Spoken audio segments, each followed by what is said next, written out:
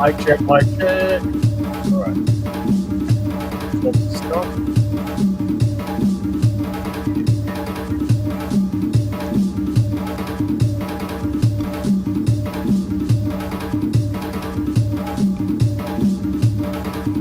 Boom, boom, boom. All right.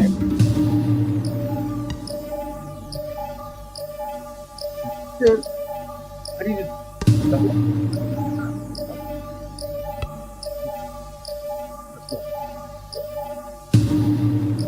All right, tell your friend, hello family, Black Man Broadcast, your host, Brother Raven. Tell your friends and family we're live. We're going to have a good show today, a cracking debate. We're starting very soon. So, let me get up the actual booklet as we always start.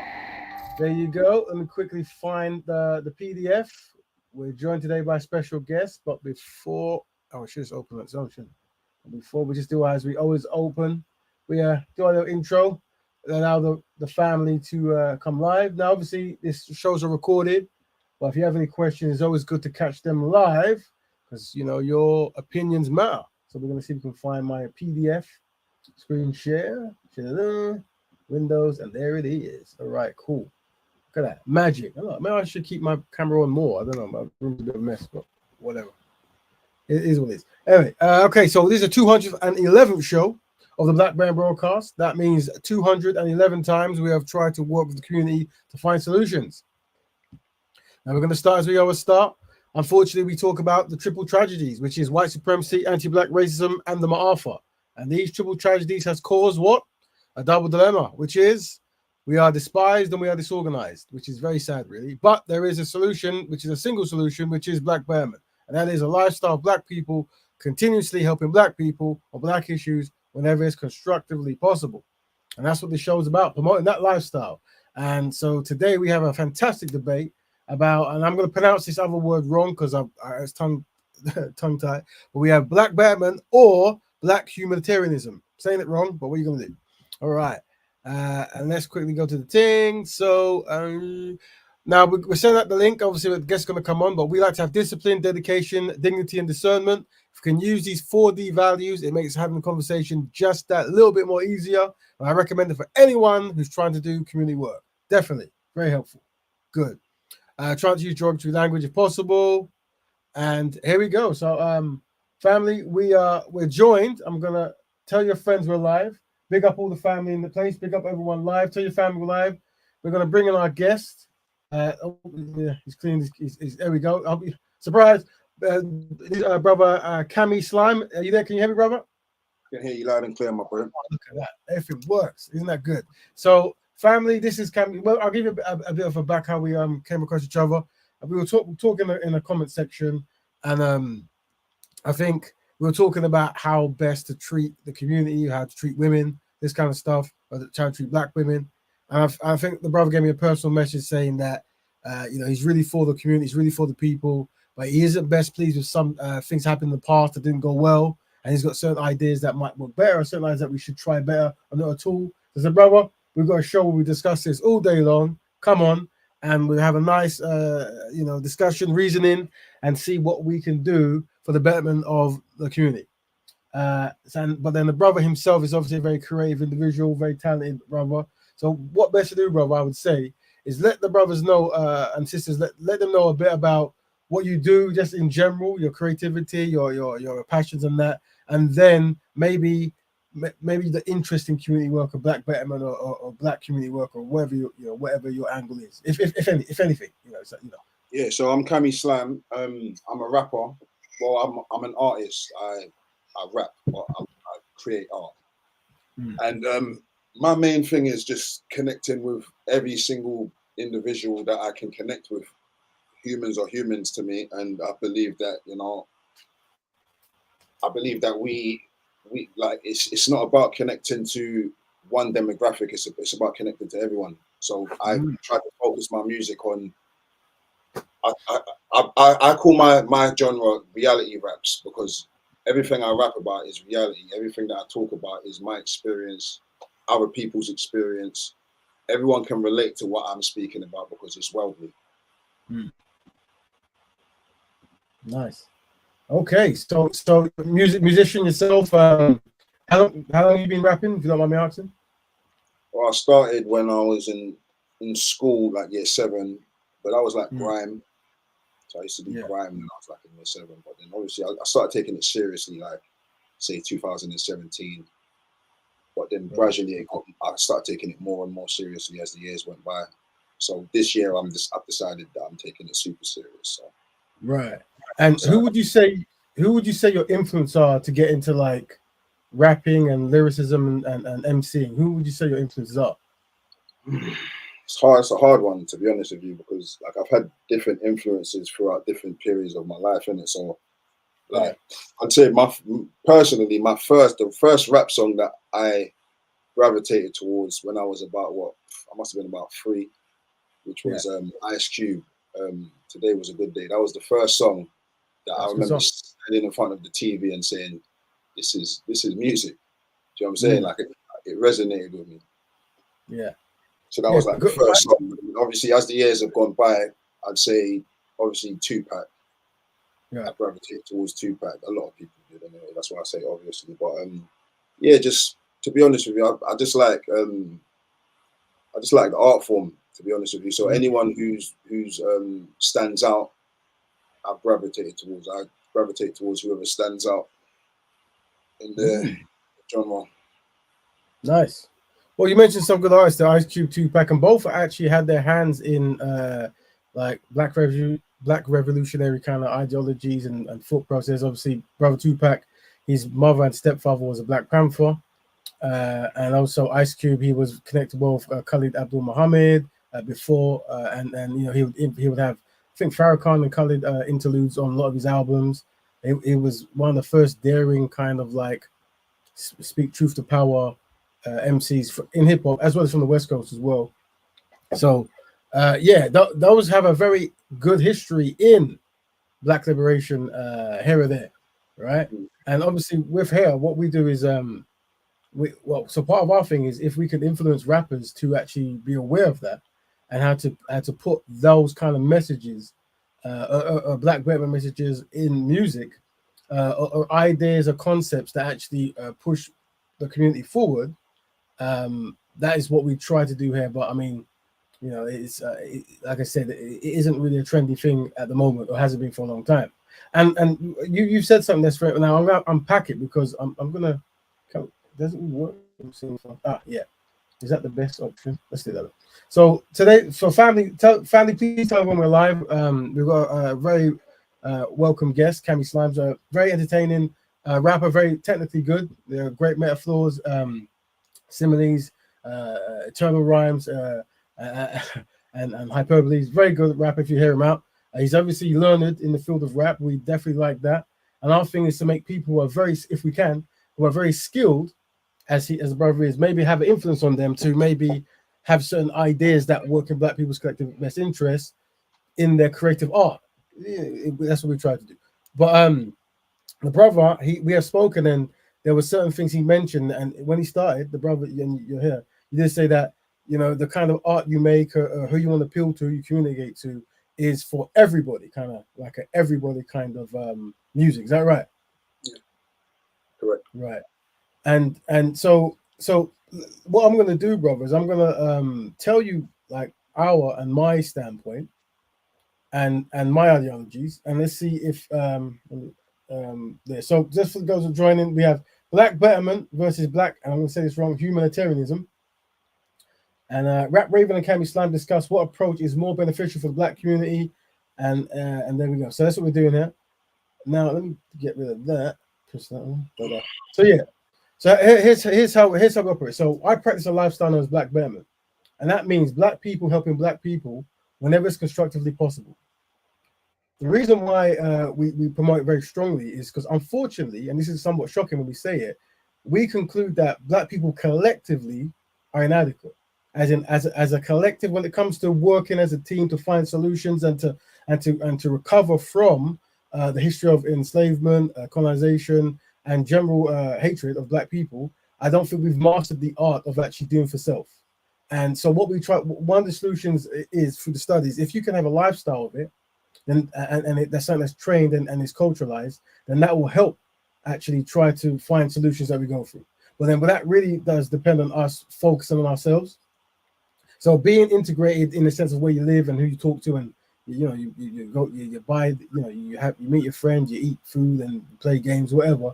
But generally, you are dedicated to Black economics, Black health, and Black families. Right? You're dedicated to making those things very constructive, very unified, and progressional. And I'm trying to think of when we saw. I think we originally spoke. I think we came across when we were talking about, I think, Black men protecting Black women or something like that. I think that was a topic, and then it moved on to Black people in general, right, or something like that. So what I'm saying is Black Betterment is actually that, as in you're looking for other Black people to work with to fix Black issues. Is there something you see that might not be a good idea, or maybe it could be refined, or it doesn't resonate with your? If I remember correctly, it started in the comment section. Yeah, I can't remember what post it was, but it started in the comment section. And my thing was mainly, if we focus on it the way you're describing it, if we focus on it that way, are we not isolating the other races within this same? Because ultimately, we want to. It's not about being accepted by other races, but it's about other people understanding where we're coming from. But how can anyone understand where we're coming from if we're just isolating everyone up? I'm glad you said that, brother. So just to be clear, when it comes to Black Betterment, that's not what it's about.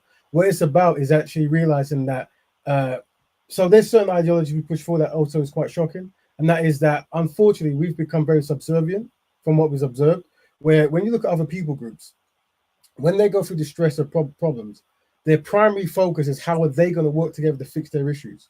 They never will mention other people, and they most definitely will never mention Black people, without question, right? But because we come from a history of being colonized and enslaved, and we've studied the enslaver and the colonizers' ideologies, we always think of non-Black people whenever we want to have ideas to fix Black issues. So what we're saying is, go to the party, play Street Fighter 2, they pick Kammy, you can pick DJ or Ryu and Ken, do all the great stuff you do as a community, but have a dedicated lifestyle where you're consistently trying to fix Black issues in Black economics, Black health, and Black families. And in these processes, you will have little to no non-Black people around unless you have to, and even then, it's not. It's like it really is a concept of Black people loving the company of Black people and never really mentioning other non-Black people unless it's necessary. The problem with that is we don't live in a Black country. So how can we do that without isolating other races? If we don't live in a Black country, then if we do that, we're isolating the other races. And then how does it? What does that mean? What does that mean? Isolation. Let's break it down for the people watching. So it's like obviously, like when you talk about the Asian community, they keep their money within their community, which is understandable. Right. I'm not disputing that we shouldn't do that. But it's like, for example, now, our thing is, if we own a Black business, we screaming from the rooftops, "Oh, this is a Black business, Black-owned business." But the problem with that is, we're now the money that we're receiving is only within the Black community. Not true, brother. You made a statement. More than likely, because we're scaring away other customers. So if you say, hold on, family, because what you're saying is important. You've said if we say it's a Black-owned business, that scares people away. Why does that scare people? You don't see Indian people saying this is an Indian-owned business. This is a white-owned business. This is owned business. We don't see that. Okay, so we can say strategy. Well, first of all, if a Black person says this is a Black-owned business, right, and that scares people away, that demonstrates that collectively we have no friends, right? Yeah, but the problem is, this is the main problem, The main problem is somebody has to have the short straw in order for the people, the powers that be, to have their power. So somebody has to have the short straw. So we've been manipulated. Racism doesn't really exist. It's just something that's been manipulated into the minds of people to believe that this is superior, this is superior, this is superior, and this is the bottom of the barrel. Now, someone has to have the short straw in order for that to work. Unfortunately, we have the short straw. Right. So you said So, brother, you said a very important thing there. So go on. Because you said racism doesn't exist. Could you want to break that down for the audience? Because a lot of people who come to know, they study racism for many years. Obviously, it exists. I'm not saying that it doesn't exist. I've been called an N-word by a policeman. I've been called an N-word by my neighbor. I know that racism exists. I've been treated unfairly. I got treated unfairly the other day. Do you understand what I'm saying? By a policeman. Brother, I don't know your history, but by the way you speak, I can paint a picture, and I need you to help me paint a picture. You said racism in the form of like negative words towards yourself, right? But just one aspect of it, yeah, but systemic racism and the legacy of racism, and does that factor in as well? Does that exist? Like systemic racism, people who have power. Forget maybe my terminology was a bit off. It exists. It exists, but it exists for a reason. There's a reason why it exists. It doesn't exist because these people just hate black people. They've been manipulated into a mindset. It's like when you watch movies from the 80s or the 90s. Yes. The villain's always Russian or German or this or that. It's been embedded into our minds to have a thought process. But the problem is if we go about it the way we've been going about it, if we continue going about it the way we've been going about it for the past 30, however many years, they're winning. People who's at the top are winning because that's what they want. So if how have we just so the people who are watching understand, how have we been going about it for the last 30 years? Just so we understand. Different ways, obviously, like what you're saying. We've been obviously there was a time when we had to march and because we was treated like we was getting hosed down and all of, there was a time when we had to do all of that stuff here. But right now, it's a time where I think the world's woken up a bit more. There are white people that are more very much more there's a lot more understanding from white people. There's a lot more understanding from Asian people of what is really going on. The hierarchy of the system. Now, if we keep going at it like, we need to stick with our community because they're sticking with their community and they're sticking with their community, I believe that we all need to become one community. That's what I believe. I don't believe that we should say, this is our community and this is their community and this is their community. I believe that we need to overthrow whoever's pulling the strings, of course, and become one community. But if we keep saying black community, Asian community, white community, this community, then we're still segregated and they win. So brother, I actually respect the fact you said that, but just to be clear, I strongly disagree with everything you just said, and the reason I strongly disagree, and the things I say are very shocking, but what it might be is my thing is we've got scholars who have given us direction, but we've never actually executed, right? And we also have other people groups who do what come naturally that is progressional to them and works, and we don't follow. And from every time I look at meetings with brothers and sisters and other communities, I see a consistent pattern amongst black people. And that is when you're in a meeting about black stuff to find solutions, always try to include everyone else. Acknowledge that they don't include you. Yeah, but always try to include them and then talk about the higher and how together we're going to topple them and stuff, right? But actually, what the elders have told us is you need to control your economics, you need to have a strategy, you need to love yourself, you need to you have to create a base, a community hub, and then when you're in a position of some kind of power, then you can barter and you can trade and you can do certain things with power. But once you're in a low place that you've been placed that way, it's going to be very hard. So it isn't necessary to always focus on others. But so let me cut you quickly, because I don't disagree with what you're saying. You do know that, right? I do agree to some extent as a community, as a black race, as a black community, because right now it is segregated. As a black community, we've got some building to do before we can get to that point where we join as one. I do agree with that, to some extent. But then at the same time, I think that a part of that growth is accepting the fact that that white man is not necessarily racist because of his own opinions. These are opinions that's been forced onto him. This system isn't against us.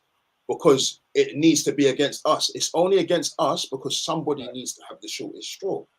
Yeah, and I think that we have to accept that. And I think one second, brother. Yeah.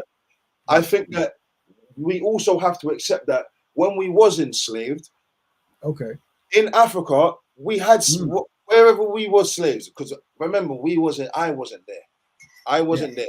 So we had our own people as slaves, and they came in and we gave our own people to them as slaves, which made us weaker in our land, which made it easier for them to come to our lands and take it, because we've given away a lot of our people.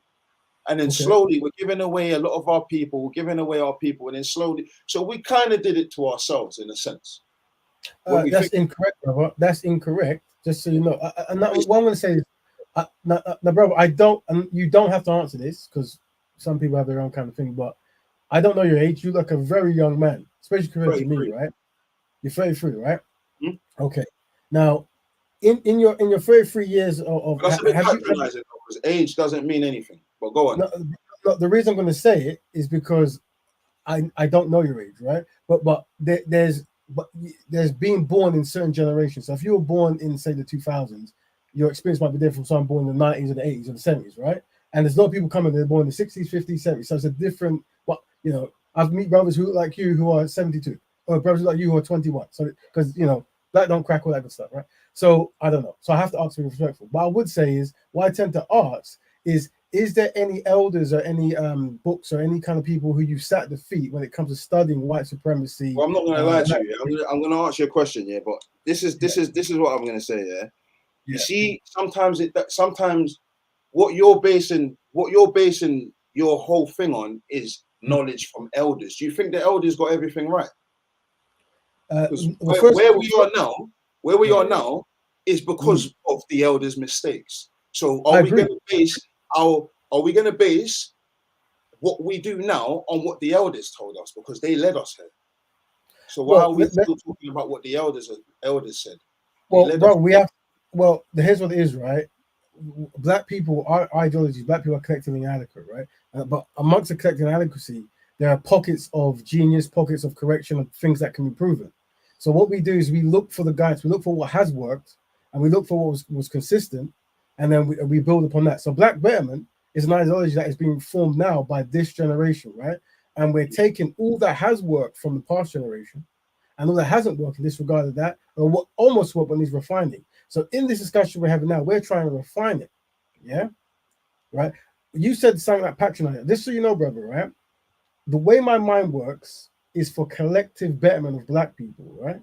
And when I see that, I am best pleased. Yeah. So I can be the most worst, ugliest, stupid person in the room if Black people are winning. So that's. Sorry to cut you, but everything I'm saying, it also is for the betterment of Black people. It doesn't go against the idea of bettering Black people. It doesn't go against that. But it also it's about bettering everyone as a collective. Because right now, everyone, 1 second, bro, because I know you want to cut me again. 1 second, yeah. Everybody on our level is under the same thumb. We're all under the same thumb. White, Asian, Black, whatever. It's the same thumb that we're under. And that thumb's not white. I don't know if that could be an alien thumb, for all I know. But nonetheless, somebody owns the banks, somebody's got the thumb, and they pressed it on us, and it's a pyramid scheme. And we're at the bottom of the pyramid scheme. So my thing is, if we all collectively work together, Black people are a part of that, and we're better than Black people also. But we're also not going to leave behind the white guy who's under the same thumb as me. Even though it doesn't appear that he's under the same thumb as me, he has a birth certificate, and that birth certificate is a slave contract, and he also has that as well. You have the same birth certificate as that white guy and that Asian guy. You are under the same enslavement as him. So why am I going to sit here and say to myself, I'm only going to focus on bettering Black people when we're all under the same thumb? Here's what it is, bro. The thing is, and 1 second, because you look 1 second. Let me cut you again. Are you mixed? No. Well, technically, right? No, so my parents, one parent is Afro Dominican and one parent is Afro Jamaican. But let's pretend I am mixed. Go ahead. As in, and don't be wrong, Europeans were successful in raping the African ancestors, so they were successful. So you will see admixture in the Caribbean. Okay, you know what I'm Because saying? I that's grew up in European. Brixton, yeah. I grew up in Brixton, yeah. Now in Brixton, Right.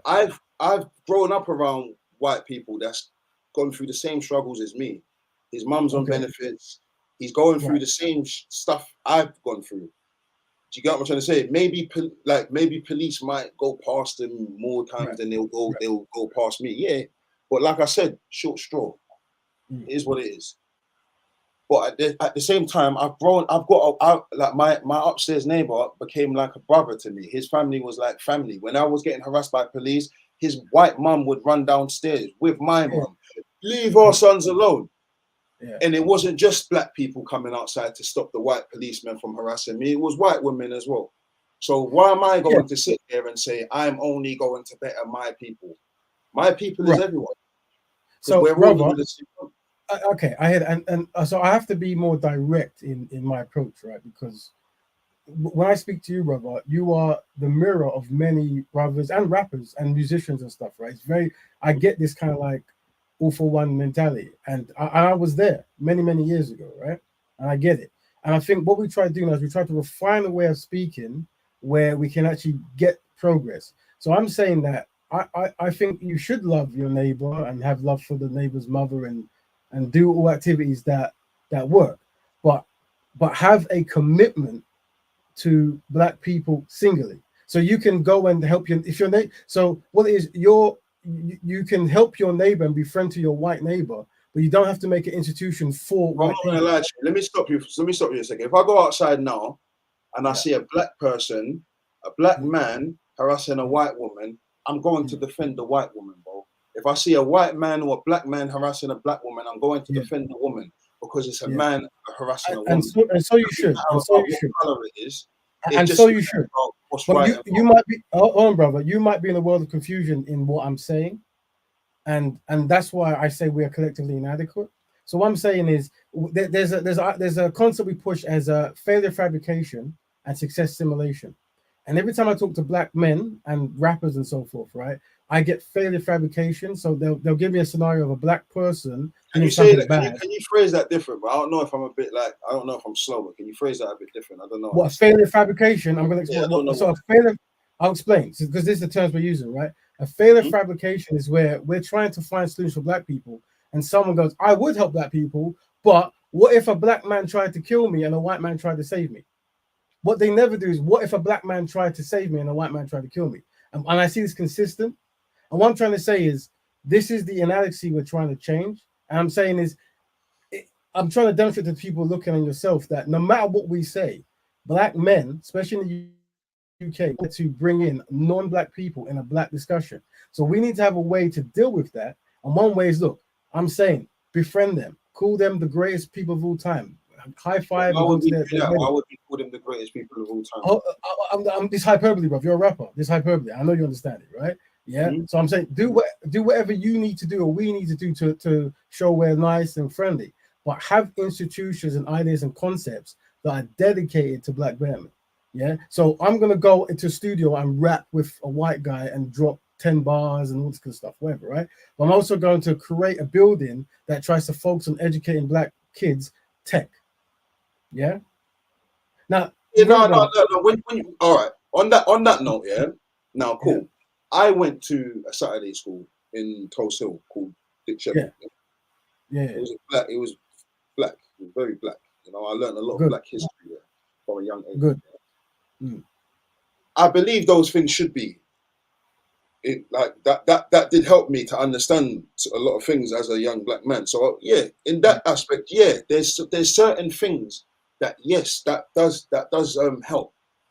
It Mm. helps a black youth know what he because like I said, we've got the short straw, and in our Mm. schools they're teaching us as as if we was just slaves, and that's where it started with us. Yeah, that's Right. that. Right. Right. So yes, in that aspect, we should have some kind of classes where we're teaching just black kids about.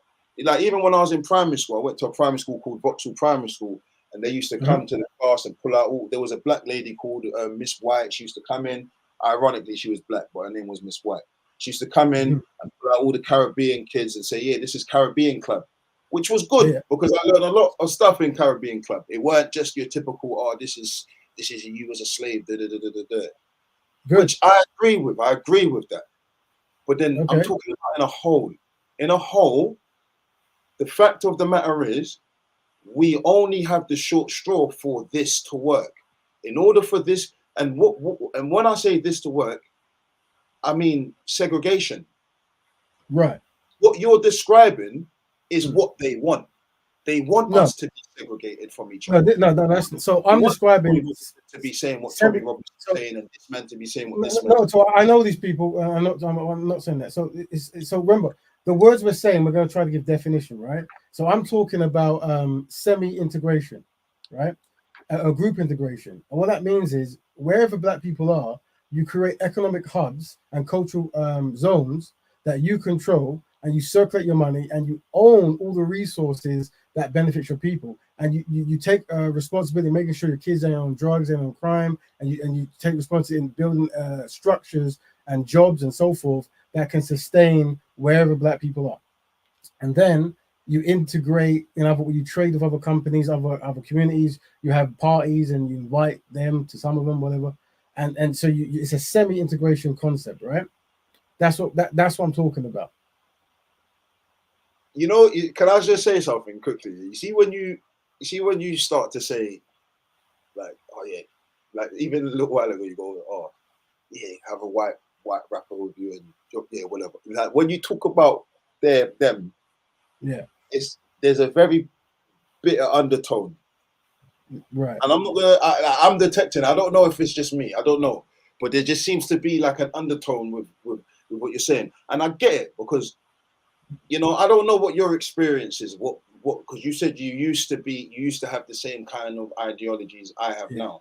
Yeah, you said that, but I'm curious. What steered you away from that? What steered you more into what you're saying now? I realize that black people are collectively inferior to white people. Yeah.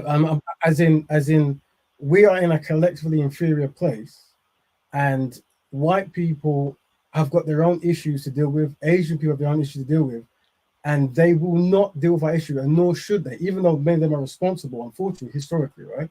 So I realized that part of being inadequate is not doing anything, either fleeing the community or always including people who don't need to be included. So the challenge I get, so I've given myself a lot of challenges, right? So I've been rapping since God knows how long. I've been recording. I'm a sound engineer. I master music. I can write scores. I can program apps. I can design. I can do. I've learned years and years of so many things, right? So start, middle, end. And the hardest thing I've ever had to do is make black people help black people. It's a hard, but there's no skill that I've learned that even tops that, right? So me being a black person coming from ancestral Africans and Caribbeans and descendants of enslaved people, it's really a shame that my own community are inadequate. So I've dedicated my life, and it's called the ancestral obligation, to fixing that. So the idea is to come up with strategies, because this is what they recommend, to fix it. But I've realized that most of our people, the way our brains are wired, is to be subservient and to focus on others. So I make it my habit to not mention non-black people, right? But when I talk to black men bring up non-black people consistently. So you've just said that I have some undertone against white people. I don't. White people, the white people I know probably love me tremendously. Why? Because I make white people millionaires. Because the crafts I have, I as a public trading freelance or whatever, I give away intellectual properties where white people have made millions. So no white person's ever going to say, I hate that black brother there, right? I have friends who I grew up with in school. They're of European descent. That's fine. They're the ones who will say, why are black people so, not connected together like we are? My Asian friends say, why is it that your people don't come together? I go, because we've been trained to be subservient. I'm going to say, guess what? They go, what? I'm going to have a meeting with black men. And those black men will tell me we need to include you guys. And they go, why do they do that? Because of enslavement, the training and all this. We're trained to believe of this kumbaya concept, right? We don't understand about group economics and how to come together with synergy and stuff. We really are subservient people. So I'm trying to, with the other brothers on this platform, break that subservience. And it is hard, but that's why I asked you, like, who is there anyone you study? Because who you study, that might influence certain ideas, and certain words you say might go, oh, I see where you're coming from. I'm not gonna lie, I take in everything. I just take in everything. Everything that I can take in, I take in, and I don't take it in like to say that's the truth. That's the truth. I believe that everything you're saying, millions of people have said this before and got this, and we always lead to the same place. So I believe that the change that needs to happen is we need to drop that whole idea and recognize just understand what I'm saying to you. We only have the short straw in order for us to be outraged for having the short straw and us to be feel down about having the short straw. We need, and bear in mind, I'm not gonna lie, we are a lot of the stuff that, like music and arts, the art form of the world, is created by us. I'm just going to be real about that. We create most of the art forms of the world. We create, like, you know what I'm trying to say? We're the most creative race, in my opinion. Yeah, but that doesn't mean that we're superior or we're inferior or in any way. I personally believe that the people who's at the top, who control everything, who comes up with the ideas of how to keep people separated, they have answering to do. And we all as a collective need to be asking them what is going on. Or we need to dethrone them. So you got white folks, yeah.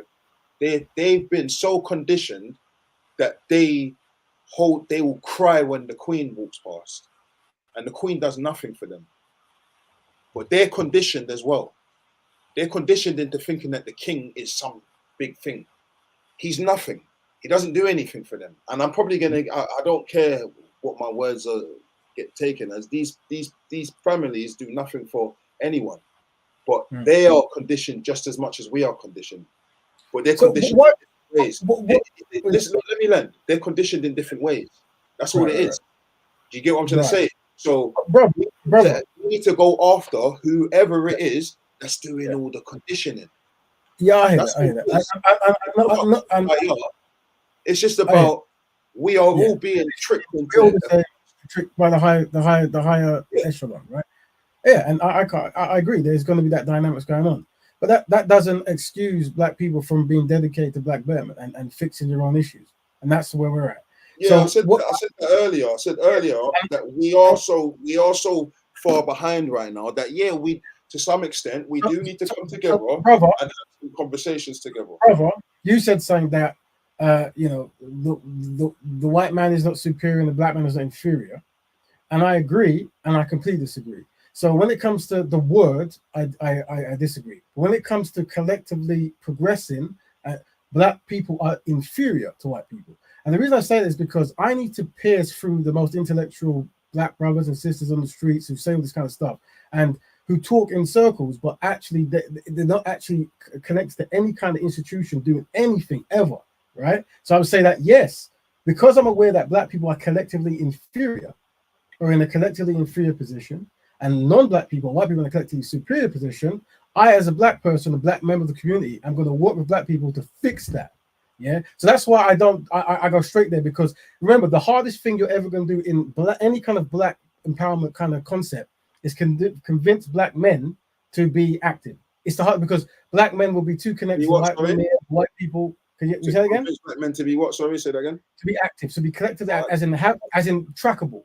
Yeah. If I was to ask Black men what they do, they'll be offended. If I ask them who they study, they'll be offended. They'll never get answers, because technically, the majority, if not most Black people in the UK definitely do absolutely nothing on a consistent basis for the collective betterment of Black people, because we're collectively inadequate.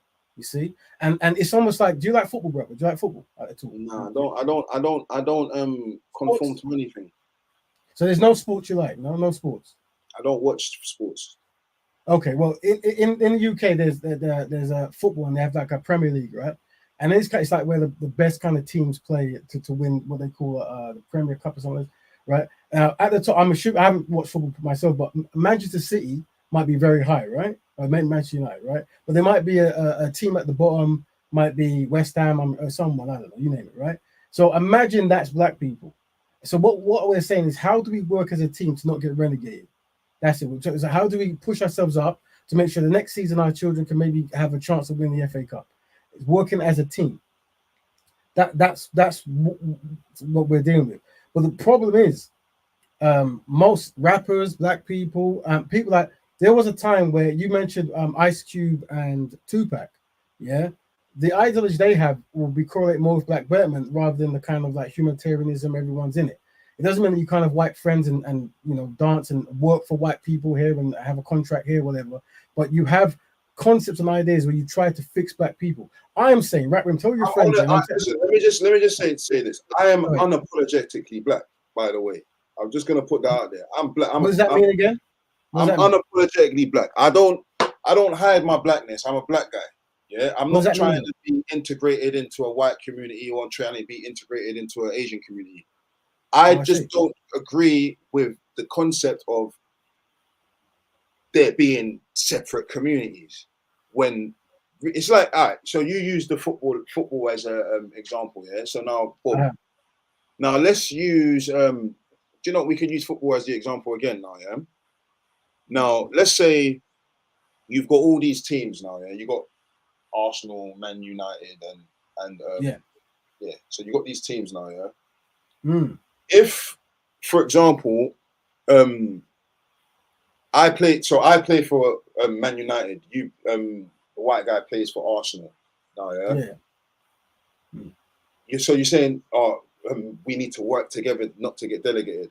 Now, if right now, yeah, our team is about to get delegated because based on my short straw analogy, yeah.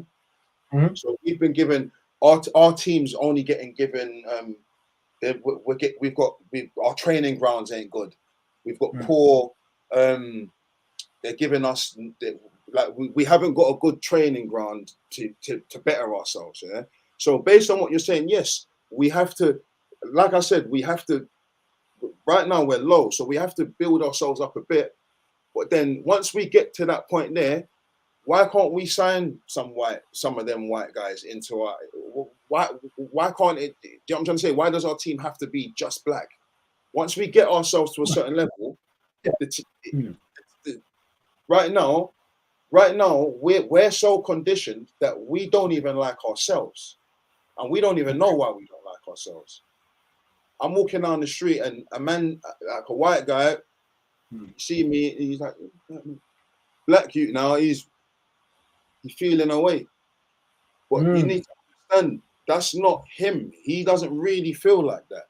He's been conditioned to feel like that. So why can't we end like as a team, as a black team, why can't we say to ourselves, okay, this isn't working out, us just having a black guys on our team. We need a little. This white he's quick on the right wing. Come join the team. This guy's quick in defense. This guy's a good defender. He's white. Why can't he play defense? Why are we telling him he can't play defense? Because he's white. Yeah, it's not because he's white. So what you're doing, you're failure fabricating, as in you're creating those scenarios. But that's what you just did, though. Let me explain, and we can make it up. So what it is let me put something in real terms, right? So me, you, and some other brothers, we start a company, right? And the company is the shareholders are all black. The people own it are black, right? We now need to fill it with people working. We go to community. We go, Jim, you got any sons or daughters who want to work? We get them work, right? We look for people who struggle to work for whatever reason, maybe because they're black. Who knows? We get it. Now, there's certain positions where we don't find black people who do those particular skills. We can then hire as a contract basis outside the community, maybe Bangladeshi, maybe white, whatever, right? That, you know, we can't find the skills to fill it, you know, but we do it. So in those contexts, where like because white people are collectively superior in the position they're in, they're never not. But you keep saying that, but they want you. They want you to think that, and they want them to think that. No, brother. I'm going to be very clear. Hold on. I'm never going to talk to another black brother on a podcast who consistently is mentioned about unifying with non-black people, right? And me not say I accept that white people are collectively superior to black people, because that is the byproduct of that. Yeah. So the reason why I always tell brothers like me to speak this way is because we're never going to get through to black people because we've been heavily integrated. Go ahead, brother. For years and years and years and years, yeah, there's been so many people that have said everything you're saying. You're not saying anything new, bro. Shall I explain what's new? Everything you're saying has been said many times, bro. Okay, nowhere. Well, hold on. Well, what we're trying to do, we're trying to take all these ideas. So here's what it is. What area did you grow up in? Sorry. Forest Gate, East London is where I was born. Yeah, I was raised in Forest Gate. Forest Gate, East London, yeah. That's where I was born. Okay, so what predominantly what race is that area? Asian. Asians, there's a street called Green Street, yeah. It's one of the most consistent economic hubs in England, and from the houses to the buildings for like miles on miles. And matter of fact, it's actually where West Ham Stadium was the only non-Asian owned thing on that street. So Asians smacked it. If you went there, you got food, saris, anything you name, the Asians, everything, right? So I lived there. So I saw how communities could operate together amongst themselves. So 10 points to them. So the idea is to do black people do the same thing. But do you realize where I grew up? Yeah. I grew up in Brixton, innit? Yeah. So where I've grown up, it's predominantly like Brixton, for example, is predominantly Caribbean. Peckham is predominantly African. Yeah, you got Penge and Woolwich and then Penge, predominantly Somalia. Tooting is predominantly Asian. Yeah. Yeah. Now, I know that in Brixton used to be more black than it is now, but it's now less, right? Yeah. Tooting never got gentrified as much as so. I still go back to the short straw thing. Yeah. So we've got the short straw. I'm acknowledging that we are treated inferior, collectively inadequate and collectively inferior position. Yes. The reason why we have to be treated inferior is for the system to work. Asians weren't treated great in the beginning as well. They was getting the P word sprayed on their shop. So we agree. But they're more collectively adequate, aren't they, brother? So all of that was happening to them, man. But they what it was with them was that they was more unified in Betterment. Yes, they were collectively, brother. Let's say it more correctly. They're collectively more superior at working as a team. They was more connected with their people. I'm gonna finish what I'm saying. I'm gonna finish what I'm saying. Let me finish what I'm saying, brother. Go ahead. Yeah, they were still connected with their people back home, whereas we was cut off from our people back home more than they was. So we're in this foreign land, and this is all we know. They still know where they're from and how they still connected with their people back home, which is why they was able to buy this shop, send for their cousin, get their cousin here. Now we can save up. They're all cooped up in one house. They save up, buy another shop, get another cousin, send him to run that shop. They was able to do things like that. We wasn't able to do things like that. And plus, on top of that, we was also conditioned in a different way to them. I acknowledge this, but like I said, you grew up in an Asian community. Where I grew up, there was Asians, there was whites, there was blacks. Yes, it was predominantly Caribbean, but there was a mixture of people. I had white brother, just to confirm, because hold on, you said I grew up in Forest Gate. I said the dominant force economically was Indian, but you would have had black community, African community, European, English, Somali, you name it. Yeah, if you go to Wikipedia, it'll tell you the mix of all the boroughs, and most of them are really quite mixed, right? Where Brixton had a dominant over other places, it was the economics from black people in Brixton at the time was at a better rate than other places, because there was more concentrated force. Why they shut it down. But of course, so what we're saying is we cannot spend our time and resources constantly worrying about non-black people, right? Well, you brought up the Asian community and how they function. No, because what it is, brother, you asked me. You want to do the comparison thing. But the thing is, I do. I they're all do, brother. conditioned in different Yes. ways. So we can't Bro- compare to them because their can. condition is completely We different can. to ours. No, hold on, brother. Let's try to walk forward, right? What we have to do is we have to realize there's something that isn't working, and then in a smaller number. So I'm what's known as an open door elitist, right? And how that works is we look for other brothers and sisters who are like-minded. Yeah. So if another brother respects black economics, black health, and black families, and they want black to progress, then we can work with them on a small level. We know that when it comes to changing ideas, a smaller number working together with marketing and strategy can influence a much bigger people. So what I'm doing now is I'm talking through people to people. I mean, it's almost like a bat signal or a Thundercat signal, whatever, depending on how old you are, right? So I know that the majority of black men have been conditioned to not be black Betterment led. It's very evident, right? And it's not our fault. So that's why I'm an open door elitist. So we break black people into two types: those who are loved and those who are important. I work with those who are important for those who are loved. You see, because what it's like this: I have skills, and I need to use these skills to benefit black people. But this concept upsets black people.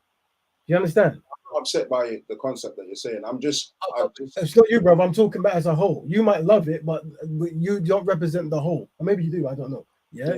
But what I'm saying, does that make sense? Yeah, no, I So understand. I have to change my. That's why when I go to a room, I go, I'm part of the black community, and we are collectively inadequate. Because if I don't say that, I will get 7,000 black men jumping over 10 tables, telling me why we need to marry white women, why we need to be hired by white people, why we need to hire white people, why we can never be like Asians. Sorry, on that subject, do you think that it's you think it's wrong for a black man to marry a white woman? That's a very good question. The answer is we strongly promote that black men become constructive and marry black women. That's like it's one of the most important things a black man can do, without question. So I don't even entertain any other wording. It's like if there ever was something to do in your life, black family, black wife, start a black business, black health. Make sure you're healthy. These are like the most important structures a black man can have. It's very important. I'm gonna say this, yeah. I somewhat agree with what you're saying, yeah. Because the reason why I somewhat agree with what you're saying, for like right now, when you look at, we're going to look into the Asian community, they're more likely to marry an Asian. Jews marry within their community, and it does better their community. But yeah, ultimately, I don't think that it's a problem, other than for based on what you're saying, yeah, based on what you just said, like it's keeping it within the black community, cool, yeah. So when you go off it like that, but I feel like if a black man wants to be with a white woman, or black woman wants to be with a white man, it's their business. And I think that some people don't. The thing is, yeah, I know some people that don't really get involved in any of this. They don't want to be involved in it. And they've got white friends, they've got black friends, Asian friends, and they literally just live their life. They're happy-go-lucky. And but at the end of the day, yes, there's a war going on outside. But like I said, the war that's going on outside isn't about color. It's got nothing to do with color. The color, because remember, if we base what like all of this, we could go into religion as well, because religion segregates. So they use religion to segregate us. They use this to segregate. Do you follow where I'm going? There's loads of this race thing is one aspect of something a tool that they use to segregate people. Even you go back to football. Football segregates people, because you're going to support Arsenal. He's going to support this. Do you remember in the 90s how hooligans used to carry on? I seen a man get thrown through the McDonald's window because he supports Millwall and he supports Chelsea. Brother. Yeah. So sorry, you're dropping some stuff. Let me just land with what I'm saying. Yeah. There's so many things that are being used. There's so many tools that are being used to segregate us as people. And the reason why we need to be segregated, because if we're fighting each other, we're not looking at our common enemy. brother. Very important. So what I try to do with all black men, We acknowledge what I've just said first. of course, what you're saying is basically there's a hierarchy here that benefits from confusion of the races fighting each other, not getting on, and while we're looking at each other, we're not looking at them. Yeah. The reason I know this and I can pretty much end it is because most black men, especially rappers, say this. I'm actually in the rap community. I've been since before most people even rapped, right? So I hear it. But what I'm saying is, we have to study certain things, certain concepts, right, to make it make sense for the black progression, right? And that is when you talk about marriage and stuff. Well, we understand that in Brazil and Argentina, they force black people to marry non-black people to eradicate blackness, right? And let me ask. Sorry to cut you quickly. Yeah. Let me ask you this: if somehow the tables was turned and we end up with the long straw, how would you feel about that? We end up with the bigger straw, and the white guy's got the short straw. How would you feel about that? Well, first thing is we make sure that justice reigns supreme and nobody's mistreated for the race of the color of their skin, because that's inadequate. That's wrong. Yeah. So you do realize, yeah, that if we end up with the long straw, yeah, we will most likely, as a whole, as a collective, yeah, you might have a certain value, but there are scumbags in every race, bro. There's a rapist in every race. There's a pedophile in every race. There's every race has a bad seed. Yeah. So if we end up with the long straw, and then our president, our prime minister's black, and everyone in power is black now, the white guy's gonna feel how we feel now in 400 years. Well, look, here's what it is. Yeah. Well, here's what it is, brother. Right. There's no way that I can see any black people or me promoting to do to white people or white people have done to black people. We're just not going to do that. Our hearts just ain't made that way. Yeah. So we're not going to enslave. Made that way? Do you think in 400 years you're telling me that you believe that in 400 if we was to get all the power now, and in 400 years go by, we've now enslaved them for 400 years, and then they've got. One second, let me land with what I'm saying. Yeah, forget the slave part. Forget that part. Actually, in 400 years, where we've got the power now, yeah, are you telling me that we're just getting so now we're going to be like, oh yeah, let's all be together? Do you believe that? I believe you're practicing failure fabrication. That's what I believe, and you're demonstrating it. That you use big words and you throw things around. And there's a lot of people. No, brother, you're a rapper. You use big words. Use hyperbole. Big words, I'm not trying to use big words to hide behind. Like, think about what I'm saying to you, bro. I'm saying what I'm saying. But you're talking, aren't you? Bro. You've cut me so many times, you know. You've cut me so many times, my brother. Yeah. Brother. Think about what I'm saying to you. What I'm saying to you is, right now we have the short straw, but if we was to end up being the ones in power, think about the mindsets of a lot of black people now. Forget about you and the people you know. Where I'm from, I know a lot of rotten black people.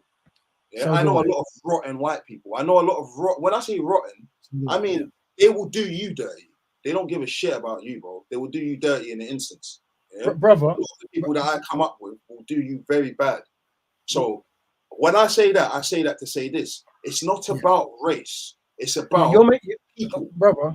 I get it. Good people need to get together and eradicate bad people, and we need to write. No, brother, I'm explaining it. That's why I told you I'm an open door elitist. Yeah, and what that means is the failure fabrication comes from constantly putting up concepts of if we become successful, we will do bad.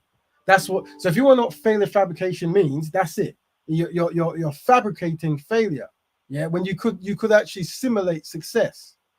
But you fabricate, so you can say, all right. So that's the big word. What's your end goal then? With what you're saying, what is your end goal?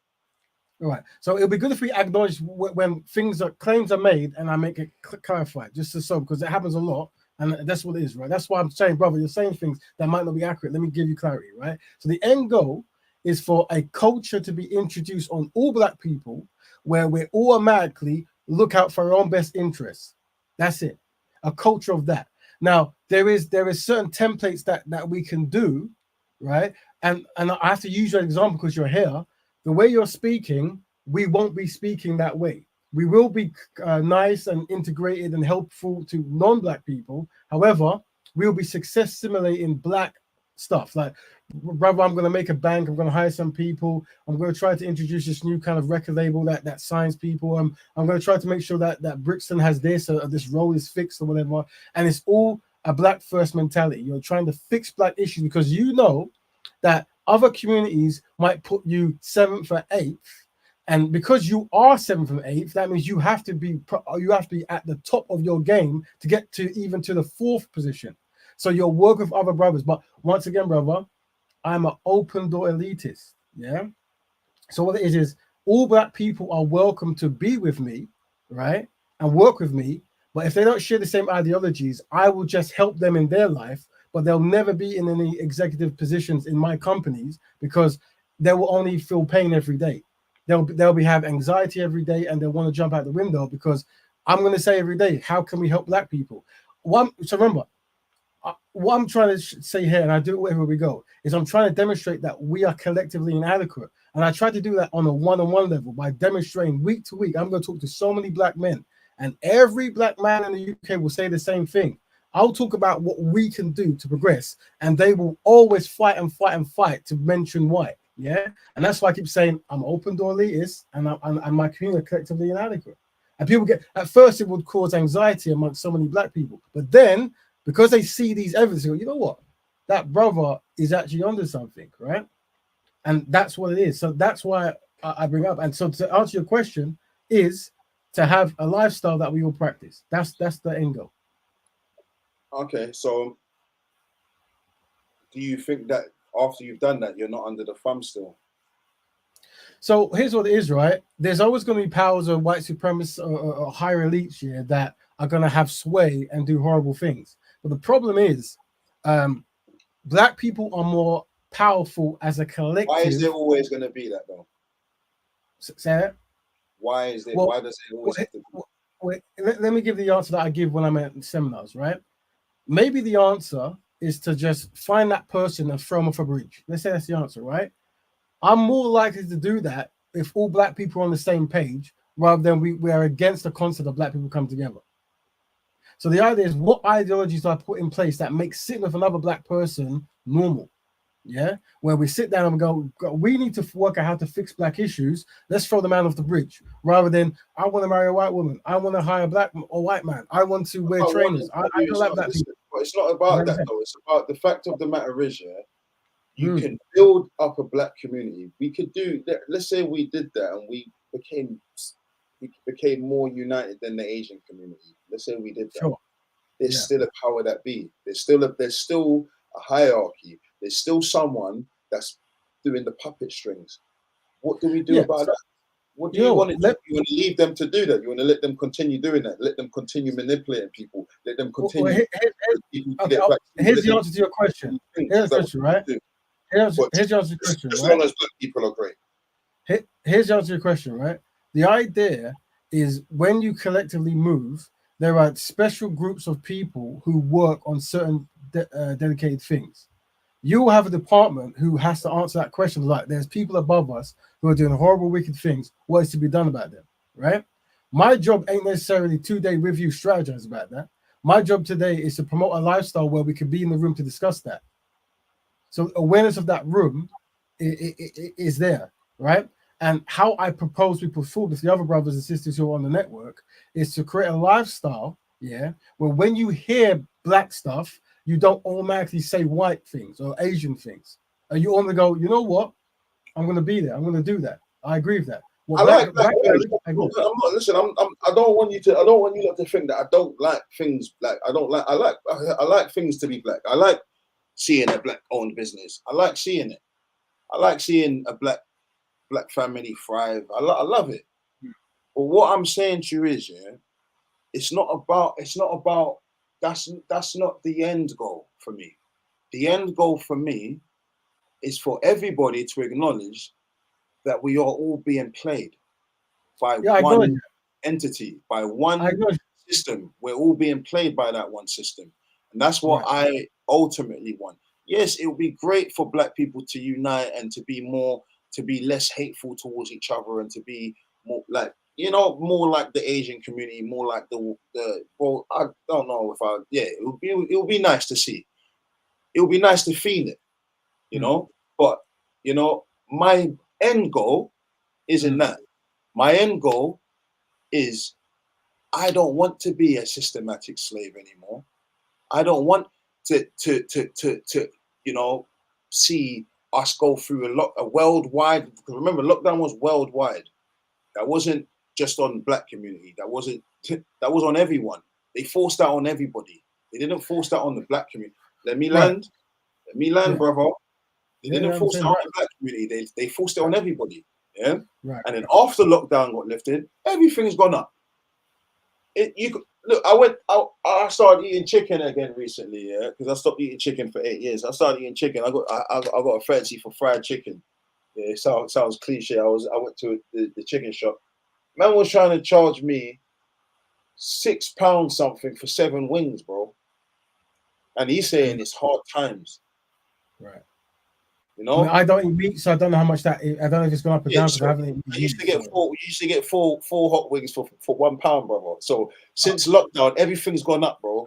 And this is the system that we live in, and it's just constantly we're constantly getting kicked in the teeth. Not just black people, everybody's constantly getting kicked in the teeth, and it just seems like as black people, yes, we're treated worse than other races. Well, like I said, somebody has to be treated worse than other races. And I'll say this, there's a reason why it's black people that's treated worse than other races, but I'm not going to go into that right now. It's because we're collectively inadequate, brother. That's why.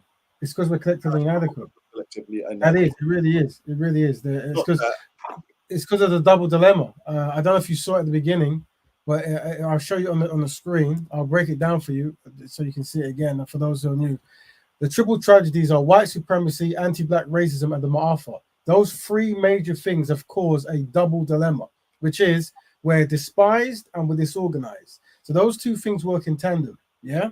So black people may know a friendly non-black person. However, collectively, black people have no friends, and black people can be individually efficient, but are collectively inadequate. So because of these 2 things working in tandem non-stop, we are despised and we are disorganized. We present that a single solution should be a lifestyle of black people having black people. Now, I know that if I tell the average black man this, they're going to reject it, right? Okay, 1 second. How did we get to a place of being collectively inadequate? So what it is if we look at white supremacy, anti-black racism, and the Ma'afa, we were taken from Africa, bringing to the Americas. Africa itself was colonized. You realize that we was in America. We was in America before, though, innit? We wasn't taken from America. We was there already. There are some black brothers who were already there through touring and through taking boat trips, and there was a big amount who were taken there through the slave ships, right? So yeah, but we was there already. We like that. What I'm saying to you is, yeah, and the slave ships, yeah, for example, a lot of the black people that was on the slave ships was put on there by black people. Yeah. So just so you know, when it comes to Africa, because I'm from the Caribbean, right? And so we have to have a way of who we're allowed to integrate with, right? So we're allowed to integrate with Africans, but there's 2 types of Africans. There's glad Africans and sad Africans. We're only allowed to be with glad Africans, right? We look at sad Africans as the spiritual successors of the enslavers, the compromised enslavers who worked with Europeans and Arabs, right? So we don't really associate with them. We associate with glad Africans. And how we can tell them is by their spirit. If someone comes to us and they're constantly trying to undermine progress, try to include others and this kind of stuff, we see them as a sad African, and we let them know they're loved, but we can't really work with them. So that's our solution to that problem. But just so you know, what I try to present is documentation and strategies. Yeah. Now I know that this is going to be shock so many black men. So what I demonstrate to the audience looking on, and I always challenge anyone to jump on and to join into the discussion, is I know it won't sway people, so we have to have a smaller group of people who are educated in these fields to work for the collective betterment of black people, right? And what I'm trying to demonstrate is I am not bringing up non-black people. I'm saying that we recognize black people are at the bottom, so the strategy is to work with black people at the bottom to get to a better, adequate place. Yeah, but there's very few black men I've spoken to that don't stay on that topic. Most black men I talk to, they always bring up marrying white women, working with white people, the system, the hierarchy. What do we do then? Everyone, and it's a pattern. And it's rappers. I've seen a lot of rappers because I know how hip hop works and trying to find. You know, when I talk about the enslavement of black people, I hear that as well. Like we weren't enslaved and stuff. Well, my answer, I don't know about No, your we answers. wasn't enslaved. We wasn't enslaved, but we was tricked into it in slavery. We tricked Right. ourselves into it, to be honest with you. And Well, they, you know, yeah. well, once again, bro, I don't let the white man and the European man off because from the slavery. It's not about letting them off, bro. I'm not letting them off. I'm not letting anyone no, off. But, no. but what I'm trying to say, what I'm trying to get you to, what I'm trying to get at is, it's not just like, it's not about. I personally don't believe it's any where we are now. Yes, it stems from us being enslaved and whatnot, and we've got like trauma embedded in our DNA. Yes, I believe in that. I do believe that that's a factor, and a lot of, like, it's like, for example, yeah. Let me just give you an example. Have you seen a slave movie based in England? I don't think so. I've seen movies where it was based in time of slavery and English people went to Africa in that English setting. So You know why there's no movies based in England about slavery or about things like that? Because we would be focusing on the royal family, because they would have been the people to okay the slavery. So they're not going to make a movie based in England, of slavery, because but you do understand, brother, that pro-black people, we don't need movies and stuff to know about. I'm not talking. This is not about. It's not about. Just giving you an example. But this is my example of what I'm saying, right? And because we know they're not going to, as pro-black people, what we do is we want to create our own media stations, our own media production houses that make movies that either tell the truth about the history or try to get black people synchronized on a betterment, right? So we might use the enslavement of African peoples, the mistreatments of the Caribbean. We might use those as tools, but we know that for us to expect our enemies or people who are anti-black to make these kind of movies, it wouldn't work. And they would have white hero complex going through it, wouldn't it? And that wouldn't necessarily benefit our own agendas, which is get black people synchronized on black betterment. I just personally, I just think that, like, I think that the things you're saying, yeah, has been said and tried, and you know, like, look, you look at Malcolm X, he was killed by his own. Pretty sure, I'm not, correct me if I'm wrong, but I'm pretty sure Martin was killed by his own as well. No, Martin Luther was not killed by his own brother. He was killed by a white assassin. Malcolm X was unfortunately killed by members of. But that was orchestrated by them. Yes, I understand that. But what I'm saying is, but even if it wasn't, the brother did an amazing thing. For me personally, bro. For me personally, it all comes down to who is in control of the narrative, who controls the media. Because remember, we've got our black media. So when we're looking at things through our black media, like, i.e., because look, you see, when you go on your Instagram, your algorithms are tied to what you're interested in. Now, a white guy's algorithms, when he opens his Instagram, if he's not listening to all these things that we listen to, and he hasn't, instantly his algorithm's not going to gravitate towards the news that we're getting.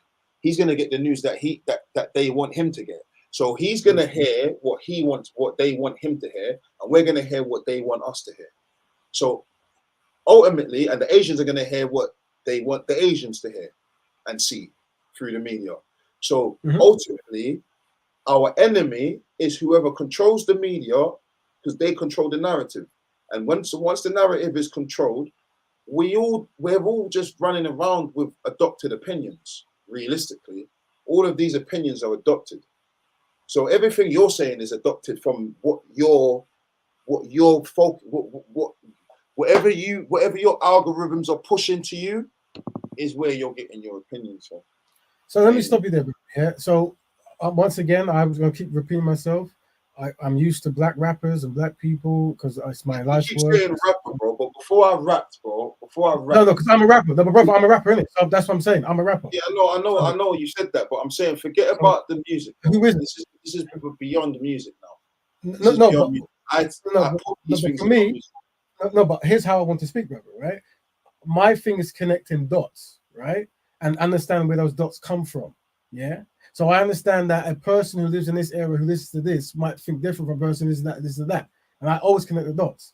Yeah. So what I'm saying is through a consistent narrative, yeah, I'm seeing that there's a connection. And my thing is to break that connection or to make brothers be aware of something that they're never going to accept. So when they go, well, that Raven brother, you mean that guy keeps talking about black people working together? He's mad, bro. He's mad. He's talking about marrying a black woman. He's talking about starting a black business. He's a madman. You know, I'm trying to tell him we need to love Nothing white mad people. about what you're saying, by the way, you know. No, I'm It's not, just doing my yeah, own performing arts. Let me do my performing arts thing, innit? Yeah. So what I'm doing is a strategy to you, innit? Yeah. Because I know that if I come straight out and I say, yo, brothers, let's build black banks and stuff, I'm gonna be public enemy number one. So I go, you know what, brothers? You know, black people, we're collectively inadequate. They go, what? You can't say that. And I go, oh, but maybe we should work together to fix. Because no, you can't do that. Oh, but I understand because you think we're inadequate and you think no one likes us. So we should work for ourselves. And you give me examples of other people do the same thing. And I just keep doing that. And I just keep saying it. And I go, and then they you go, realize yeah, that what I've said to you, yeah, is what yeah, you're saying is not wrong because we do need to work together now. yeah, yeah. But it's not the end goal for me. The end goal Well, for me right. is the hierarchy needs to be broken. Yeah. But here's what it is, brother, right? Pyramid Let me scheme stop needs to you. be broken. Let That's me give you my an example. Let me tell you what black men and rappers don't do. And I'm a rapper, I'm a black man, so I can say it, right? I have that opinion. Yeah? And I've been rapping longer than most of the rappers I speak to anyway, right? So I've seen a lot, yeah? I've seen a lot, yeah? So it's what I go. I go into a place, I go, brothers, I realize there's a lot of stabbings, a lot of sexual abuse, a lot of unhealthiness, a lot of unemployment in the black communities. And I realize that other communities are doing slightly better because they've got these kind of initiatives going on. So I propose that, I work on an initiative to fix our community doing these things. Yeah. And the first one says, yeah, but we need to marry white women, but we need to include Asian people. But then we in the future, there's going to be a war. The man on the top is never going to let us do it. And what they never get is like, bro, yeah, let me help you out in it. Like, I tell you what, I've got like a van and I can drive to the hood and I can do whatever. You know what? My mom actually bakes cakes. So maybe I can get my mom to bake cakes for the kids you're going to see. I never get that. Never from rappers and black men. So black men and black rappers, never, right? But they're good at rapping. They can rhyme divine in time all the time and slight. They can all that all day. They can talk about the queen is a fiend and from Josephine. Beautiful. And they can, they can rap in 3/4, 4/4, 5/4. Oh man.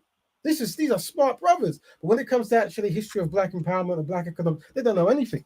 So my job as someone who knows something, right? And this is what you have to each one teach one. It's the ideology, right? Is so when I see them making a consistent error, I go, brothers, are you aware that we're collectively inadequate? And because of it, we're going to make the same error all the time.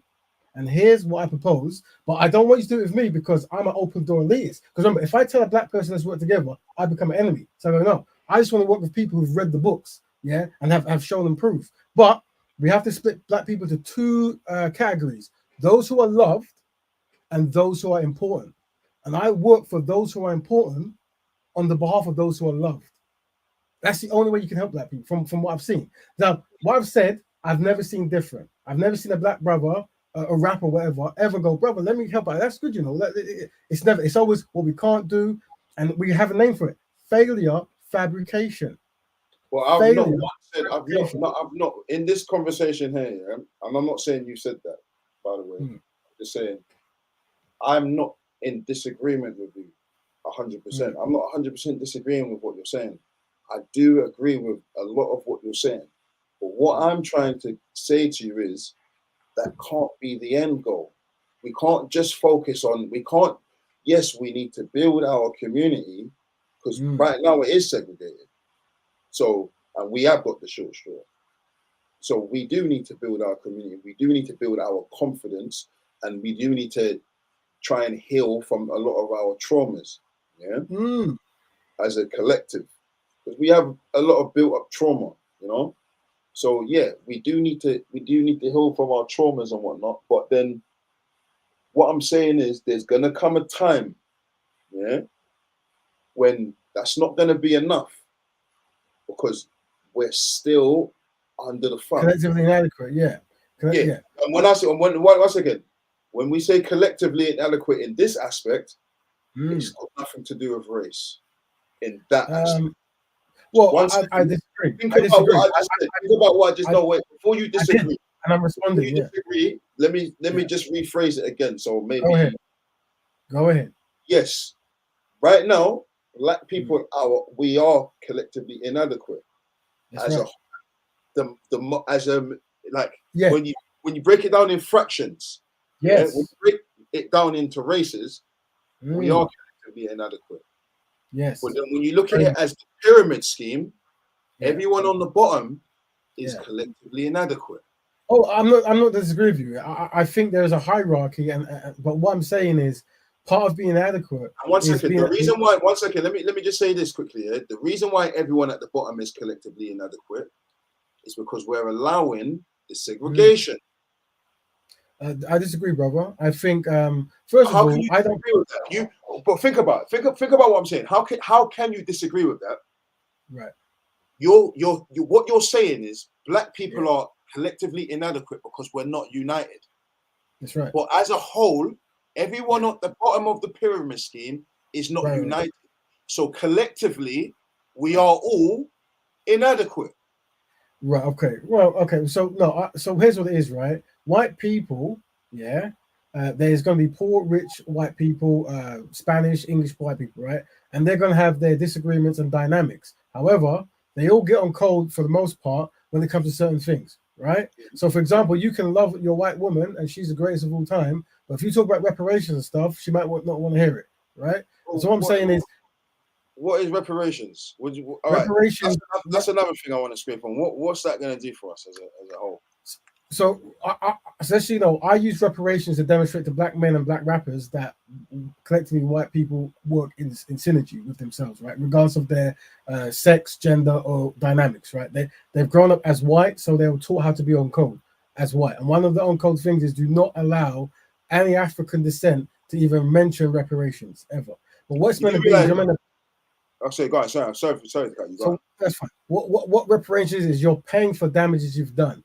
Meaning that because you were kidnapped, raped, and enslaved, and your countries were devastated, you have now that period is over, and you're allegedly an ally of those people groups. Allegedly, you have to now pay for what you've done. We see this process in England, European, when Germany did it to the Jewish people, all through Europe. When even America, when they did it to Japanese, we see these reparations that you have to pay. But because black people are, remember the double dilemma, we're collectively despised and disorganized. So that's why we're easy to ignore. And because our men are the most subservient of all the men in the world, we know our men are never gonna go to the white man and go, we want reparations. What they're gonna go to the white man says, we want your daughter's hand. We want to give you our economics. So we're gonna build up some wealth, marry your daughter, and give it back to you because we're collectively inadequate.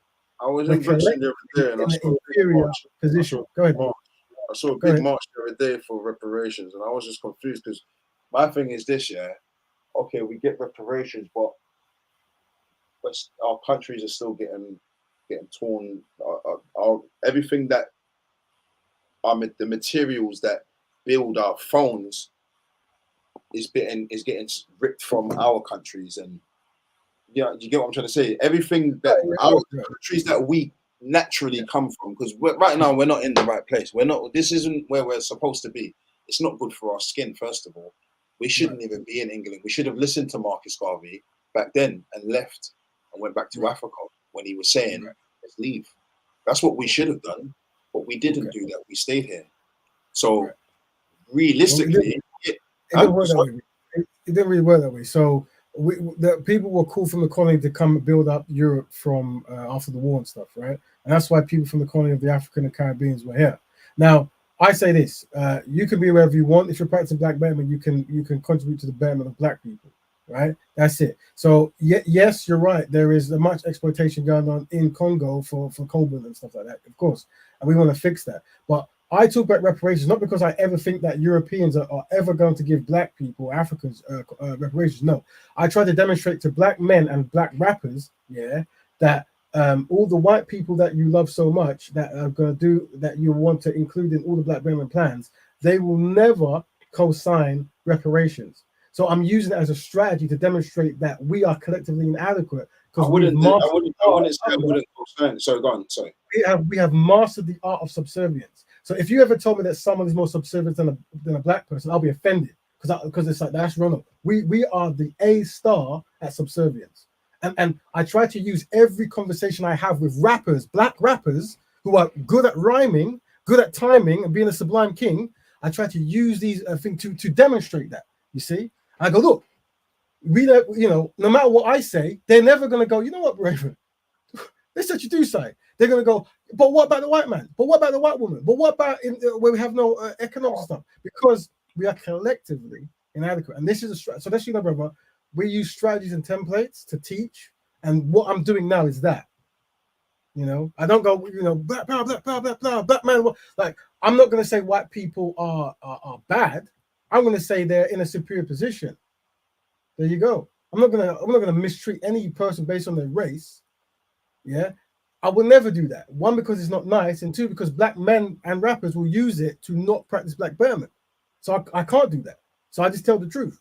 Yeah, and that's why sometimes I bamboozle people. It's like, I thought this man at first he comes across as mad, yeah, but he keeps saying the same thing. Like, could be constructive, marry Black woman, make Black economics, fix Black scenarios. Be kind, don't swear. I don't get it. Like, it's confusing me. But that's because we're inadequate. Because what I'm saying is what everyone else does. You do realize that some Black men, their reason for not wanting to be with a Black woman is they might have trauma that they relating to Black women, or they might just not find Black women attractive, and you can't force him. He can't force himself to find Black women attractive. I don't know. No, that's why the open door. There's white men that don't find white women attractive, and they want Black women. Yeah, sure, but then we will know that if a Black man doesn't physically, let me explain. If a Black man doesn't physically find his equivalent attractive, we know the white supremacist has done a good job, right? Now, if I can't explain this to Black men and Black rappers because there's a different dynamics, but what I can say is I can talk to the open door elite and say, look, we need to make institutions that promote Black love, that promote Black beauty. Sorry to cut you. Yeah? Look, I'm going to say this. Yeah. Now, I've been with white women, and I've got friends that's been with white women, and I'm going to say this now. Yeah.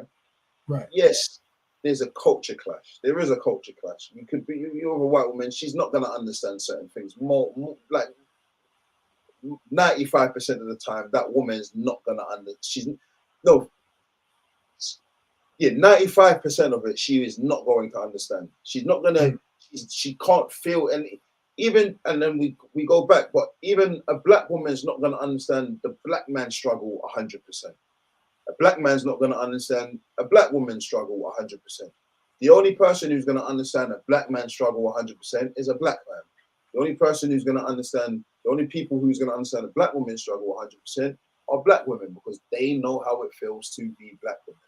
We know how it feels to be Black men. As a whole, we're all going to understand what it feels like to be Black. Right. And that will connect a Black man and a Black woman together more than a Black man and a white woman together. Then, like I said, there might be a Black man who didn't grow up typically within Black structure. So he's not necessarily too bothered with, there's no culture clash there. Them two literally can sue.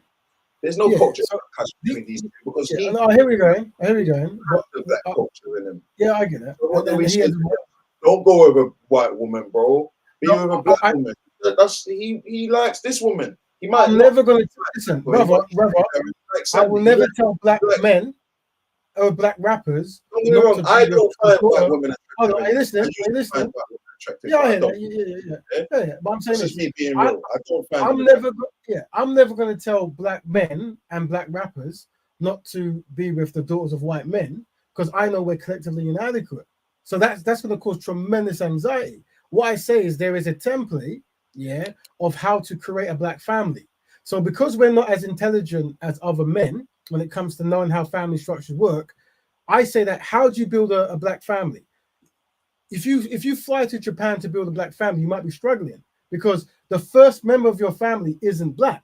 Therefore, mean you haven't created a black family. You've created a new family or a mixed family, or whatever term you want to use. But if you want to create a black family, you find a black woman. Yeah. Now it's lucky for black men that black women are very beautiful. We're lucky for that, right? So at least 50% is done. Yeah. So I'm saying that I know we're conquered.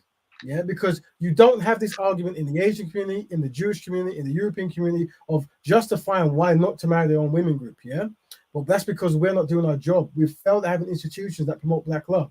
But I tell you that when we promote black love and the open door elite, yeah, the group I'm a part of, when we come together and we create institutions and concepts and ideas, the black man who so much wants to marry the daughter of the white man, he won't believe it because the institutions have already created the ideology that he falls in. So he's going to wake up in a community concept where it's like, I love black women. My goodness, it's so beautiful. Man, with them, he's going to have concept like how you have a black family is why you have a black woman. And the black family is the first part of the black community. And that's part of your economic base. And I want to generation my wealth. Also, I'm aware of what happened in Brazil, where they tried to stop black men from being black women in order to destroy black people by creating white people eventually after 2 or 3 generations, right? So because we're aware of this, we reject it. We're like, no, we want to focus on our own people and we love our women. So remember, when we say we're unapologetically black, for me, I'm unapologetically black, right? And that's why I'm always putting black people first in everything I say, yeah? And I challenge any black man or black rapper to that, anyone. And my thing is to be amongst other black rappers. So if you ask me, right, because I listen to hip hop, right? So I've been listening to hip hop since, before Rodney P and these other guys, Lundy Posse and amazing rappers, blah, blah, blah, right? But if you ask me the best rapper in the UK, yeah, I say Swiss, yeah? He's a good rapper. He can rhyme and time and do sublime, that kind of stuff, right? He made 1-2 good songs, whatever. But the fact is he started something called Black Pound Day, yeah, him and some other sisters, right? That's more beneficial to black people in the UK than anything I've seen anything with it. So when it comes to being important, he's important. Just like Ice Cube has done certain initiatives to help black people in America by having certain policies and programs and trying to push forward, that's important, yeah? So I want to see rappers who can rhyme time, be sublime, and be that guy who's always around, wherever, right? I want to see that, but I want to see what are they doing that's beneficial to black people singly, as in I'm a black man and I want to help black women, children, and babies. I don't want to hear the kumbaya. Are you religious, bro? Are you religious? No, I'm not religious. I'm not religious. Are you spiritual? You believe in God? Well, I would like to say I'm a holistic spiritual, meaning that I know everything's connected, right? And if anyone asks me about religious stuff, whatever information they bring forward, I would like to believe is true, right? And you believe in the balance, like the balance of life, like basically double-edged sword, basically. Do you believe in the fact that everything has a balance? There's good, everything has good and bad within it. You believe that, yeah? Yeah, I'm keeping in mind that I believe that what you're saying has both good and bad within it. Well, I can't disagree with that. Yeah, I don't approach this from a good or bad standpoint. I approach it from like black people are collectively. Whatever standpoint you approach it at, yeah, I believe that what you're saying. So now we go back to the Black Pound Day thing. Yeah, go ahead. I strongly believe that whole system. It could be very beneficial to a black business being associated with Black Pound Day. And I also believe that some black businesses may not get that. It might. Okay, well then it's our job to then work. Everything's a double-edged sword. I don't believe that. I believe that he's done very good with. I believe that. You're doing a lot of believing. It's helped a lot of people, but I also believe. You're doing a lot of believing, but I've been to his shop. My business has been associated with Black Pound Day. I've got products in their shop. Good. So then there's your benefit from the concept then, which is good, right? He benefited and we didn't benefit. Well, like I said, the idea, what would be more constructive over time, rather than trying to marry white women in this kind of conversation, we could say, well, I've got a business that sells this. I'm in this kind of vendor. What could I do from a marketing standpoint to get more people to buy this product? Or maybe I should repackage it. We are happy to do anything, but what we try to promote is black. Yeah, as in how do we talk? Because we acknowledge that we're collectively inadequate. So that's literally what it is, right? And that's why I say that Swiss is the greatest rapper in the UK. I'm saying that. Like if I you think are, I'm better if I'm going to, by 100. I've never met the brother. Well, I have met the brother when I work on the shop. What I'm saying That's is, just my opinion. Anyway, when we'll go off. when We'll you, go off of that. That's just my opinion. You got your opinion, but I believe that what he's done is amazing. It's helped a lot of people. It's helped a lot of businesses. that's a full stop for me, then, bro. That's a full stop for me because but here's what it is. like I said, I've been associated with Black Pound Day with my business because I own a business myself. My business was associated with it. Now I was me personally. Yeah. My partner was more. Yeah, let's do this with them.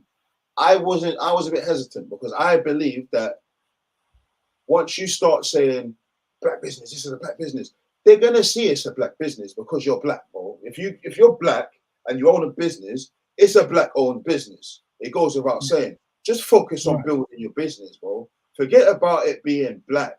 Oh, this is my black business. Oh, I own a black business, and bro, if I own a restaurant, I don't just want black people in my restaurant to eat, bro. I want everyone in my restaurant to eat. Brother, So I think you might be confused. I'm a black man that owns a restaurant. I don't want to do. Brother, I think you might be confused, and I think that the claims you make might not be accurate. You keep saying that, and I think it's very. Let me explain.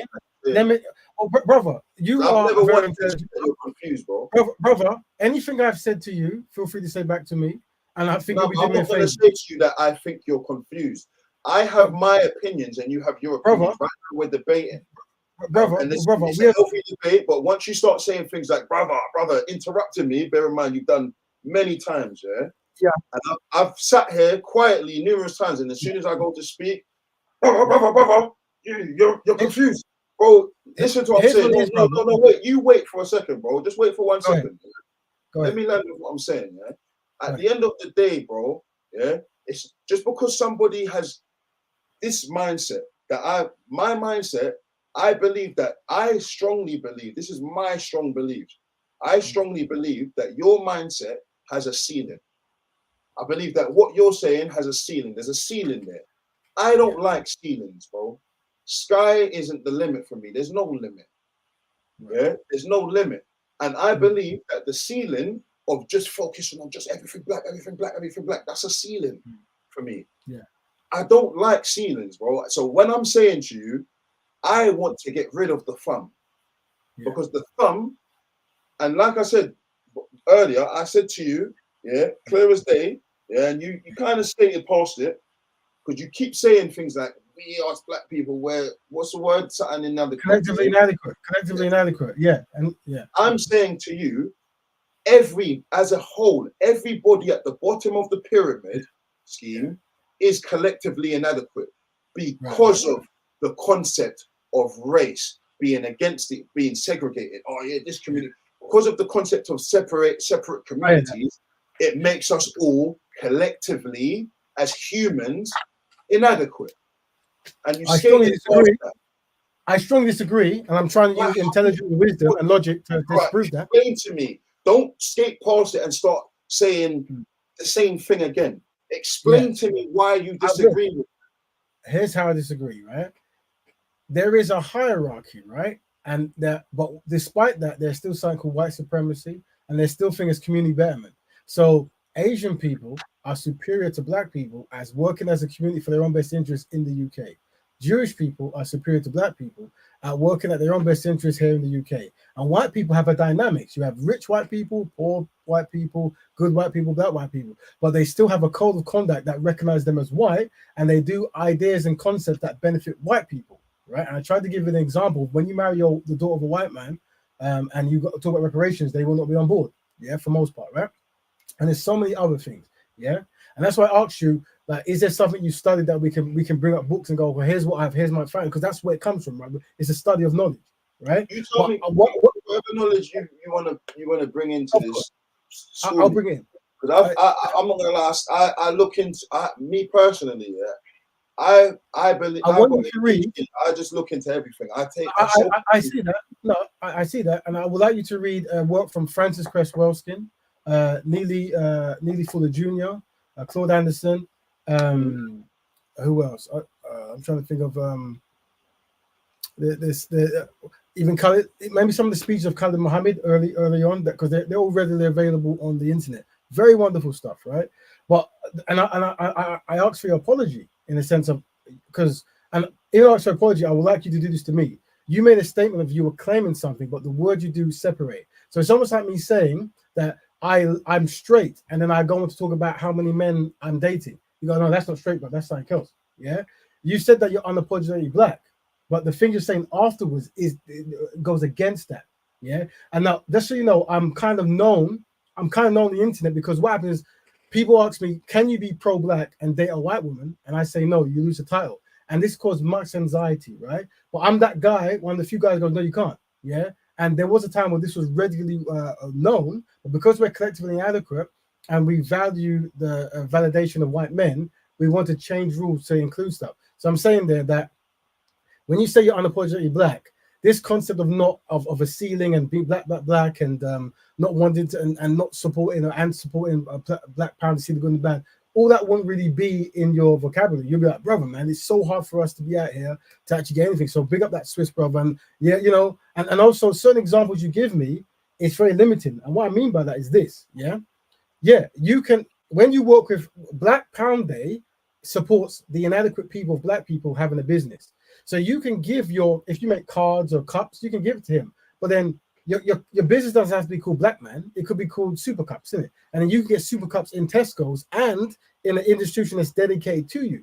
Yeah. You don't have to write on your website, we're black, black, black, black, black. Yeah. If it bothers you, it doesn't even need to be a conversation. You know, when you associate with Black Pound Day, more times out of 10, you know, but listen, I'm before I go forward with this shit, you made a statement that you strongly disagree with what I said, yeah, and then you stated around why you strongly disagree. That's right. Like everything that you just said, yeah, did not tell me what about what I just said that you disagree with.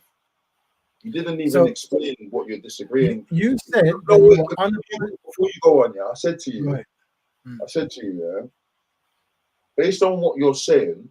Yes. What I'm saying is basing on what you're saying, yeah. So I'm basing what I'm saying on what you're saying. We as a black community is what's the word? What's the thing that you keep saying? Collectively inadequate. Yeah. Collectively inadequate. Cool. That's right. Yeah, that's right. Yeah. What I'm saying to you is, yeah, yes, we are as a black community collectively inadequate. Yes. That's right. Yes, because the short straw needs to exist in order for people to be segregated. This is what I'm saying. Yeah. I've heard now, what I'm saying to you is, if we go above that now and we look at the hierarchy of everything, everybody at the bottom of the pyramid is collectively inadequate compared to up the pyramid. We who are out down here scrambling and scraping, like Diddy would say, scrambling and scraping for validation. Oh yeah, black people, we need to, or we're scrambling and scraping for unity within this community and that community, and Asians are fighting to keep their things within their community. Whites are fighting to keep things within their community. You've got Tommy Robinson. Tommy Robinson's been convinced that, you know, there's I don't know if they're called halfway house or the houses where Asian people have been moved into from immigrants have been moved into these houses, and suddenly this child's been molested and this child's been molested in that area. These are things that are set in place in order for this person to not like this person, and this person to not want to work with this person, and this person to not want to work with this person. So what I've said is, with that being said, does that not mean that everyone at the bottom is collectively inadequate? Because we're all working. Yeah, and I'm saying no. And I'm saying no. I say no. It's like I don't know how much I can say it. No. White people are not collected at the bottom. They own systems, they own countries, and they have a hierarchy amongst themselves. But despite their hierarchy, their own things as well, bro. You're looking at this is what I'm saying. No, one second, bro. There's billionaire black people, bro. You're going on like every black person is broke. Come on, man. Not every black person is broken at the bottom of the barrel, bro. I'll explain so we're not confused. I'll explain so you're not confused. Let me level with what I'm saying. There's black people up there as well that's doing the same thing as that white guy you just mentioned. Yeah, there's black people that own ships, own planes, own this, own that. There's black people that look down on white people, bro, because they're friggin' rich. Yeah. Okay, sure. One second. There's black people that I've seen it. I've seen smug black people on smug because they own this and they look down on people. I've seen it in every race. There's rich people within every race, bro. Yes, but there's the answer to your question. At the bottom of the pyramid, it seems we have the shortest straw down here. Down here, we have the shortest straw. Well, I'm the black guy. I'm the black guy. Up the pyramid, it's not just white people up the pyramid. There's blacks up there. There's Asians up there. There's all sorts of people up there. Brother, based on what you're saying, all black people we have different schools of thought going through our head. Do you understand? So when I say anything, I say what only causes confusion is because we don't have the same parameters that we're judging a scenario on, right?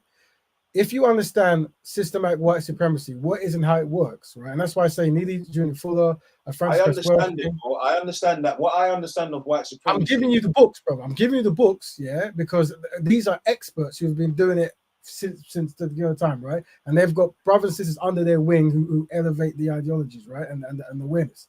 I'm saying that will explain to you why you can have a rich black man, but still black people are doing bad. Because the rich black man is rich through the process of being connected to the white man, right? And that rich black man can't do anything for black people without being penalized by the white man, yeah? And there's numerous millions. 1 second, sorry to cut you there. What do you think about what do you think about Terrence Howard? What Terrence Howard just come out and debunked a lot of science. What do you think about that? Well, brother, I wish that brother well. He's an amazing actor, a very skilled actor. He isn't skilled in much of the science he's talking about. He's quite new to it, but he's very intelligent, and they say he is somewhat of a polymath.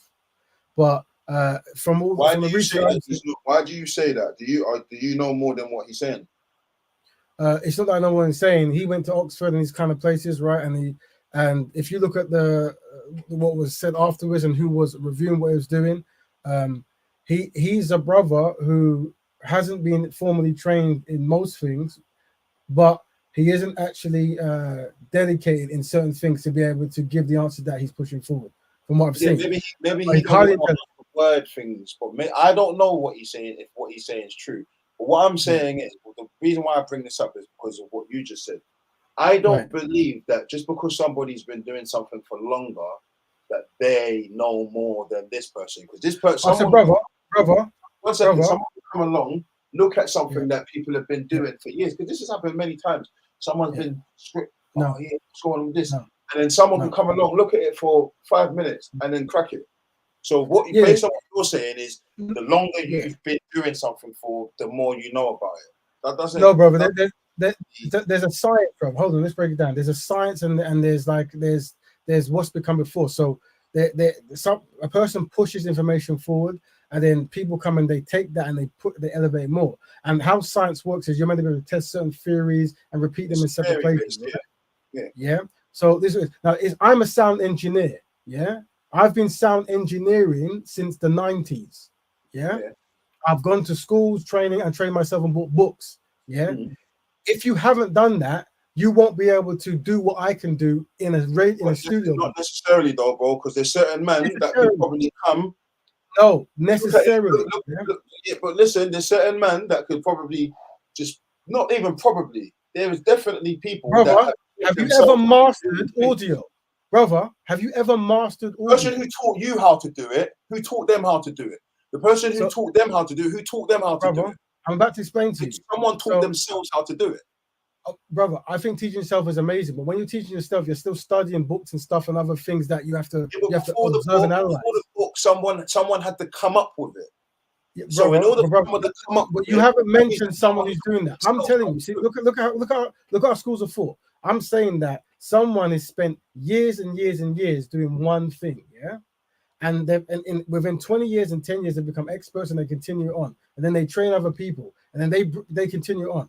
You and them mentioned someone who hasn't done that, but yet has still the same skill set. Now, in certain concepts, that can happen, right? Maybe certain like more free flowing. He might not know the terminology. He might not be able to word things like you can, but he may be better than you at it. Just by what I'm saying is there are technical science. His air might be stronger than yours. Well, brother, you might have a stronger. I'm not saying. Listen, rapping. Okay, rapping. Yeah, you don't need to understand what. I'm gonna explain. I'm Go gonna on. explain. You might not know what a metaphor means or what a simile means or hyperbole means, right? But by living and then you're hearing rap and then you're picking up certain things and then you're making things make sense in your mind and you're spitting it, that is still a part of learning. So if I was a rapper and I listened to 20, every day I listen to 20 rappers, I don't know what compound rhymes mean, right? I might not know it, but I can do it. I can flow spectacularly, you know. Oh, I'll tell you this. I'll tell you this. I don't know how to count bars. I just write. I don't know what a bar is, bro. I don't count bars. So you say, brother, how many bars is that? 16. I don't count bars, but I'm one of the best rappers in the UK, bro. And that's just me being real. No, you're a very talented rapper, bro. Bars, you're I don't know. confident. If I write songs, how much bars is that? 16. I don't know. But someone else can count bars like that. Does that mean that he knows more than me about me? Because counting bars isn't really counting bars is just a tool you can use to know how many it's lines. Part of the thing, though. Like it goes with what you was just saying. No, sir, bro, because I mentioned a very particular craft, and that was sound engineering. Yeah. So it's a science. But like I said, we'll stick to sound engineering though. So someone might not know EQ, but they might go into the program of EQ and know exactly what to do with it. Yeah, well, but he doesn't know what he's doing. He just knows, I tweak this there. I just know that this sound needs to be down like that, and this needs to be down like that. Yeah. But he didn't go to uni and learn it like you. Well, you don't need to go to uni. You don't. The way you're going is like everything. And bear in mind, a lot of what you're saying, a lot of what you're talking about, and these people that you are following, you do realize that a lot of these people are agents, right? So a lot of these books that you're reading are written by agents, people that have been set in place to keep for. Can you name them, bro? You don't need me to name them because I really do, because you've made a claim. You don't need me to name them. I mentioned 3 names, and you said that they're agents. A lot of black leaders are agents. I agree. No, I agree. Look at the one that Malcolm X was under. Right. Agent. What is that anecdotal kind of stuff got to do with this? I'm saying that you're talking about elders and people knew and they studied. You are failure. Listen, I went to Mecca. Yeah, let me tell you something. Yeah, I became Muslim and ended up in Mecca 1 month later. Yeah, and I sat with sheikhs. Yeah, you understand what I'm saying to you?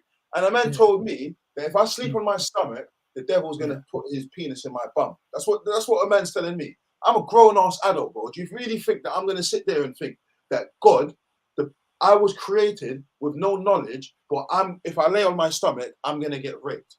Because this elder told me that, I'm gonna take that as face value. I don't believe that. I'm not gonna sit there and believe that. Bro. Well, probably you're talking. Remember, hold on, family. Family. Yeah, and I hope you don't get sodomized by demons. This kind of stuff. I don't want that to happen. But what I'm saying believe that you're gonna get sodomized by, and I can't. And that would be terrible. That would be very terrible. And don't risk it. I'm sure, don't risk it. I don't want you to take risks and stuff. But what I'm saying is, the thing is, when you're talking about religion, you're talking about faith. Yeah, so you're talking about something that person believes. That's very different from a science. Yeah, where you're trying to use a particular tool to get a certain result, and you spend years and years and years to learn how to do that. Right? It's very different, brother.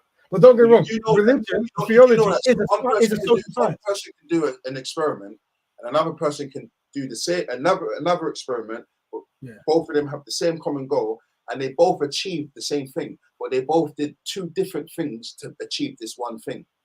Well, because maybe so. Science is all over the place, bro. Science is just a way of making sense of God's creation. That's all it is. Yeah, but I'm explaining to you. So I'm trying to put it into reality. We need to be able to take your song, and make it at a certain loud level for radio. And it has to be of a legal level for Radio 5 or whatever to play, right? A sound engineer will do that. You give him, it needs to be this loud, this decimals, and it has to be this long, it has to be trimmed, and it has to become in the form of a stereo file, both in WAV, AF, and MP3, whatever. Because he's a sound engineer, he understands that. Yeah, that's it. He's learned that science. So that's what we're talking about when we talk about learning stuff and teaching what we've learned so someone else can do it. Yeah. When someone tells me their craft that I don't do, I keep quiet because I've never done it. Yeah. But when there's a craft I have done, I can join in. I can give technical recommendations through the discipline You're I've speaking done. on a lot of things that you wasn't you I just think that right, what you just said was a contradiction in itself, bro. Explain to the audience how so. Go ahead. Because you've mentioned a lot of things that you haven't personally experienced. You're talking about things that you personally have not experienced. Can you give me an example of one? You wasn't on a slave ship. You don't know. You wasn't there when black people got on the slave ship. You don't know how they got on the slave ship. All you know is what somebody's told you, Right. or what you've read in a book. You don't know exactly how. Right. So you're speaking on things that you don't know right now. Yeah, but remember, because I acknowledge that we're collectively inadequate, I wouldn't focus on that because that would be what inadequate people do. For example, if I can see the condition of black people and I've been told that the legacy of enslavement and racism has caused this, then so even if it was no slave ship, if black people are in a certain condition, my job as an honorable black man is to fix it. That's it. Yeah. So regardless if it's because a Yahweh came and did it out of a curse, or because we were put on a ship, or because Jello pudding cost too much money, whatever it is that caused it, I would still, as a black man, an honorable black man, unite with other honorable black men to fix black issues. Yeah, and that's how I am. Like, my whole thing is to demonstrate that black men are collectively inadequate. It's the most important thing I've ever done, and more particularly, the disconnect between black men, black rappers, and black betterment. The disconnect, and it's shocking because I understand the intelligence it takes to be a rapper. Now, you have to be very. I mean, I'm talking about rappers from the past, not modern stuff, very different, right? But historically, rapping was like, it was the vanguard of the front end of giving the community very meaningful, soulful, intelligent information to better the community, right? But it's almost like I'm meeting black rappers who are technically very amazing, but they haven't studied any form of black empowerment, or they're constantly saying that, this guy's bad, they ain't gonna work, or we have to integrate, we have to marry the daughters of white men. And I think that someone, not you, brother, not you, brother. You've mentioned like what you're saying, yeah, is bro. The thing about it is now, yeah, there's in every time scale of life now, yeah. It's like even back in the day, you say, oh, you have to be intelligent to be a rapper. Back then, there was man saying hip hop back in the day, bro. There was partying bullshit, just like there's bullshit now. There was bullshit then. It just is what it is, bro. There's always going to be intelligent people and silly and people that just want to go with the flow. That's just how it is, bro. So, I'm talking to the intelligent people. In order for me to say, oh yeah, there was rappers was widely intelligent back then, bro, you had Flavor Flav. What was he talking about? You had what the hell was he talking about? Well, I can explain. I can explain how that works, right? So Flavor Flav was part of Public Enemy. He had a person called Professor Griff. Professor Griff was the Minister of Information. So he went to the group and he said, no matter what happens, we have to make sure we're clean, we're tidy, we present this kind of way, and we rap about these very important topics. Then you would have Chuck D and these kind of guys rapping about it. And Flavor Flav was more of the entertainer on stage, his dancing and performance made the knowledge sexy by the way he was moving. What was Biggie talking about? Biggie was around when Puck was around. What was Biggie talking about? So here's what it is, right? Biggie. This, so what he was there are talking many. I'm gonna explain. Many rappers didn't have a black empowerment bone in them, but what we can acknowledge is that their rapping ability was amazing. So what we try to do as black betterers is try to make amazing rappers rap about something in an amazing way that is beneficial to black people. So I acknowledge that the sheer majority of people are not, and there's a history of why that is, and we can unpack that anytime you want, right? But my goal is still to see brothers who can rap really good and go, you know what? Have you ever thought about rapping about why the black woman's important, why black economics is important, or why fixing the community is important? Now, obviously, they don't want to do that, right? But what I'm saying is, I do that. If you listen to my, I don't know if you listen, because right now we're debating, yeah. I don't know if you've gone back and listened to. I've got two albums out. I don't know if you've listened to them, but if you listen to what I'm saying, and I have been through a stage of, oh yeah, black need to rise up. I went for a reverse. See, I'm the opposite to what you are. You're someone that came from where I am, so you say, to get to where you are now. Now, there was a time where I was fully just with blacks. Oh, I want my black people to. Yeah. But then I came to an understanding of we're all under the same thumb. So I'm repeating myself now. So with the understanding of us all being under the same thumb, I can't just sit here and only focus on that. Yes, I want black people to unite. And I've said this from the beginning of our conversation. I hear that. With that concept, I know that there's a ceiling. What's the end goal with black people?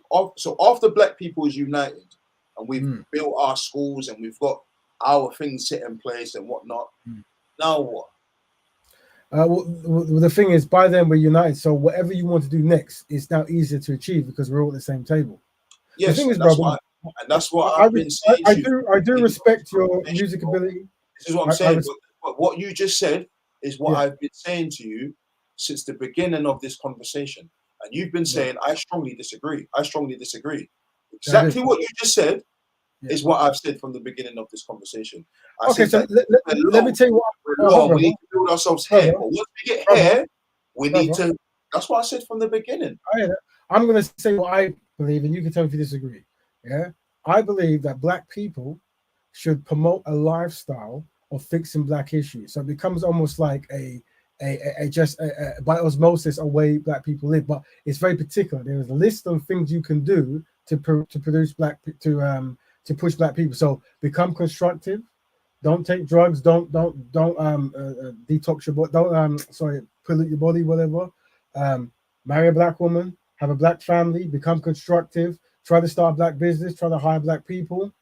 Mingle and dingle with non-black people. Play Street Fighter. Make music together and smile and like. Do you know what happened? Do you know what happens at the end of what? At the end goal for you for what you're saying with the ceiling and whatnot. That's the start of a race war. Yeah. So, brother, you realize that. So based on I don't realize that. I don't realize that. I don't believe you, bro. Yeah. So, brother, just so you know, brother, hold on. This is a good conversation now. Yeah. There's going to be things I say that's wrong by the evidence you have and what you study, and I would appreciate it if you tell me when I do these things, right? But you have started by saying you're unapologetic black, but the way you're communicating, this is a very new version of unapologetic black, because there's no unapologetic black person I've ever met who talks that way. Yeah, I'm unapologetically black. Listen, I'm going to tell you this. Yeah, I'm unapologetically black. Yes, I'm someone who's grown up in the hood as well, so I'm a bit hood. Yeah, I get that. I can't shake that tooth up. I can shake as much as I want, but it's still in me. Yeah, it's in me. So I'm gonna come across a certain way certain times, and also, I've got very high intuition. I've got very high. I'm an empath. Yeah, I'm very in tuned with the earth. Yeah, you understand what I'm saying to you? I get that. I get that. When I say this to you, so basically, I'm only scratching the surface. Now I can tell you, I lucid dream, and I didn't practice lucid dreaming. It just happened because I used to wet the bed. So because I used to wet the bed, I had to teach myself how to realize when I'm sleeping. Because I realized that while I was sleeping, I was going toilet in my sleep. So what I did was I said to myself, Rod, you know what? When I go to whenever I feel like to go toilet, I'm going to not technically pinch myself, but I'm going to actively make sure I'm awake. That spilled into my dream. Okay. So one day I was in a dream state, and then I actively was making sure, are you awake before you do this toilet deed? That's when I realized you're not actually awake, bro. And then from then, lucid dreams. I talk in my sleep now from then. So everything I'm saying to you, it's because I'm me. This is me. I don't care about the knowledge of another man. This is why I denounce Islam. 1 second. This is why I denounce Islam, because I personally believe that every single book, most of these books, and probably not every single book, The prophets are prophets. Their followers are what corrupted it. Right. I don't believe that, and I believe that there are prophets that walk amongst us now today. I don't believe that Muhammad was the last prophet. I believe that there's prophets that walk amongst us today, and but by not acknowledging that, by saying this is the last prophet, no, Jesus is the last prophet, no, this is the last prophet, which followers corrupted. The followers is the people who corrupted the message. The messenger didn't corrupt the message; it was his followers. So now, when I say that to say this: I don't care about what the Quran says to a certain extent. Yes, it's got some truths in it. I believe every book's got truths in it. But then there's corruption in it because of the messengers.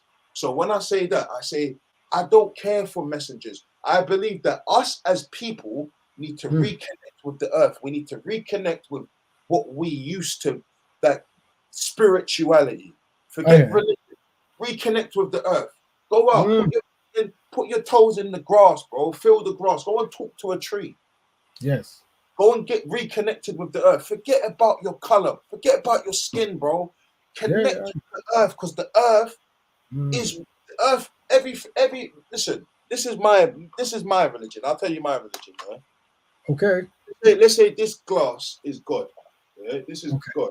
This is a glass that's God. My brother gave me this analogy because we ran into each other, and it so happened that he has the same mindset as me. We ain't been around each other in years, but he's separate, and everything he was saying, I'm just kicking back, listening to what he's saying. I'm not adding to it, because everything he's saying is things that I've been saying to my brethren. And I'm thinking, bro, it's mad that he's wording it in certain ways. So this is my thing. This is God. This is a glass. You take this glass, you smash it against the wall, it breaks into tiny little shards. That's our universe. That's us. Every single thing that exists, all of them little shards. So we are all God. We are all connected. We are all one entity. But if we keep talking like we're not one entity, then they win. They know that we all vibrate on the same fucking frequency. We all vibrate on the same frequency. If I lower the Earth's frequency, we control the narrative. So the longer you keep doing what you're doing, the longer you keep saying what you're saying, and they keep saying what they're saying, and they keep saying what they're saying, and they keep saying what they're saying, the people who control, who know that the core of the Earth has a vibration, has a what's the word? A heartbeat. And all of our hearts beat to the same heartbeat of the core of the earth. The second we start to understand that, we are all connected as one, and we stop separating from race and religion and this and this and that and that, or this, oh, but what about what he said? And what about what he said? And oh, what about this ism and this schism and this schism? No, we're all of God. So if the longer we keep saying, oh yeah, but I'm black and this is black. I saw a post the other day, and this guy said, "There's no such thing as black and white. We're all different shades of wheat." And I look, and then someone came up with a wheat chart, and it was like, "Oh, do you know this Donny's onto something?" I'm not saying that's true, but there might be some truth. Yeah. So, brother, these are fantastic things you're saying, and they're very, they're very poetical, beautiful. You can rhyme in a rhyme, and it will sound amazing. I'm not going to deny that, but I'm pro-black, and I know that we're collectively inadequate. And I know that every time I talk to black men or black rappers, especially those who are very creative, I would say a basic thing like, what should black people do? How can we unite, whatever? And we'll end up talking about God, religion, the universe, and I don't get an answer. So what it is in order to fix black people, you need to have discipline, something that many of us don't really value. I value discipline. So every day I do activities that is for the collective betterment of black people. This show comes on every Friday from 10 to 12 and so forth, right? And that is for the benefit of black people. And that is what I'm trying to teach one of these concepts. So even though I think, don't think that what I'm saying is for you to shut that down and not be for black people. Oh no, absolutely someone has to be for black people. Listen. Yeah, I hear that. There has to be someone and a collective of people that are for black people, and I acknowledge that. Yeah, I'm not disacknowledging that. I'm not saying. Yeah, but it's not for everyone. It's not for all the black rappers. It's not for the black men. I get that, right? And that's why I try to approach intelligent people and give them information to see what path they stand on. But I find that in the UK, because we're doing another campaign of what percentage of black men are conquered.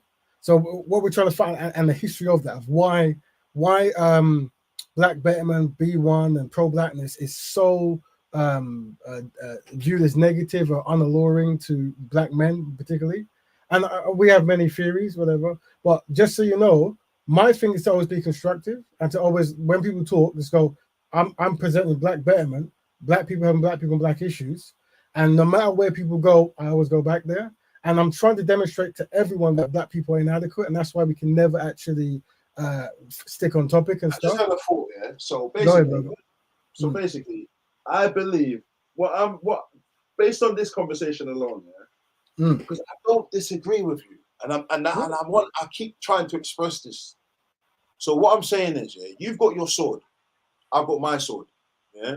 No diddy, but yeah, you've got your sword and I've got my sword, yeah. And he's got his sword, he's got his sword. Now, we all have to have a battle. We all have a battle. It's life, and we all have to have a battle. Now, I believe that you've picked a battle. I have. And your battle is Black people. What you're saying. What you're saying is a good battle to stand behind. It's very good for you to stand behind it. But not to Black men and Black rappers, but I get it. I get it. Yeah, is that there's another battle after that. And there has to be a collective of people that go for that as well. There has to be a collective of people. 1 second. There has to be a collective of people that are battling for the Black community to go up and to rise and to do what you're doing. There has to be a collective of people that do that. But there also has to be a collective of people that are in tune, a bit more in tune in a way where they're like, okay, so yes, Black people are inferior, but why are we inferior? Who made us inferior? Yeah, we have that. We have that knowledge. We have that knowledge, brother. And I've given you the books, but you said some of them might be. Let me land with what I'm saying. And then they need to go after that. Not just about building the Black people, the Black communities. That's your job now. You've picked that job. That's your job, and you've picked that. Your people, Black Betterment, you picked that job to yes, we're going to do that. We're going to focus on that because that needs to be focused on. Because yes, a lot of us are Dulali. Yes, we do need to be, uplifted as a Black community, and we do.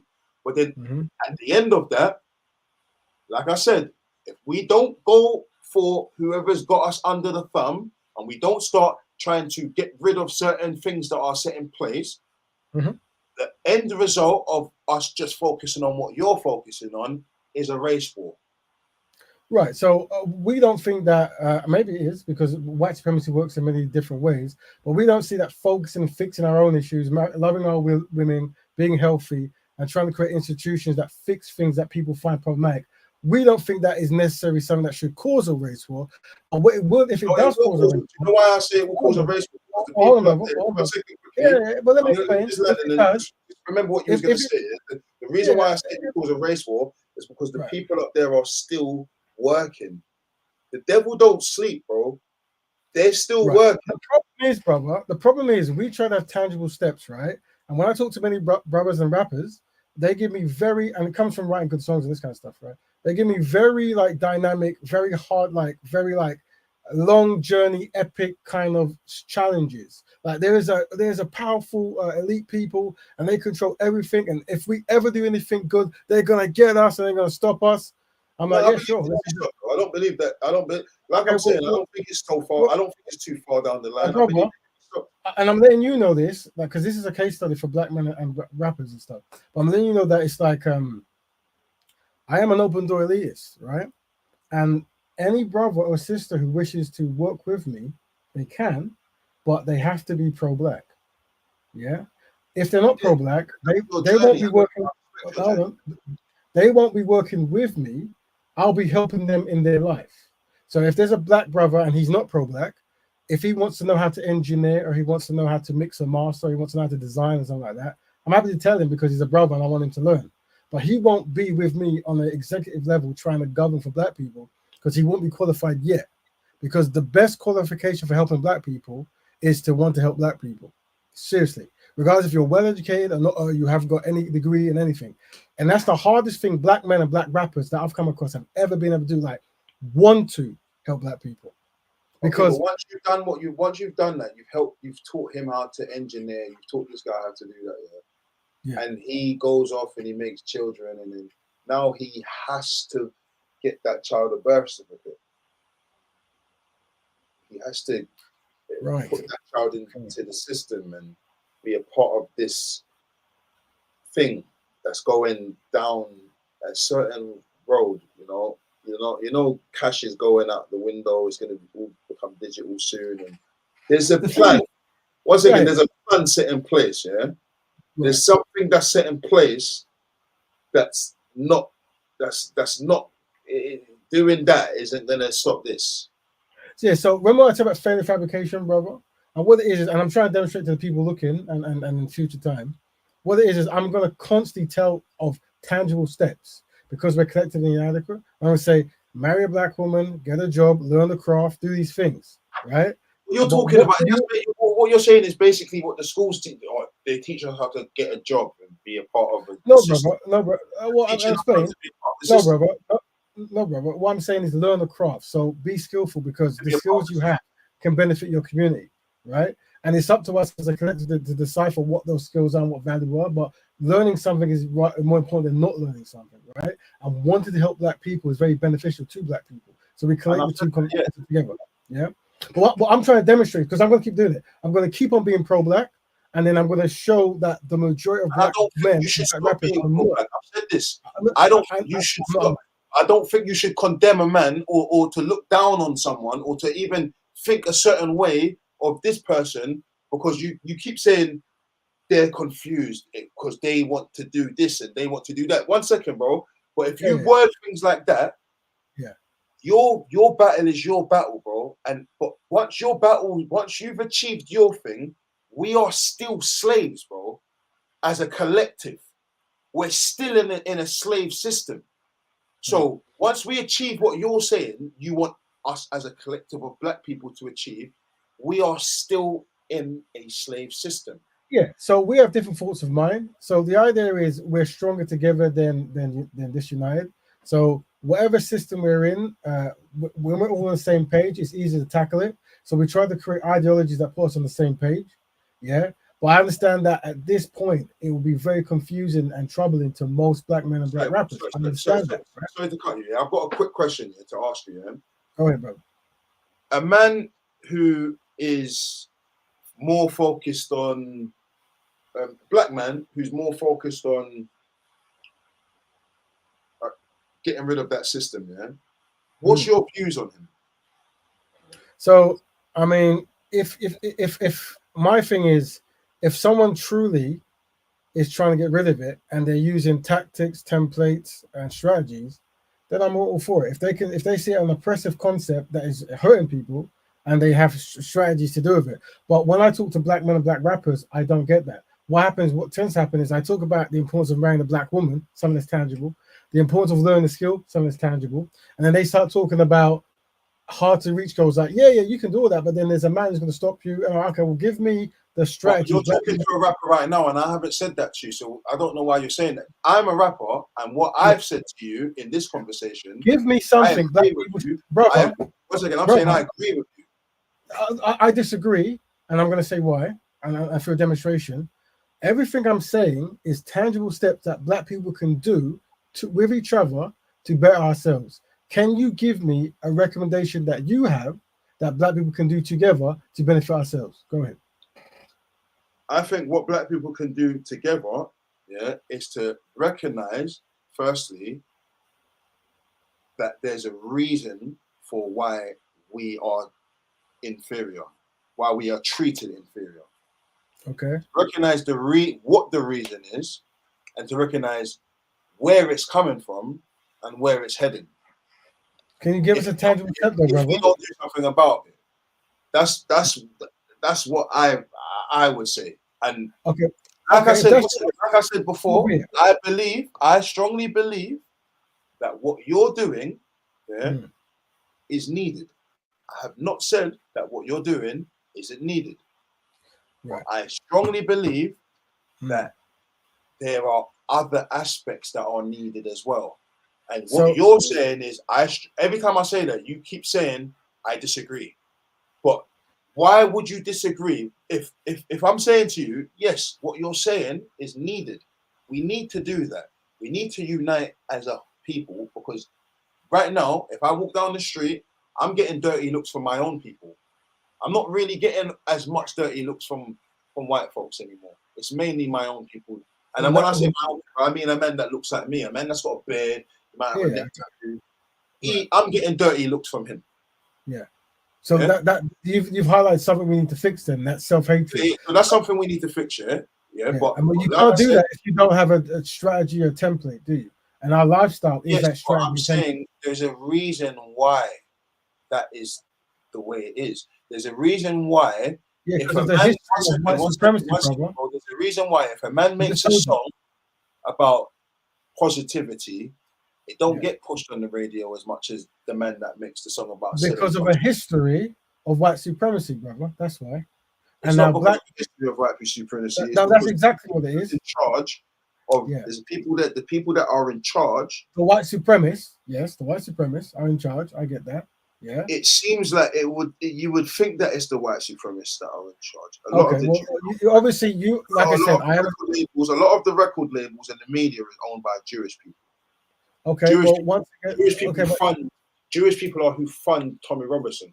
Yeah, I get that. Now, brother, we don't separate. I say this to say that. Yeah, I say this as well. Yeah. The Jews who are Jews now are Jewish. Yeah, I get that. I get all that ideology. I get it. Right, it's cool. I get it. And that's just that. That's just one surface. Yeah. So that's that. Right. They aren't even the people in control. They are being as well. They ain't even the people that run things. Right. So when I talk about white supremacy, I don't separate the European Jewish person from the American Jewish person, the American European one, right? The Jewish community are in the Middle East through the blessing of the European, the English, and the European American, and they're working in tandem in an area that is brown, and they're dominating that way, right? And it's from the legacy and history of white supremacy, right? Having power and distributing that power amongst your own people, right? Yes, they have dynamics between themselves where they dislike each other and they don't like certain things, but when it comes to getting on code, they're very good.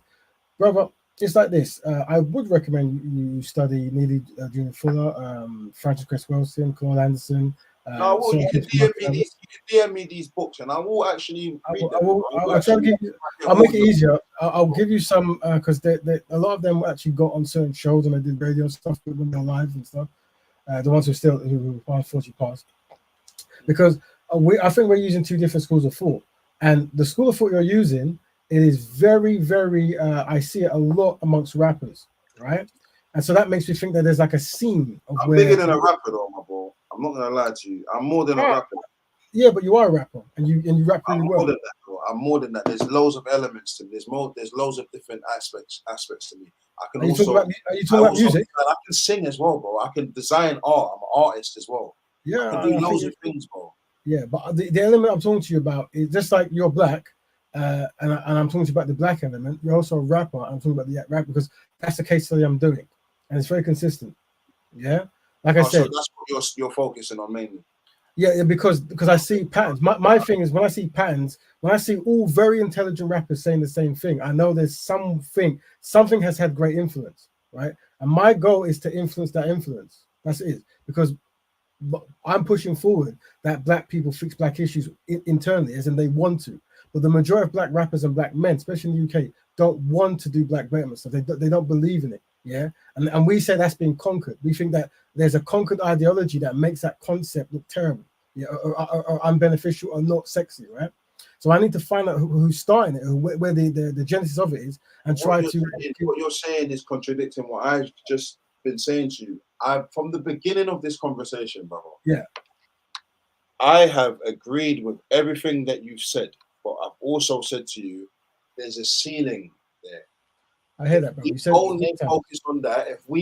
If every black person only focused on betterment of black people, yes, black people would be great. We would become no, brother, you're misunderstanding, and that's. And I have to say this. So you see what you want. Yeah. We will have a black department that want that. So what will happen is there'll be black men in the room who want what you want, yeah? but they'll be black betterment focused. So everything you're saying, there's a relevant of it, because other groups have that. Yeah. So if you say we need to throw the men on the top in a river, they'll have a department of men on the top in a river. Yeah, but they'll be black betterment focused. They'll want to throw the men. To be honest with you, now, because every time I've said this, you said I disagree. I disagree. Now you've reached a place where you're agreeing. Yeah. Here's what it is. You don't understand the ideology I've said because we haven't got to the end of it. I'm happy to tell you my ideology, and the ideology is black betterment. Yeah. So if you look at, I'm going to put the screen on. Hold on. Yeah. Oh, this one. Yeah. Right. So we promote black. So we have black betterment is split into two types, right? The black betterer, and that's the person who their entire life is dedicated to helping black people. Most black men, especially rappers, will have a heart attack to do that. They're never going to agree to that. But we have a different version, yeah, which is called black betterment builder, meaning you pick one activity to do that benefits black people, just one or two, maybe. It's up to you, right? And that way, we know that we can track the betterment of your people through your actions. Yeah. So I never talk to black men and rappers expecting to ever convince them to do a complete version of black betterment, because this will separate them from white women, or it might be too hard, or there might be certain things from their past that it triggers them, right? So this would be unrealistic for me to expect black men to really entirely, completely want to fix black issues. So what we've developed a casual version of black betterment, where there's just one thing you're doing, but it has to be dedicated to black people. Yeah. So you can do what you want in life, but if you do one activity, so when we have a conversation, so you should be able to say, yo, bro, I go, yeah, what is it that you do for black people? I go, well, I run a show every Friday that trains black people to practice black betterment. I have a pro bono scheme where I have to do at least 3 to 4 CVs of black people to help them find work. I do initiatives in Africa and the Caribbean of free pro bono job design, so I can start their company so they can have like a cheap start in the company. I do behind the scenes meetings. I write codes of conduct for black empowerment organizations, so it minimizes fighting, and it doesn't end, bro. I can keep talking. Yeah, I have a database of black shops that I have to patronize every certain time, so I can quantify the activities I'm doing to benefit black people. I can say I'm only allowed to date and marry and impregnate and have children and have mortgages with black women. Right, so I can have all these things that only benefit black people, but I can still say, yeah, but I play street fight with white people. I go to the park and play football with white people and Asian people and cricket and all that kind of stuff. But I'm dedicated to black betterment, right? And I should be able to say that to someone else. Now, I don't expect them to match me. I expect no black man or black rapper to ever match me as a black betterer. I don't expect that. That's unfair to do that, right? It takes a lot to do that. But what I'm suggesting is maybe there's one activity black men and rappers can do that is beneficial to black community.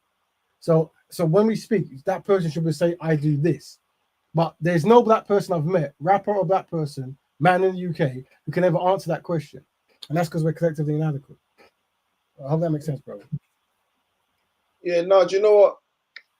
I think we've come to a place, because just now you just said there'll be different departments. Before you said what you said there'll be different departments, and there'll be departments that's focused on that. Now, when you say there'll be departments within what you're saying that's focused on that, are those departments going to be limited to only black people doing those things, do you think? Or do you think that in that aspect now we have to actually unite because of the nature of the topic at hand? So I tried to give an example. So what we try to do is we try to make the mind, body, and soul of a person be black focus. Sorry. So there's always going to be non-black people doing certain things, but it won't be spearheaded by an unsynchronized or a conquered black man who's constantly trying to bring in non-black people. So for example, it might be, look, guys, we need to get like these posters printed, and the black factories we have can't do it. Oh, there's a Bangladeshi guys who's got a factory in Bowl. We should use them. Okay, brother, here's the thing. That's how it works. It wouldn't be, guys, there's too many black people in this building. We need to have non-black people. That a synchronized conquering black man wouldn't say that. And we would try to train the children never to say that, ever, right? But by osmosis, non-black people will always benefit because the system allows that to happen very easily. Mm. You see, so that's what it is. The thing is, How much people are watching? right now is 15. It's like from 30 to 15. It fluctuates. Ask anyone if they want to join. I So, believe that. brother, remember when we say join, that's not really what we're promoting. What we're saying is, so I've listed things I do for Black people, right? How you can join? There is no join. Is how you can change your. This live. Hold on, bro. You wouldn't be able to join something I'm doing. But what I would say is, everyone can practice a lifestyle. So what we promote is accountability. So I'm saying that when I talk to another Black man or Black rapper, I should be able to say, brother, what do you do for Black people? And they can say, I do this. Now I can help them find that thing. I can put them onto certain places or hook them up to certain concepts. But ultimately, it's self-accountability, self-determination, right? Because I practice Black Betterment, I will have companies and I will have executives in it. All those executives are pro-Black. Yeah, I mean, I wouldn't be allowed to bring a non-pro-Black man into there because it will completely destroy the synergies. Like that man will keep on trying to help white women to get married and try to get Asian people to own stores and be like, oh, this guy has not got the memo.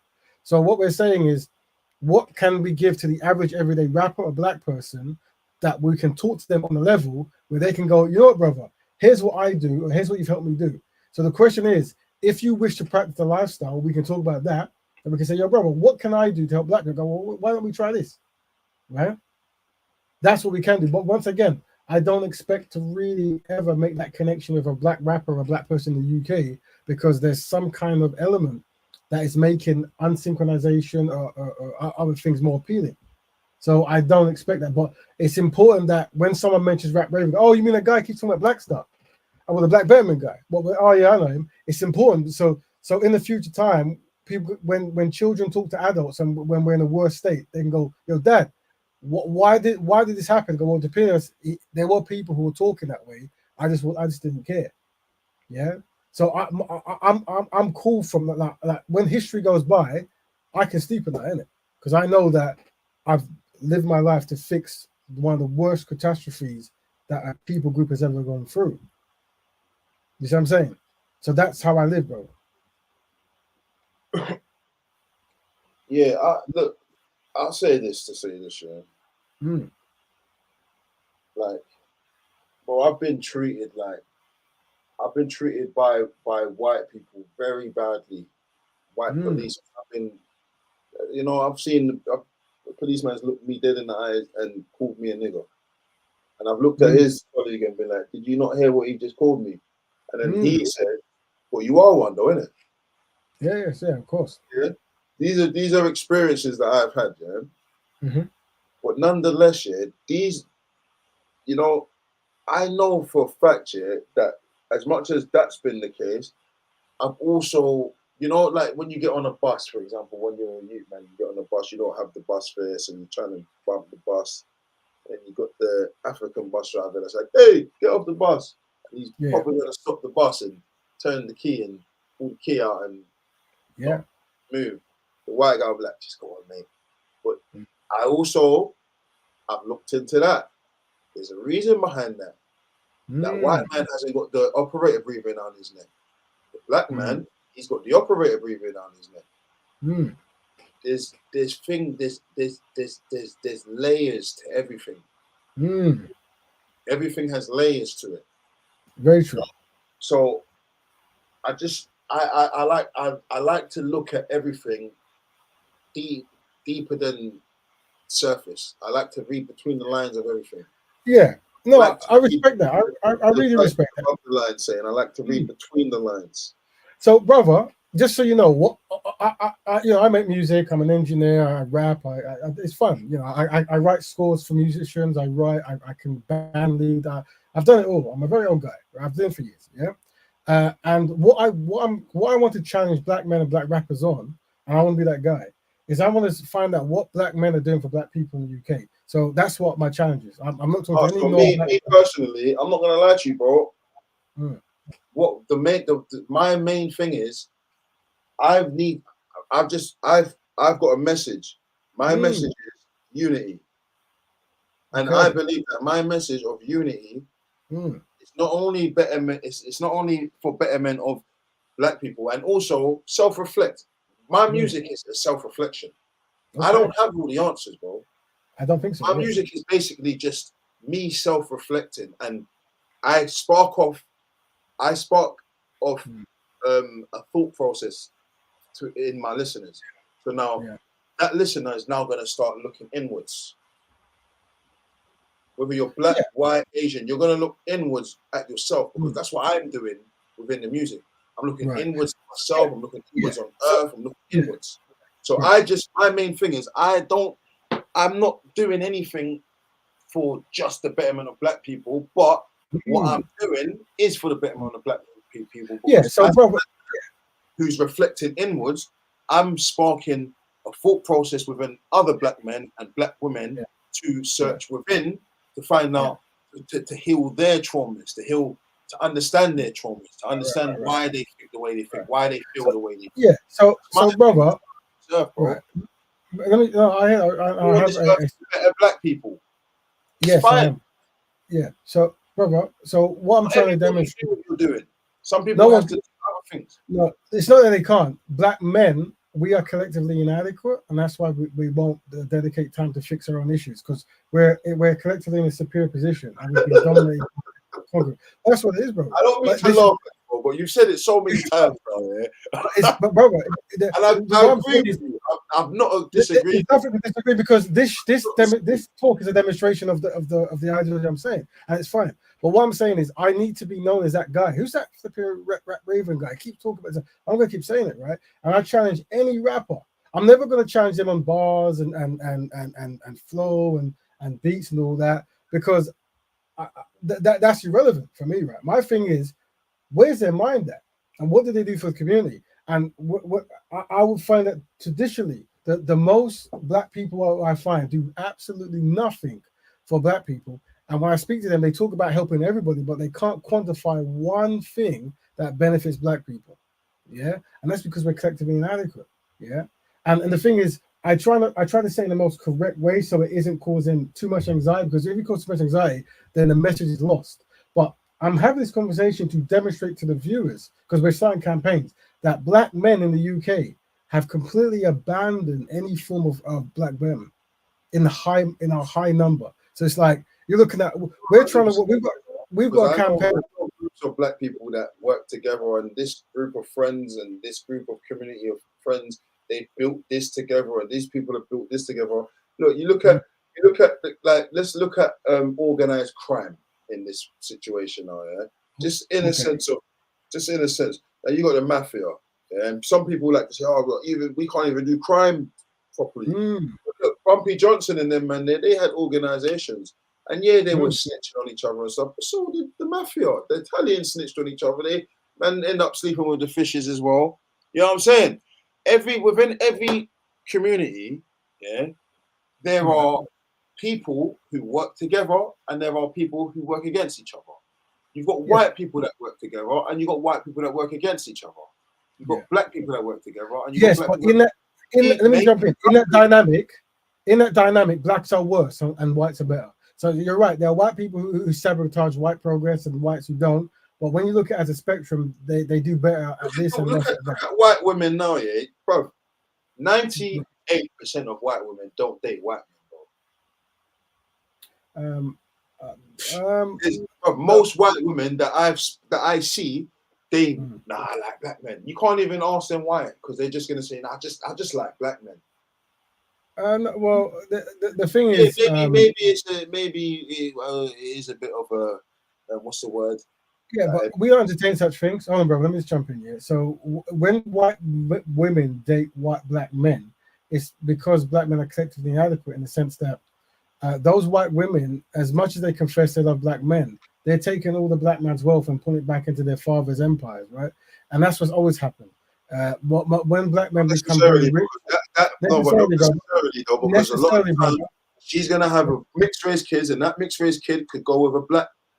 No, brother. So you need to Google racial whitening and the Brazil effect and the Argentine effect. You need to Google these things so we can have a you do know that white people, yeah, there's fewer and fewer white people every year. Brother, we are dominating. Do you know what racial whitening is? What's racial whitening? So racial whitening is a process where you have black men mate with white women, and then their kids then mate with white women and so forth. If you want to see the process, go to look in the Native Indians and the Aborigines. Yeah. So the Aborigines today, many of the ones who get the benefits are called Aborigines are actually. Matter of fact, the thing is, I'm talking to you here, but I've actually got all this stuff here. So I apologize that I'm not using the educational form to really highlight the stuff we're saying, because usually things were so. For example, right? Let's see if I can find all of it. Right, where are we? So yeah, so when it comes to racial whitening, this in Australia, this was the process. So it's called stone generation. They were trying to find out how many generations it would take to get rid of the black gene, because they didn't like the melanin in the people. So this was a strategy they did, and it's very successful. And they also managed to destroy the Tasmanian indigenous population of Australia. They also did the same thing to the Native Indians, where they would kidnap them, the kids, and have them learn European and change European names. And then gradually they would marry Europeans and not want to be Native Indian. And we've seen a similar process in the thing. So here we go. Racial whitening. Yeah, this is what it is. You might see this picture here where it shows you the black grandmother best pleased that her biracial daughter has married a white man, and hoping that this one, the child, will then marry another white one. So this is something that we see deliberately or even at the back of the mind, right? Also, when you look at, if you look at, say, our football players, if you look at, so in the 70s, all these are every single football player that played for England, this is them here, right? Every single one of them who in the 70s, 80s, 90s who played for England has married a white woman, yeah? Yeah, the majority, so 21 so far, right? While 5 married black women, big up them, right? But today, it's gone to 39, yeah? Yeah, it's going to 39. So we're seeing, and obviously there's more, a lot of these brothers are technically what you would describe as biracial, and they're marrying white women. So when black men come into wealth, it drastically increases the rate of which they're going to marry the daughters of white men. Also, if we look at politics now, and it's not really like a given, these are all the politicians. Where are they?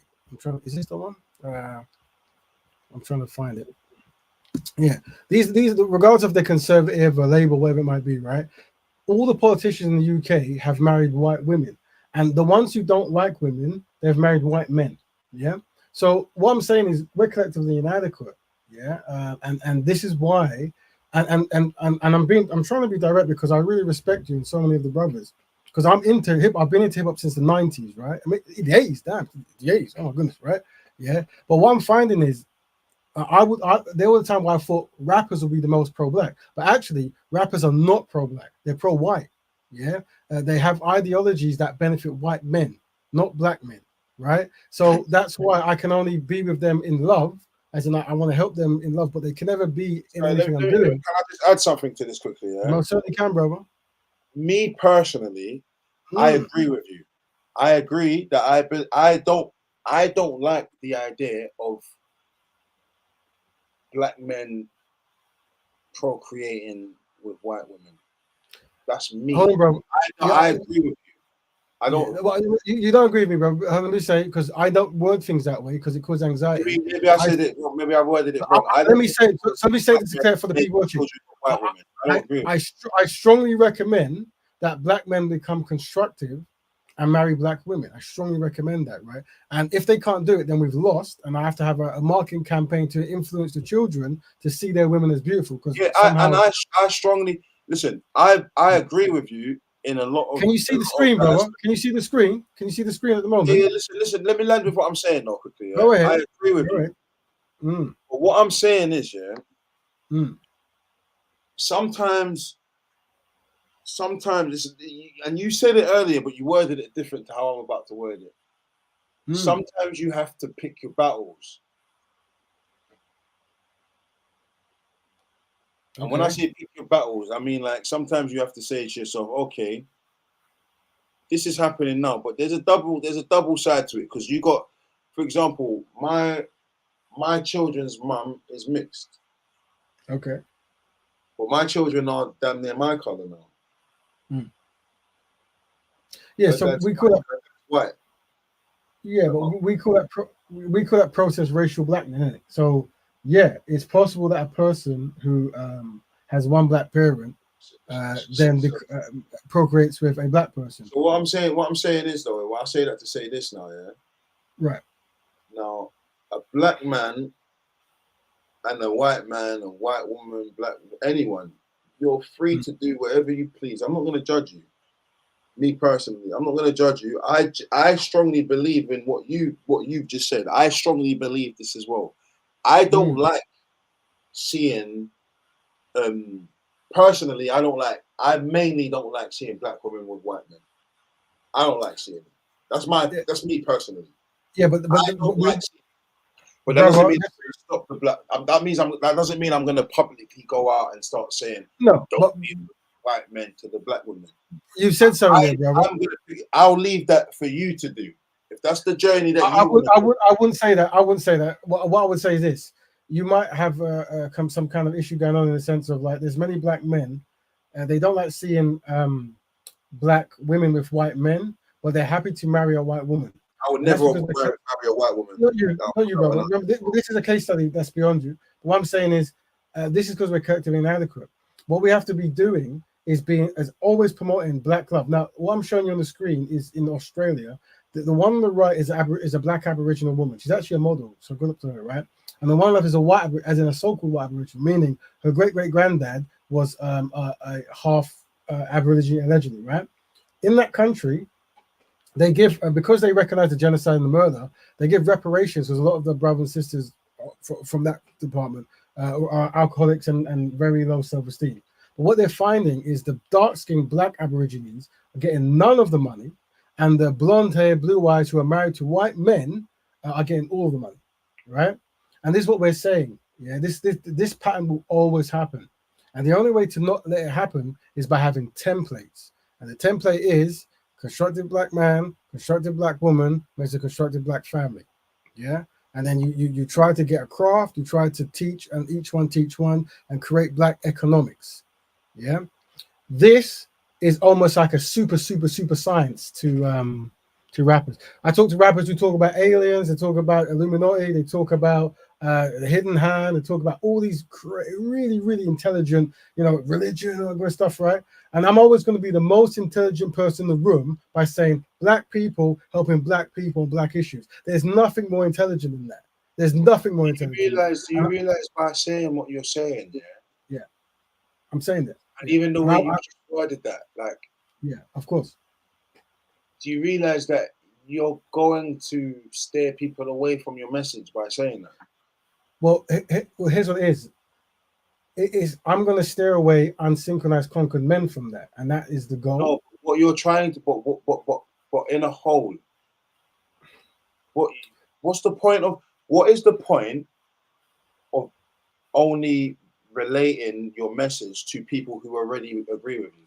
No, brother. So I'll give you the strategy, because remember, it's all about strategy, right? Scattered throughout the UK and the world are potential black betterers. Potential meaning they've never heard the word, they've never seen the connections, they're just living their life. They're going to come across a footage, and the footage will be me saying, brothers, because of these scenarios, I recommend these templates that these other brothers and sisters are doing. It works really well. They're going to go, Eureka. No, I know what you're saying. I know what you're saying. Yeah, I agree with that. Hold on, brother. We separate black men by the conquered and the conquerors. So I'm speaking to the conquerors. So the thing is, once a man's conquered, they don't know they're conquered. But how we can detect this by them never ever saying anything of a unity nature. So I'll keep them saying, let's unite. They'll keep saying it can't, right? But there's going to be a person who's sitting at home, yeah, who's just making waffles or whatever. He's going to go, oh my days, I need to link up that brother, innit? I need to start practicing Black Betterment. That makes so much sense. Do you think but based on what you've just said, do you not agree that there's going to be people who resonate more with what I'm saying and more with what the other people you've interviewed? Well, to be honest, I don't really. Because you see it the way you see it. Because my belief is that your belief has a ceiling. That's my belief. Okay, I believe there's a ceiling. I believe everything you're saying is facts. And I've said that it's facts. Everything, every single thing you're saying is facts. I just believe there's a ceiling to it. That's just my thing. I believe that religion itself has a ceiling. I believe that pro-black has a ceiling. Because look, you got them Israelites that go outside and they just scream, white people are the devil and da da da da da. You know, how can you, like, for me, do you believe that, first of all? Do you believe in what the Israelites, a lot of them Israelites, they go outside wearing purple and they shout out white So people? I don't follow any faith directly. I know you've heard them because you Well, seem of course. I highly respect the brothers who do what they do and they go on the street and they speak truth to power. I don't necessarily agree with their strategy, but what the thing is, that white people are the devil, though. Do you agree with that? That kind of language doesn't resonate with me. It won't be something I use. It doesn't actually make any sense. Do you believe that white people are evil?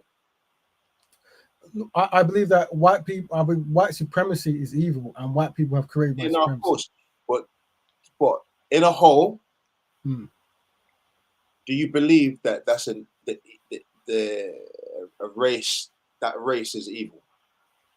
No, I would never say that, for two very important reasons. One, black men and black rappers will lose their mind. They'll go really angry and they're thrown from the mouth. One, and two. So you won't believe that because of how it will trigger someone else. Of course, because that's not a reason to not believe something. No, if you believe, it is a reason. Because once again, it's something that you can't quantify. You don't stand on your own beliefs. Then, basically, what you're saying. Oh, I really do. Beliefs are based on how other people would resonate with your beliefs. I'll explain.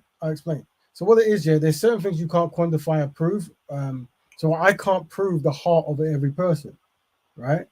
I can't quantify it. But what I can see, I can see the systems in place that seem to be consistent throughout the years, and some people benefiting, and some people not shutting them down, right?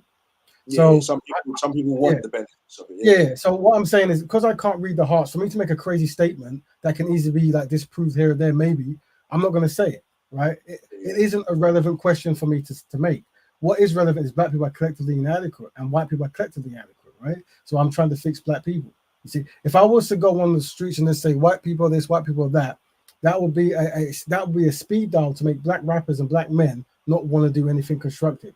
Because they're going to say, oh, he just hates white people. And no one likes white men more than black men and black rappers. So for me to do it, I'm going to be real with you, I'm going to be real with you. Me personally, I don't like anyone more than anyone, bro. I personally just think that there's some white dudes that are cool. They're all right. You know, there's some cool white guys and there's some cool black guys. Like there's black guys. Yeah. But then I think there's a bunch of assholes in this world. There's a bunch of people that are conditioned and they don't have their own opinions. They just have they've been branded, and that's it. But you're branded now. But the thing is, it's like this. That's why I tell you I'm an open door elitist. Because what happens when I talk to rappers and black people, black men, is I will say I'm trying to fix something with other brothers and sisters, and they might talk about the corrupted, and then the corrupted then becomes the oh well, because things are corrupted. Things can't happen, or I can't just hate white people, or I can't hate because of this and the third. I'm talking about a group coming together to do something. Whether white people are good or bad is irrelevant. It's the organization of black men fixing black issues, right? But once again, these concepts are almost. My mixed partner is more pro-black than me. Say again? My mixed race partner is more pro-black than me. But your mixed race partner is allowed to be pro-black because she's within the black community. Yeah, but when I say she's more pro-black than me, I will say, look, man, I just think that, you know, a black man should be able to date a white woman if he wants to. She's like, nah, scrap that, bro. And she's mixed, bear in mind, you know, and she acknowledges, bro, like she's even gone as far as to call me a bit of a coconut for being with her. No, I can see that. I can see you're white. I don't see your wife. The woman you're with or were with or whatever. This looks like a very, very useful, important woman. So if she's talking that way to you, I would probably recommend, if we and her and others were in a table, we can actually get something done at a faster rate. And the thing is, she might have been lucky enough not to be a black man or a black rapper, because she hasn't. Those ideologies that will make her not value those important things haven't hit her yet. But So what you're she's not, very important. what I'm trying to get you to understand, what I'm saying is, I have not disagreed with you at all. Not one bit have I disagreed with your message. I've not disagreed with your angle. I've not disagreed with anything that you're saying. I think that everything you're saying is right. Yeah. Everything you're saying is right. But then I also believe that, you know, there has to be a collective of people that, you know, like, all right, for example, like you got Batman, you got Batman. Oh, let's forget Batman. You got Spider-Man. And Spawn and Spider-Man. Huh? Yeah. Spawn and Spider-Man. You got Spider-Man, yeah. Then you got the X-Men. Then you got Hulk. Then you got this. Then you got that. But then, you know, you got Thanos. He's come here and he's on some mad thing. He's on a mad thing now, isn't it? Okay. How are we going to defeat Thanos? The Avengers. So at some point, we have to become the Avengers. Yeah, Black Batman is the Avengers. But it has to happen. Black Batman is the Avengers. At some point, we have to have the Avengers. So brother, when you gave the analogy, Spider-Man and beat Thanos on his own. Brother, let me tell you this. Shit. When you gave the analogy, I shot at Spawn, right? Now Spawn is a black superhero, yeah, but Spawn is only a step one in our conversation because Spawn is a black superhero made by a white Canadian man, yeah. So the fact that he's black is cool, but what really are the next step after I tell you Spawn is tell you about Lion Man. Lion Man was the first black-owned superhero released in 1947 from Negro Comics, right? And that's the first. Him and Ace Harlem were the two first black-owned superheroes in a publication to circulate the world, right? So that's how Black Batman works. You're constantly looking for black people, and then you're I wasn't using Spider-Man. I know, bro. I know what you're doing. I know what you're doing, but I'm trying to. I'm just talking about the analogy. It's an analogy. So what I'm trying to say is, Thanos represents the thumb. Thanos represents the thumb that we're all under, and each superhero will represent. Let's say, for example, Black Panther. He represents blacks. No, brother. Let's stop that because I'm into Marvel and stuff. Let me tell you how it works, right? Black people are called Marvel. Black Panther, Spider-Man, Thor, they're all black people, right? DC are white people. Yeah. So in the Marvel comics, I know this. I haven't finished. It's a great analogy. I know that my man based Xavier on. No, forget that. No, I'm not saying that. I'm saying something else. I'm saying black people are Marvel. Yeah, as in the analogy. White people are DC. So in Thanos fights in Marvel. So we must come as Marvel to make our products as Marvel. And at some point, we might cross over with DC versus Marvel in a comic, you know, it came out in the 90s or whatever, right? So be it. But generally, Marvel. Say it again. Based on your analogy, that would be a race war. No, because how black people are. I'm about to explain how black people are coming together with DC is we're making a film. So we might need certain land rights of maybe Devonshire or something. So we have to network with white people. Well, you didn't let me land with what I was saying, though, man. Because what I was trying to say is, forget about, don't separate. Listen, let's just keep Marvel. Let's just keep Marvel. Yeah, forget Marvel. I'm talking about. There's a movie called Thor. There's a movie called Spider-Man. There's a movie called Iron Man. There's a movie called Black Panther. Yeah, let's just use those movies as separate races. Like, okay, Thor's Asian. Just as an analogy, because I know Thor's not Asian. It's just an analogy. I get it. Panther, cool. These are superheroes now. Yeah, cool. Now you've got Thanos, who represents the top of the pyramid. Yeah, he's the guy who's making everyone be in separate movies. He's the one that's made Spider-Man have to be in his own movie, and he's made this one be in his own movie. And the thing is, Black Panther. Let's say, for argument's sake, Black Panther's not doing so well. It did very well. It did better than most of them, but let's say, for argument's sake, it's not doing so well. No, yeah. It is. So now, and the reason why Black Panther is not doing so well is because Thanos don't want it to do so well, because Thanos needs all of them to not do well. He needs one of them to not do well in order for them to be separate movies. That's just this is just the analogy, yeah. Now, the only way to defeat Thanos, based on Marvel, is for the Avengers to form the Avengers. So now, it's no longer a movie about Spider-Man. It's no longer a movie about Iron Man. It's no longer a collective movie. But the UN, the UN. Nonetheless, but wait. Nonetheless, in Iron Man, there's a build up to. There has to be a build up within Iron Man to get into the Avengers. Within Black Panther, there has to be a build up. Yeah, I get that. Separately for Black Panther to get to the point where he's now an Avenger and he's with the Avengers to beat Thanos. Everybody has their role to build up in order to form the Avengers eventually. So right now, you're in the Black Panther movie. You're the builder. No, yeah. I'm not. So, listen to what I'm saying. You're the person. You're the Black Panther. You're the Black Panther. You're all about the black. You're all about black Betterment. That's your team.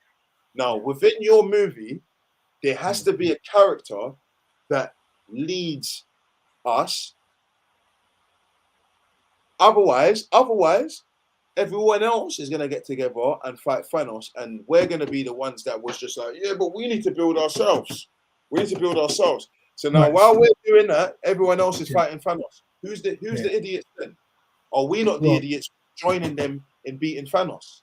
Because if you really want, eventually, they're gonna realize, and they are realizing it now. White people are starting to realize, well, do you know what? We're actually slaves as well. They're starting to realize it as well. They're starting to realize, bro, my birth certificate is a slave certificate. They're starting to realize these things. Bro, so but may I offer my perspective? They're over here doing that, and they're over there realizing, oh, do you know what, bruv? The royal family, they're just robbing us. Like, why is this guy got this? And they're over there realizing things, and we're over here like, yeah, we need to better black people. We need to better ourselves. We need to better ourselves. Yes, we do need to better ourselves, but eventually we're gonna have to join the fight. Right. So just to play along with your analogy, I would say that black people should there be X-Men. And X-Men is a franchise where there's thousands of superheroes in its own universe. And then as a collective concept of X-Men, who are all black people, then we can join that rat race to battle Thanos as a black collective known as the X-Men that has now been purchased by Fox and Marvel, and they can now join together in the cinematic universe. And we represent a massive collective of black men, aka X-Men. So it's multiple black people working in synchronization to help tackle Thanos as a black collective, not as individuals working as a crew amongst others. No, we come representing black people in this fight, and we have our own agenda and we have our own strategy. And once we kill Thanos, we're going to then publish X-Men issue 1, issue 2, issue 3, and maybe on issue 7 you might have a guest starring Spider-Man, maybe, and then carry on. So black people doing black things together for the betterment of black people. Yeah, this idea scares rappers and black men. Yeah, and it always will until people like myself and other brothers create the media concepts and institutions that make that concept make sense again. But until we do that, black people are going to value white men's opinions and white men's ideologies, and they're never going to want to unite with black people. They're going to say they do, but they'll have nothing that they can define in any tangible way that makes any kind of sense. They will always give ideas and analogies about unifying with non-black people, because that's what's most valuable to them. You see? And my job as a rapper, as a musician, is to step up to people and not challenge them on engineering, production, eternal rhymes, scores, bar reading. No, to say, which one of you guys does anything beneficial to black people? And you'll see no hands go up. None. They might go to they'll fight for Palestine, they'll fight for these kind of things, but they won't fight for black people because we're collectively inadequate and we collectively have no friends. And we call this the double dilemma. We're despised and disorganized. And it doesn't matter how intelligent a rapper is. I say again, if there's no concept of helping their own people, then they're in the conquered category, because they've been successfully conquered by someone else to make them not value their own people group. And my job is to bring that information. And I always have to talk truth to power. But remember, I can help any brother in the world. I can help you guys. I can help anyone. I feel, you know, I feel you, man. I feel you. Like, you know what? I get it. You know, you have to stand on your thing, bro, and I get that, man. You know, everyone has to stand on their thing, man. That's just the way it is, bro. You have to, like, that's just how it is. But you know, the question I raised was not answers because I'm saying to you, like, bro, if I answered the expert analogy. no, it's not just the analogy. I'm saying, like forget the analogy, bro. Like, once it gets to a point where collectively, yeah, all of these other races, Asians, once they start to realize, hold on a second, common enemy, and then based on what you want, everyone just focusing on black betterment, yeah. Yeah. Do we not join them? No. So, brother, I have respect. I have to tell you. Starts and we're trying to brother, the top of the thing. Do we not join them? I have respect. I have to tell you that this makes sense to us and you, but when you go into Asian communities, white communities, Jewish communities, black men are never mentioned unless it makes you don't hang with them, right? No other group. Bro. I know this. No, but what I'm saying is we are inadequate because we keep bringing people who have nothing to do with us and have their own thing going on. Yeah, and they've done that and they benefit from our labor. Historically, Asians will move into black communities and economically valuable. They don't respect where they're at. This happens with Jewish people. This happens with Asian people. You name it, right? Nobody collectively likes black people, but because we've mastered the art of subservience, we've mastered the art of serving other communities, more so black men and rappers, right? Because we've mastered that art, we will always bring them up because we're collectively inadequate. All right. So do you think Arabs are not collectively inadequate? I think every single people group you can describe are collectively superior to black people when it comes to practicing ideas. In the UK, you say? In the UK?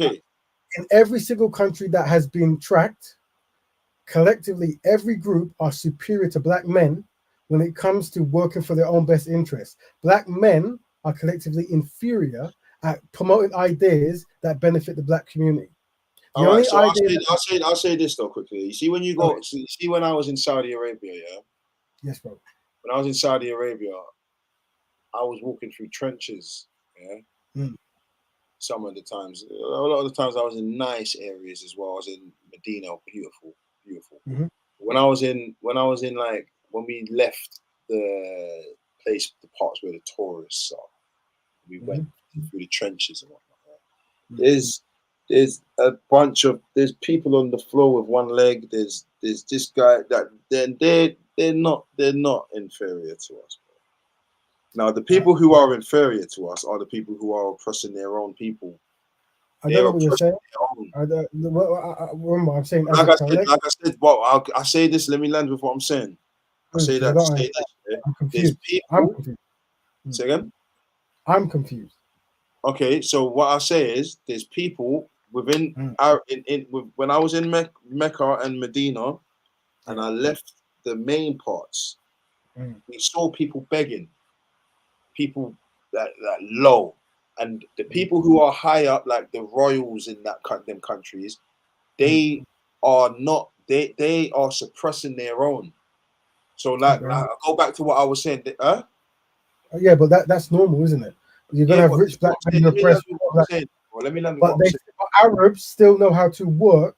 No, but let me land with what I'm saying, bro. They are suppressing their own to the point where, yes, the Arabs that you're mentioning that don't have to work here, they only don't have to do that because they have positioned themselves where they do deals with people like with other countries where they can make sure that their families are well off, and then they don't mind everyone else being suppressed. It's the same when you go to Africa.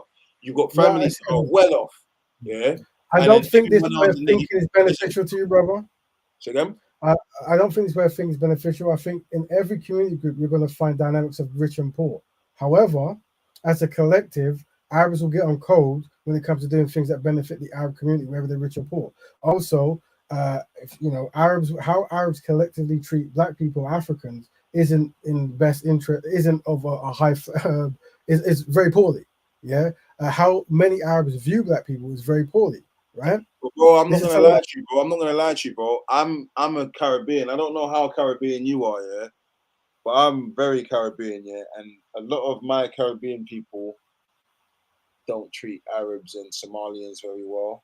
I've heard them. I've like the way that my people have. I've heard them speak very badly to treat Somalians very badly. I used to walk around with my own mother, and she used to talk about. She'd be like, "Move, dirty, dirty Somalians." I used to hear it from my own mother, and I've had to pull my own mother up, bro.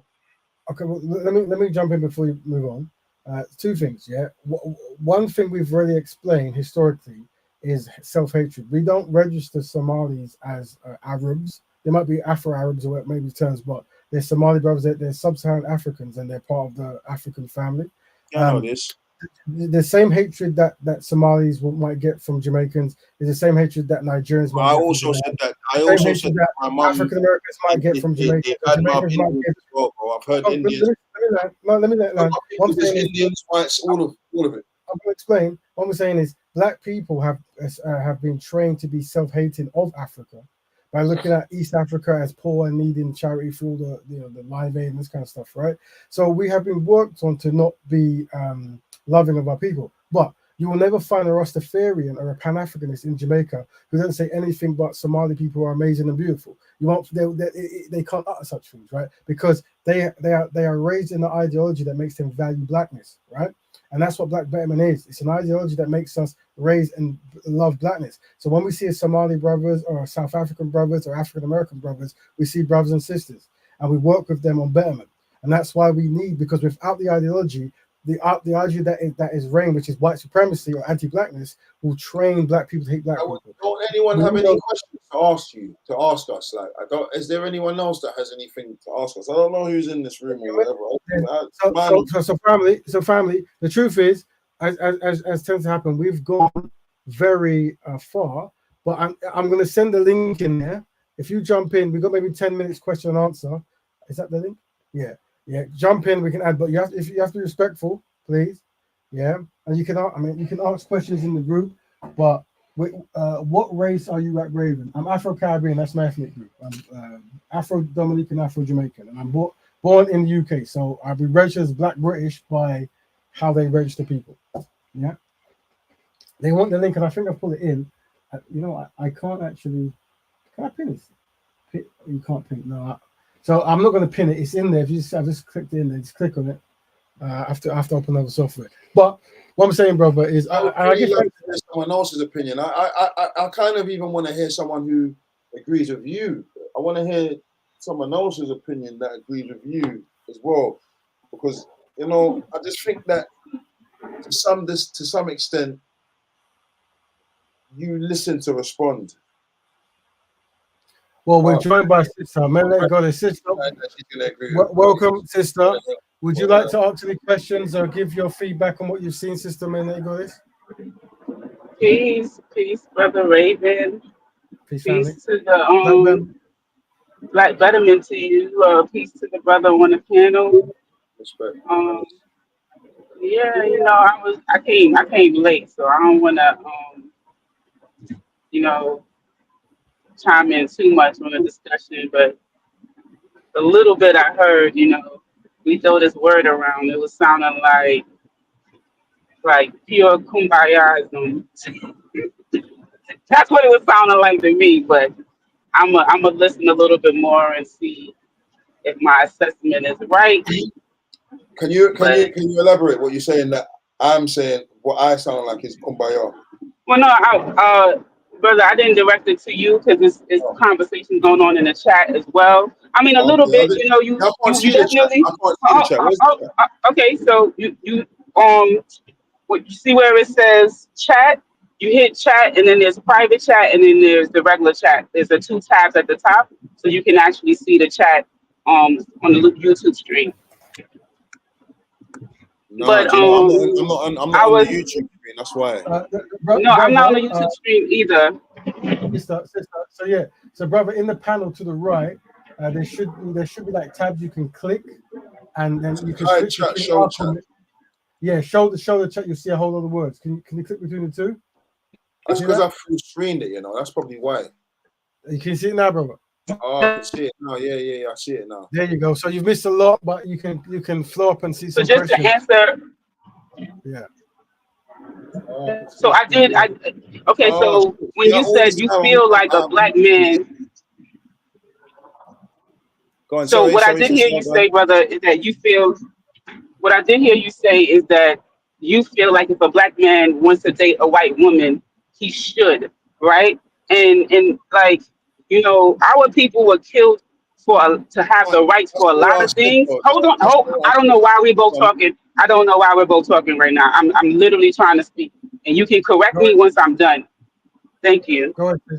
Um, our people were killed and experienced all these atrocities and don't have their own language, don't have their own last names anymore, all of these things, right? And a lot of us don't have amnesia, and we remember and we realize what our people went through. So it sounds really funny to hear a black man say, forget all of that.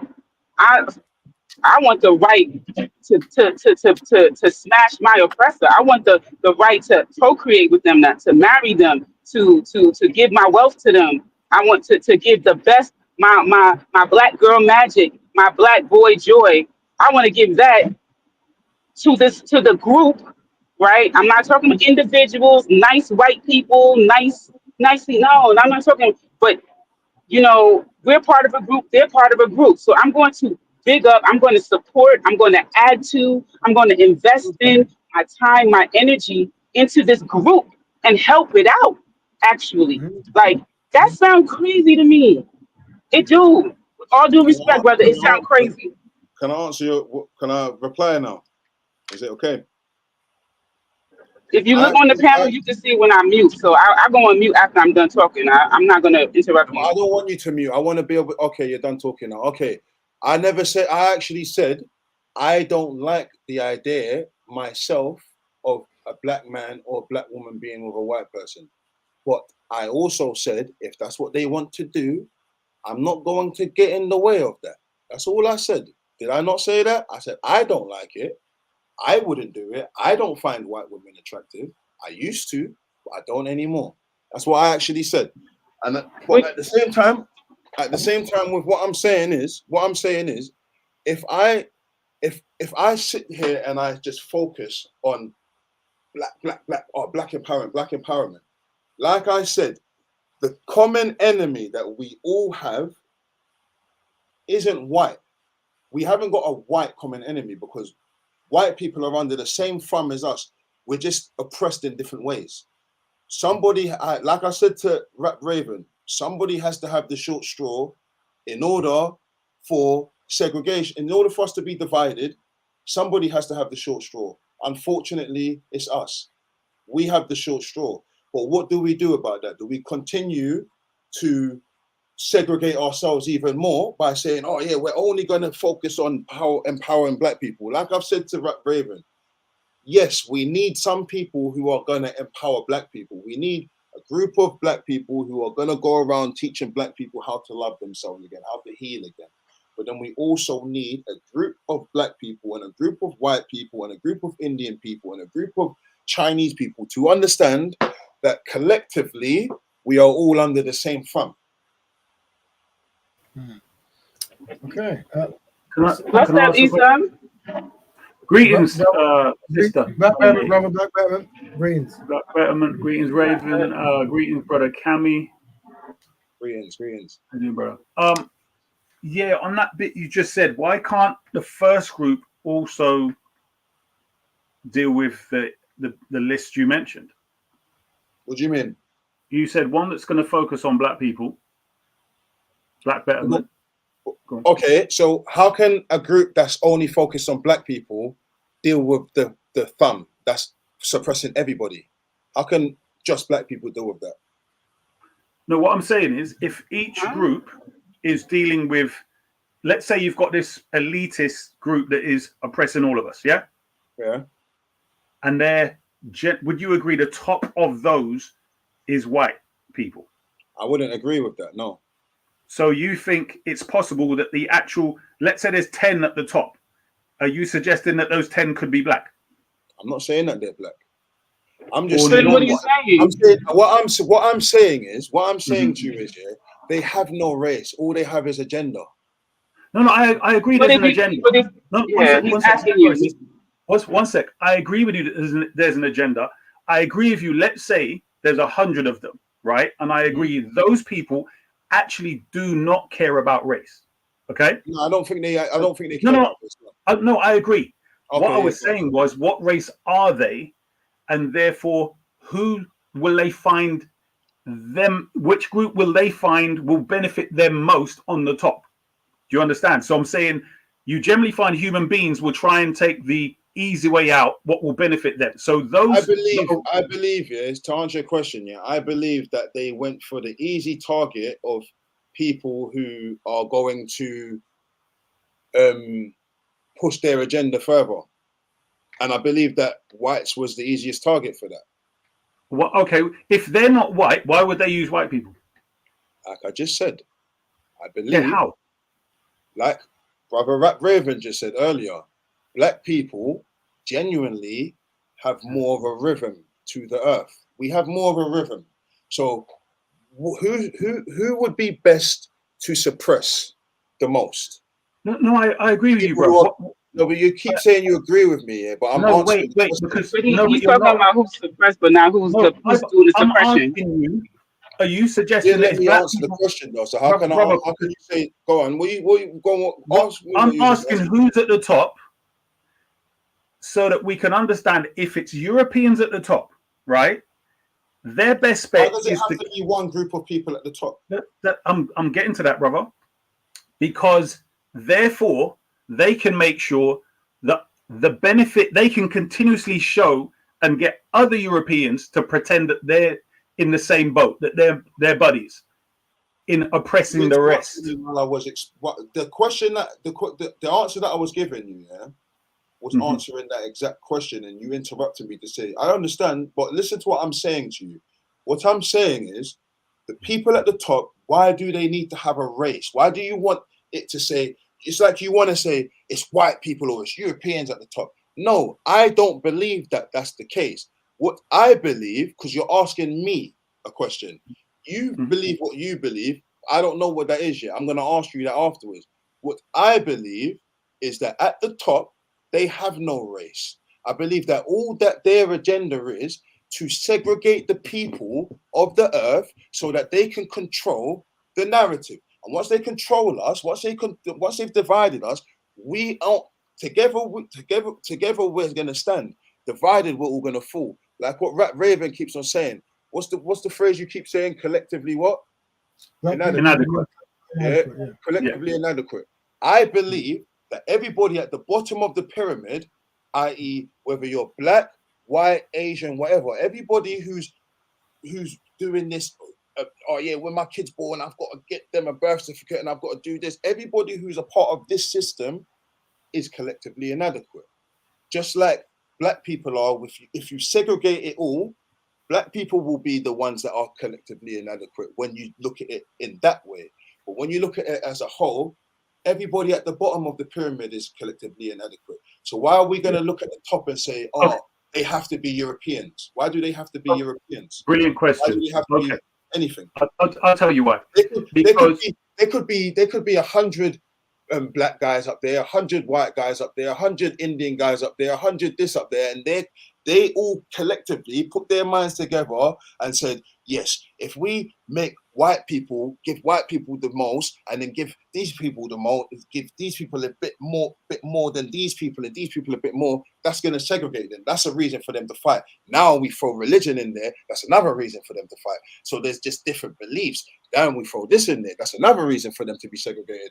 There's just a bunch of reasons for humans in general as a collective to be separate. Okay, brilliant. So you did touch on exactly what I was talking about. There could be 100 of black, there could be 100 white, and all these different rainbow colors. Now, when we look at it, the main thing that these people want is resources. So the people that had the most rich resources on planet Earth they found were black people in Africa. That, if I suggest you think about it, and you'll find that's why they chose us to be the short straw. Thank you. All right. Hold on. One sec, brother. One sec. I agree. But then the 100 that you're talking about of black people that would be at the top with them would never trust them, and they would never trust the 100 black people. We sold our own people. We gave slaves to them. No, that's fine. That's fine. No, brother, brother, listen to what I'm saying. I'm saying even if, because remember, the same Europeans that said, yeah, we're buddies, and then said, sell us this people and we'll give you weapons and so on, they then came back and did what to the same people? Exactly. So they're never going to trust them. It's as simple as that. And it's glad you mentioned it, because we have a working example with history of their behavior of consistent betrayal. But however, what I'm saying is, what we have seen is the same masses that you're saying are just as poor and just as problematic in our situation, just by the click of the fingers of certain problems, they'll be your brethren. And then all of a sudden, onward Christian white supremacist soldiers against you and all your rest of all of us melanated people. And I'm saying we've seen it in history before, and we've seen it with these little riots here, and guaranteed when they're ready to click their fingers and cause certain problems, you're going to see how quick these lot change. And guaranteed the ones who are, oh no, we're not racist, they're going to stay in their house. They're not going to come out there and be beating up other white people. They're just going to be, I need to look after my people. What area are you from? As in, I used to live in Tottenham, but I don't live in London anymore. Okay, so you see when certain things are going down, yeah, there's a lot of white people outside doing stuff as well. There's a lot. It's not just black. Lisa, can you look at the back chat for me, please? I totally agree with you, my brother. But what I'm saying, when it really kicks off, I have to. Yeah, sorry. Yeah, Sister Melanated, please. When it really kicks off, there's going to be no going home. There's going to be no home to go to. Yeah, Melanated wants to make a statement. Do you want to make Sorry, go ahead. I just wanted to make a statement because I'm not going to stay on the panel, and it is, I know Sister Cushy likes it when some feminine energy is there, but I can just sit back and listen to y'all build. I just wanted to say, I am hearing your points, Brother Kammy, and what I would say is that on this channel, what Raven is trying to do is bring a conversation to Black people to come together so that we can build, so that we can organize, so that we can have focus on the things that are impacting us in the community. And what's very disheartening is when there are Black people that are saying, well, why can't white people be here? All white people aren't bad, and so forth. I don't know how you conduct your house. You said you're a very Caribbean man. You don't let people come into your house when your house is not clean, right? You sweep, you mop, you wash your dishes, you take care of your household chores before anybody walk through your door, right? Nobody's coming through your door. You're not having visitors and so forth. People sitting down.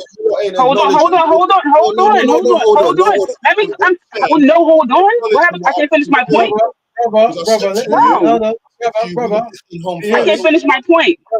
Let her finish. She's giving you. What you're saying, but you're cutting my point. At least let me finish and then have a formal. Go on. Finish your point. Go. So my point is. Brother, my point is, you're very. Listen, this anxiety. Just calm down. Just calm down, brother. Brother Kammy, let her say his thing, and you can jump in off. Go ahead, sister. Go on. I'm saying that the Irish people are dealing with Irish stuff before they come out on the streets and want to help and support Black people. I'm saying that the German people, they doing it. I'm saying that the British and the English people, I'm saying that over here, these white Americans, they are tending to their households before they want to go and march for Black Lives Matter. They're not leaving their shit, their children having issues in education. They're not having all of these millions and millions of abortions and millions of unwedded teenage pregnancy and violence in their streets. And they saying, you know what we want to focus on? We want to focus on everyone. No, they're going to clean up their house. So what's wrong with us as Black people wanting to close the door, clean house first, and then we can have an open door policy? What's wrong with that rhetoric? That's my question. This is let me answer your question. This is what I'm saying. Yeah, from the beginning of this conversation, I've said to my man, I've said to Raven, I don't disagree with what you're saying. I have never disagreed with what he's saying. Not once in this conversation. Am I wrong, Raven? You've been saying that same statement. I don't disagree. I've said I don't disagree with what you're saying, but what I'm saying to you is, what is the end goal for that? Yes, once we've built the black community, once we've done what we do, we collectively build ourselves, we heal ourselves from trauma, then what? Well, before anyone jumps in, this is what I'm saying, yeah? Every time I go speak, you keep interrupting me, and then these people get some long-ass say, and then what you do is you interrupt me, you know? You interrupted what I'm saying to you now. I thought you were finished. You're messing up the chain of what I'm saying. What I've been saying to you from the beginning is, yes, we need to heal as black people first. We need to heal because we've been given the short straw. We've been put through a lot of trauma. Even in schools, we get taught in school, oh yeah, slavery. We're not getting taught our true roots. We're not getting taught. A lot. I didn't even know that black people was in America before Christopher Columbus was there. I didn't know that until I became an adult, because in school, Christopher Columbus. Do you get what I'm trying to say to you? So yes, we've got a lot of healing to do.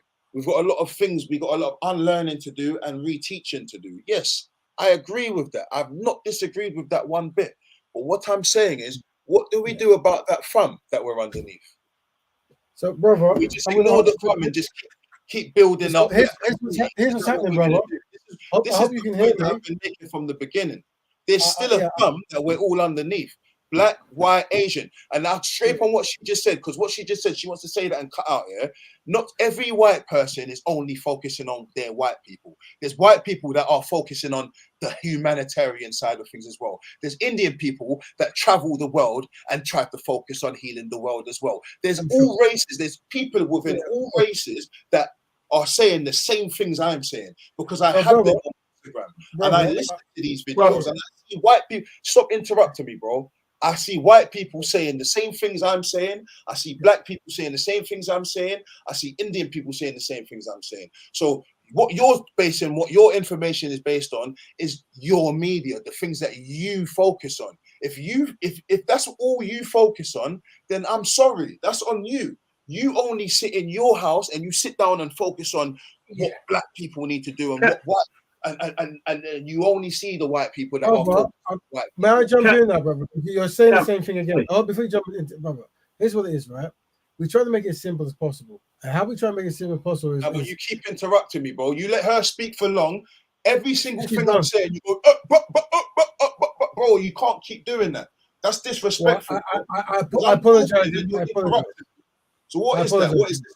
Is this a conversation? What the woman could come in here, talk for 5-6 minutes straight without you trying to interrupt her, but as soon as I start speaking, you want to interrupt me? What is that? Well, the thing is, the sister. Well, brother, the sister tried to give you an analogy of the motivation. No, but I'm trying to give her something now. She gave me something, and now I'm trying to give her something. And as soon as I'm trying to give her something, but you haven't answered the question. You're interrupting me. What is that? Brother, I don't know if you're trying to sidetrack or trying to get. No, it's not trying to sidetrack. I'm still making a point, and you, even while I'm making a point, you can't hear me because you're going, brother, and I can hear you while I'm making a point doing that. And you're while you're doing that, you're blocking me from what I'm saying. So you're trying to steer me away from what I'm saying, and you're trying to direct. That's not how a debate goes, brother. I'm talking and you go, brother. First of all, I am the host, right? Yeah, and I get that, but you didn't do that to her. Well, hold on, because you're a guest and she's coming to ask a question, right? And you've been speaking over her. She asked a question, and now I'm answering her question. And 1 minute into me answering her question, you've been saying, brother, up. What it is, brother, is you tend to repeat certain things. No, right? I didn't repeat nothing. She repeated a few things. Well, Rap, do you want to time it? Rap, do you want to time it? I don't need to time anything. All right, time me for 2 minutes. Time me for 3 minutes. Let me speak for 3 minutes. If you want to time me, if that's what makes you feel better, time me. Let me say what I'm saying, and then without you saying brother in the background while I'm saying what I'm saying, because that's disrespectful, bro. Okay, my goal is not to disrespect you, but I'm still doing it now. What are you? What this? I'm I in the was world just of talking confusion. and you're still saying, but my, that's what you're doing. I don't even know you if you know you're doing it, but Okay.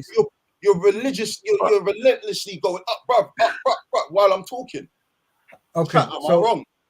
go ahead and speak. And when you finish the statement, say I finished. I will go like this. I'm finished. Yeah. No, just say it. Go ahead. Okay. Like I was saying, she made a statement where she said Irish focus on Irish, white Indian focus on Indian. If you look at things black and white, yes, that's how things seem. But within every race, there's going to be people that understand what I'm saying, that understand that it's not about just my race. Collectively, we are all under the same thumb. Every race has a person that understands that. So if she's going to sit there and say, oh, Irish only focus on Irish, I've got someone that I could pull up right now on my Instagram, and he's not only focusing on Irish, or this white guy's not only focusing on white people. His focus is on the world and under the thumb. Russell Brand, does Russell Brand only talk about white people? Or is he talking about under the thumb? Because he's not, when you listen to Russell Brand, he's not only talking about, oh yeah, white betterment. Yeah, I'm focused on white people. He's talking about the higher ups keeping us under the thumb. So so based on what she's saying, if we look at it black and white, yes, that's how it's going to seem. Oh yeah, white Indians focus on Indians and blacks focus on and whites focus on whites. But no, that's not the truth, because there's good and bad within every race. Like I've said from the beginning, every race has good and bad. But if you focus on things the way she's focusing on things, you're going to be one-sided. And that's what it is. You guys are clearly one-sided. Your only focus is black betterment. But what is the end goal of black betterment? There's no end goal, because the end goal leads to race war. Because in the end of that, it's going to lead to now we're superior or someone else is underneath. And this is the thing is, no one should be underneath nobody.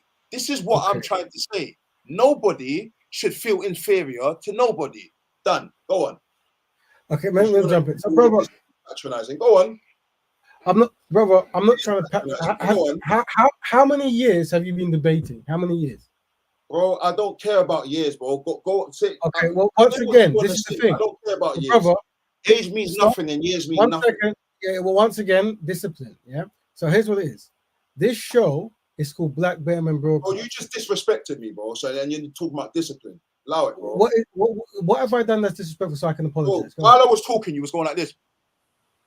That's what you was doing. I saw you. I could see you in the corner of the screen. I know you can see me because what's happening. Bro. So right now, because you got your little two black people next to you, you now developed a little personality trait, and I can see it. I can see right through what you're doing, bro.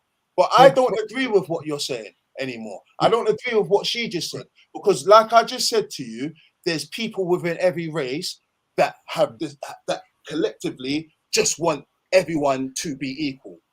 Okay, cool. You said this. Here's what it is. Like I said before, this show's called the Black Betterment Broadcast. I am the host of this show. And you invited me to debate about because we started a conversation about Black Betterment in a comments, right? These guests have come on towards the end, and we've allowed them space because we've been speaking. Yeah. My goal is not to upset you. I've said something that might be an error, and that is when you're talking, you're repeating certain the same phrases. So I'm saying, brother, we've heard this, and we have a time limit. Do you know what, Sam? You said the same thing in this whole conversation. We've been talking. And then you said the same thing over 100 times. Yeah, I know, but I shouldn't be saying that within the same back and forth conversation. So throughout, I should always bring the quotes and like black people care to it, but I shouldn't go black people care. And again, what I should say, here's what it is. The thing is, brother, what we're trying to say is you can do what you want to do with who you want, right? But have dedicated times for particular things. Does that make sense? Yeah. So, but I've already said that we don't expect black men and black British rappers to fully get it now. It won't make any sense now. It only cause anxiety. The people you're talking to are actually pro-black. So you're speaking to people who actually are unapologetic black and pro-black. That's the real face of pro-blackness, right? And the real face of pro-blackness upsets black men and black rappers in the UK because I'm not upset by pro-blackness, bro. I'm not you, brother. I'm using it as an analogy for everyone, right? And the reason is because there is no person who's actually promoting that concept, so it's alien. True pro-blackness is alien. So you've spent the majority of time speaking about non-black people and why we should unite with them, yeah. But what we're saying is you can do that, but still be a part of a Black Betterment organization. Yeah, you can still, and I've been saying you can still go to your Turkish shop and dance and sing or whatever you want to do and make it, you collaborate, but have a consistent thing you're doing. Now, my job is to challenge brothers like you, yeah, and always stand on my square. And you can get angry or happy, and I'll never change, because the goal is to show people that how you help. I'm only gonna get pissed off when you're patronizing and being rude, bro. I'm not gonna lie to you. But brother, I've already told you. But the second you're not gonna insult my intelligence and make me believe that you wasn't just being disrespectful. Brother, I'm gonna insult my intelligence. Brother, you've obviously haven't studied me, right? Nah, I have studied you and I can see what you're doing. You've repeated the same thing over 100 times. Even just now, you repeated the same thing that you've said 100 times already. Of course, brother. Yeah, I'm saying this. Yeah, I have been. Can I just talk to the brother for a minute? Because it seems there's a bit. I put brother Kammy. I don't know you, brother. But I guarantee you, what the way that he's talking to you is not disrespectful. Like me and Raven disagree on a lot. I just. Sorry. That's your opinion, my brother. No, I'm saying I've known him for years, and I'm saying me and him disagree on a lot of things. Nothing to me. That's a time don't mean anything to me, bro. Okay. I just wanted to ask you, when you said about, if first thing it was like in each group you got good and bad, right? Yeah. Totally agree. And generally, intelligent people amongst every group will agree whoever's ruling right now are oppressive devils. Yes? Every intelligent person amongst each group. The difference is, and the problem is, if you as a black man go to China, if you go to Japan, if you go to India, all these groups you've mentioned, the general population and ideas that they have about us and behavior is anti-black. Yeah. Okay? So the difference is we're more welcoming, but they generally don't have that about each other. What I'm saying is, when you're talking about uniting, the thing that they can all unite on is that we're supposed to be inferior and they're supposed to take advantage of us. So I'm saying we should at least collectively be on the same level. We don't need to be at a ruling elite. Can I just say one thing though? If you give anybody too much power, they become dark, bro. That's what it is. So if you go to certain parts of Africa and you see certain men that have too much power, they're wicked, bro. Human nature, yeah. Bro, I agree. Power, bro. If you give someone power, they become wicked. That's okay. Hold on. Wait. Not always. 1 second. Let me level what I'm saying. What black people, because we've got the short straw, we have the least power in a whole. So when you look at it like that, you're gonna say, "Oh yeah, collectively we're more this and more that." It's because collectively we, as a majority of us, don't have as much power as so we feel it more, yeah. We feel it more, yeah. But when you really dwell on it, you've got African leaders, you've got black leaders that are wicked and evil, bro. Just like the white leaders that are wicked and evil. I agree. And the thing that makes them similar, the only thing that connects them is the power. So once you give somebody too much power, wickedness comes from it. Hold on. One sec. So in regards to ideology, would you agree it depends on how they think when they get this power? So for instance, if you're grappling for things on the earth, if you don't hold on to certain principles, then yes, you're going to be an oppressor when you get the power. However, if you're a type of person that wants to distribute things in balance and fairness, then that's how, agreed? So it's not always that way, but I agree with you that in general, that's humanity. What I'm saying is, with the people you're talking about, the Irish, Indians, blah, blah, blah, when the brother's talking about inadequate, I would say if we start at 0, these people are between 0 and 5. We are at -5. So at least get us to, a 2 or a 3. We're at minus. The beginning. I've been saying that to him from the beginning, but you know what he says when I say that? I disagree. And then he doesn't say why he disagrees. He then goes on to make other points. It's called gaslighting, my brother. I've agreed with him from the beginning, but then my question is always, then what? He's saying he doesn't. basically he doesn't give a damn about that fam. He don't care about the fam. His only thing is building black communities. But then what? That's what my point is. Brother, one second, bro. My point from the beginning has always been, I agree with you. I'm not disagreeing with you, bro. I know black people need to heal. We need to build ourselves. We need to do all of the things you're saying. But then what? We made a good point. I made an analogy based on the Avengers and the X-Men and Marvel. I said, oh, if Spider-Man, you must have been in the room. He didn't want to base that. He didn't want to go on that. He wanted to talk about, DC's white and Marvel's black.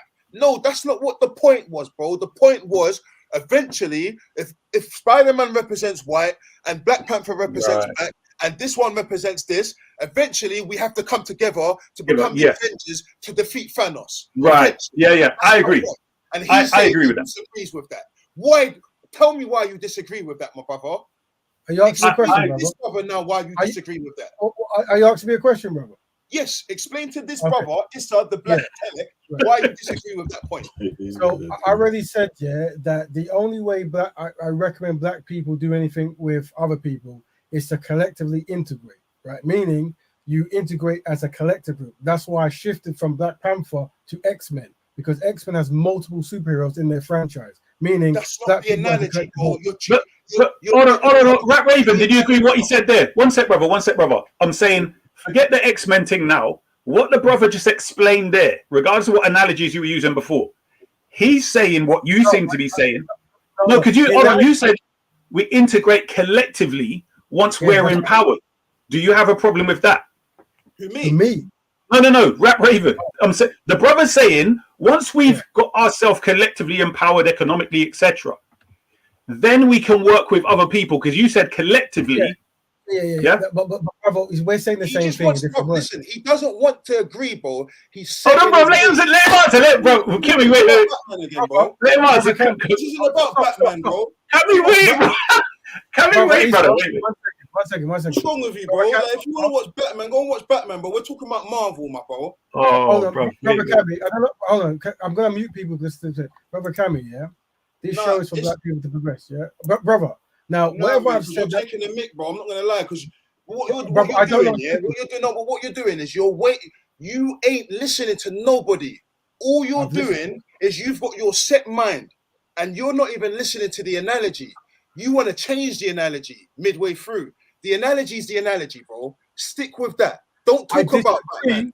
I thought you disagreed, though. Hold on, brothers. But let him tell you his set mind. I'm the host. I'm the host. I'm gonna zip my mouth now. I'll even mute myself, bro. Yeah, good. I'll zip my mouth. Let you speak. Go on.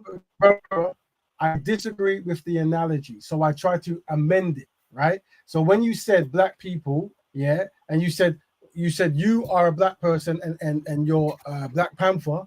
My thing is to work with black people. So I shifted the comic from Black Panther to X-Men, which is a comic about multiple people. So I'm saying that when we fight Thanos as a universal Kumbaya collective, we fight as a black collective with other people in an organized. I'm not going to lie to you. I'm finished. No, you agree. Hold on. That means you agree. Wait. What he's saying is, we don't need to join with the white people to fight. No, he just said that. No, brother. He said, listen. Kammy doesn't want to listen. Kammy doesn't want to listen. Wait. What he just said, brother Kammy. Kammy, wait. Let him say what he just said again. Don't interrupt him. Let him say what he just said again. Say it again. So Kammy, it's come across that you don't want to listen because I've given you my answer. Say what you just said again, bro, so he can understand it properly. Okay, so I'm saying, that black people work together as in a collective body, and then when they collaborate with other people groups, we collaborate as a collective body. Meaning we represent the black identity, the black people, the black agenda, and we're working with Asians, Chinese, Jewish people to take down Thanos. But what is we're not coming as one. That's not what he just said, though. He just changed it. He did. Because I heard him. No, brother, he did. Listen, Kammy, wait. That's not what you just said. We can replay this. One second, bro. What you just said was I'm changing the analogy because that's right. I think that I'm using the X-Men because the X-Men as a collective as black people. So you're That's right. saying what you just said before was Yeah. we only go after Thanos as black people. That's what you just said, bro. You dismissed all the other races and said No, he didn't. I didn't say it. He didn't, brother. He did, brother. You can watch it again. This is like it's recorded. I guarantee you, because I was listening attentively. Right? He definitely said this X whatever. I'm not into all of that. But anyway, whatever men he talked about. Yeah. He mentioned once we get to where we're supposed to be, then we can collaborate with them to deal with Thanos. Do you get what I'm saying? So I'm saying now we're on the same page, right? Because there's no need to argue if you agree. What now? Yeah, there's no need to argue. That's what I've been saying to him from the beginning, but he keeps on saying, I disagree. Yeah. Then when I'm saying to him, tell me how you disagree with that point. Now, and then we land here again. And then he says, but I disagree. I'm going to watch this back. I swear. I'm going to watch this back because... Hold on. Let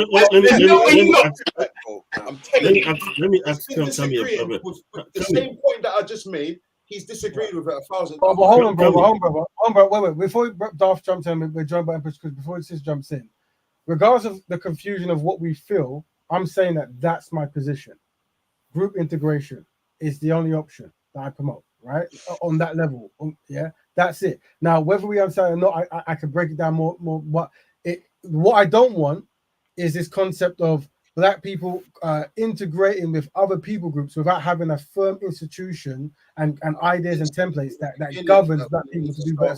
Home first. I said that from the beginning of this conversation, my brother. Yeah, cool. I said that's what we're for. Yes, we need to build our community first, because yes, the communities are separate right now, but eventually we have to come together. That's what I said to you from the beginning. Then I used the X-Men, the Avengers analogy. And then because that analogy was so bang on point, you wanted to change it from the Avengers to X-Men for no reason. And then you wanted to, and then you said, one second, and then you said, oh, no, but white people are DC and black people are Marvel. What was that point of that? Okay, before you jump in, very simple, just because there's confusion. Marvel owns Avengers and X-Men, right? And I'm saying that Marvel are fighting Thanos, yeah? So I'm saying in the Marvel world, which is the world, black people are X-Men. Thanos is still there as a white person with power, and Captain America is a white person. One second, yeah. Sorry to cut you. I'm sorry to cut you again, yeah. But listen, yeah. That's relevant to the analogy. It's irrelevant to the analogy. One second, let me just tell you why it's irrelevant to the analogy, yeah. Because what I was saying to you is, yeah, forget about the superheroes. Forget about the superheroes. I'm not a superhero geek. I don't even watch these movies, bro. I've never seen a full Avengers movie. I'm going to be real with you. I've never watched a full Avengers movie. I don't care about it. What I'm saying to you is, yeah, what I said to you was, black people, because you love black people so much, I said, yes, let's make black people. So do you. 1 second, I said, let's make black people Black Panther. Let's make white people Spider-Man. Let's make these people, let's make white people Captain America now, yeah? And let's make black people Black Panther. Now, Black Panther has his own movie. He's got his own movie, but his movie is him building up his thing. He's building up his thing now, yeah? Thanos is built, Captain America is building up his thing over there, yeah? Spider-Man's building up his thing. But eventually, once these men have built their things up, their stories all lead to Thanos. Now, what do we do, bro? Yeah, okay. What I'm saying is, I agree with you, brother. I give you, but in order to not confuse, and you didn't like that point. You wanted to talk about the Avengers and DC and Batman. Forget Batman for a minute. I was swapping Black Panther with X-Men because it's a franchise. Are you listening? Yeah, but bro, you don't understand. I'm listening, bro. I'm just turning around. Yeah? I'm listening. So if Marvel, we're gonna ask Empress Kush in a bit because she's been waiting. But what I'll say is this: I would say one more time. Thanos is Marvel's enemy. He's Marvel's enemy. Yeah. So when you talk about Avengers, you're talking about every Marvel platform coming together to defeat the Marvel. Xavier is in the Avengers movie, is he not? I don't know. I'm pretty sure he's in the he was meant to be, but they never had the rights. So because they've got the rights now, I'm using that analogy. I don't care about the Avengers movie. I'm trying to explain to you. I don't give a fuss about it. Hold on, let's stop. Brothers, listen. Let's just use continents. You got this woman down there talking about because she's so pro-black, she's blind to what I'm saying to you. She just wants you to be right because she's so pro-black and she hates white people. But what I'm saying to you is, it's not about hating white people. It's about us being under the fucking thumb. That's what I'm saying. We're underneath the thumb. Sorry about my language. We're underneath the thumb, and we need to get that from hold on, brother. I'm gonna have to stop you as the host. First, look, brother, everyone pause for a minute. I don't know who you're talking to. I have no idea. I don't know what was said or wasn't said. I missed that. But we try not to talk disrespectfully on here. I just apologize for the swearing, so stop going on about it, bro. I said to you, I'm saying to you right now, who's going on about what? The point I just made. Stop gaslighting it now. I said a swear word by accident, yeah? Bro, let me finish. Brother. No, you're gaslighting now. You're gaslighting, my brother. Brother, what I'm saying is, nonetheless, like someone just said in here, the ultimate goal is saving people. Brother, can we have a conversation? Just one-to-one, yeah? Who were you talking to? You just went off on a tangent. No, he said it. He wasn't swearing at anyone. It's not a temper tantrum. This is not a temper tantrum. This is you gaslighting me. So I have to now use my masculine voice. Melanated. What you're doing, and you're not making any sense. You're talking about X-Men, but the analogy is about the Avengers and Thanos. That's the analogy. Okay. Brother, okay. But brother, obviously, hold on, brother. I don't know. You tell me you read a comment. Is that what triggered? That's what you want to do. Kammy, brother. Listen, I'm trying to talk to you, brother. I'm here and you're there, innit? Yeah, I can see you. You can see me, innit? Yeah, I'm asking you a question, innit? Did someone say something to you just a second ago? Because I don't get where that came from. She's saying temper tantrum and laughing. Oh, right. So now I understand. Okay. I didn't get it, so I'm confused. She hates white people so much. No matter what you say, she wants to side with you. Because right now you're waffling. I'm not gonna lie to you. Right now, you are waffling. You're talking about Batman and X-Men. I'm not gonna lie, bro. Be disrespectful. Sorry if that comes across disrespectful, bro. You're waffling, bro. You're talking about the wrong things. Who's waffling? The analogy is the Avengers, bro. That's the analogy. Brothers. They didn't get the rights for X-Men. Like, why are we talking about the X-Men? Brothers, we all agree. Listen. At this point, we all agree. What is it we did? Hold on, one sec. What is it we did? Okay, look, let's just look at it as continents. Let's say black people managed to liberate Africa, Chinese people managed to liberate their country, blah, blah, blah. And there's one last country on the world that represents the thumb. Once Africa, let's say, rise up, the people in Africa, we can then do business with all the rest and all agree, whichever this, we can say it's aliens. Say the thumb is aliens. And we all come together just like in, Independence Day, right? We all unite because we got this thumb. I don't think anyone disagrees with this thumb, right? Does the rap, because the brother's making that point very clear. Rap, do you disagree with that? Let's say Independence Day. No, I don't disagree. Over 1,000 times. But wait, because this is where he's got, you know what I mean? Rap. Go on. I don't disagree. Brother Raven, you've got someone at the back. Raven, can you hear me? You've got someone trying to come in at the back. Yeah, you're right. Oh, man. Yeah, you're in that family. Yeah, no, I don't disagree with the concept. Thank you. You're welcome. I thought my analogy made it more clear, but it's causing more confusion, right? But either way, I'm for black people uniting, becoming strong, and then meeting other people groups at the top of the table to do business and to trade and to have ownership. I believe this. If he's saying the same thing, why has there been all this argument? Because I'll be honest, when I came on, before I even... I've been trying to say. To be honest, I thought... Since Kali, let my... I won't be long, literally, I'm just going to say this one bit. I thought that's what he was saying all along, Brother Kammy. Do you know what I mean? So I'm not quite sure. And I haven't been here. I've only been here for like an hour, so I don't know. But I'm just saying. I have been saying all along. I have been. But it's been because of our metaphors. We've got different styles of metaphors, right? I'm actually into Marvel and DC, so I'm trying to really get... Yeah, but even before... Rap Raven, I'm saying even before that, he was saying something similar to that, right? Not in the same way. But I got from what you were saying in the comments that he was basically saying that no, we should just integrate as we are now. But the brother, I heard him say that, yeah, he agrees with you, that we do need to lift ourselves up. We do need to focus on our black people. Of the convo. Right. Yeah. Oh, no, I don't know what the disagreements are anymore. And, Yeah. it's a black. Listen. From the start of the convo, I've said the same thing in numerous different ways, and he's disagreed with it every time, but never explained why he disagrees with it. I've tried He just to gaslights the conversation, and he starts derailing it into somewhere else. Kammy, That's what you've been doing, bro. Let me speak, and you can speak, right? I'm passionate, bro. So this isn't anger. I can see that, and I'm trying to speak, and I'm the host, right? And I'm trying to get clarity so we can let the women to jump in, right? I'll be very quick. I'll hit and quit, right? Just so may I add, the woman in the bottom left is my son's mother. But go on. I'm good. So I think you've mentioned her already. Is that correct? She's not. No, she's not my partner. That's my son's mother. But you mentioned. Okay, I don't want to bring up any just in case. She's mixed as well. But go on. Right. Okay. Cool. So I'm saying this. I'll be very quick. Right. What we're saying is, as long as black people are unified in the actions, and we're using Black Betterment as that tool, then I'm cool with anything. As long as their mindset is unified, meaning there is a value in black people working with black people. Yeah. And I changed Black Panther to X-Men to show that, as in it isn't one person, it's a group of people working in unison. That was my analogy. The analogy is not about it representing one person. I'm so sorry. I know you lot love X-Men, but can I ask a question, please? Go ahead, sister. Tell them, sister. I'm sorry. I've asked this question a few times in chat.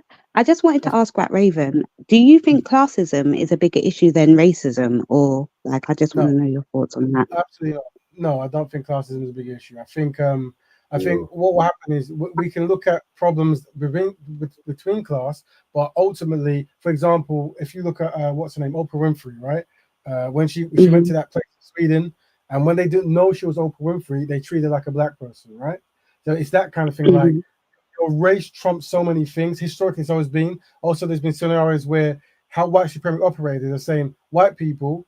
This is historical. You might be poorer than some black people, but you have £1 million or $1 million worth of whiteness, and that means you're always going to have more rights. And that's why they have laws where being black lost your stuff, right? And we haven't recovered from those laws. So we have to work together to recover from those laws. That's how we. Sorry, can I just pause? No, Cam, wait. No, Cam, I want to keep my point. This woman in the chat, yeah, she's not. What she represents, yeah. She's in there laughing. This is Cam, can I have my point? Cam, I don't care about I don't care about the chat. I actually want to talk about this point. But not all black people are celebrities of class. Do you get what I mean?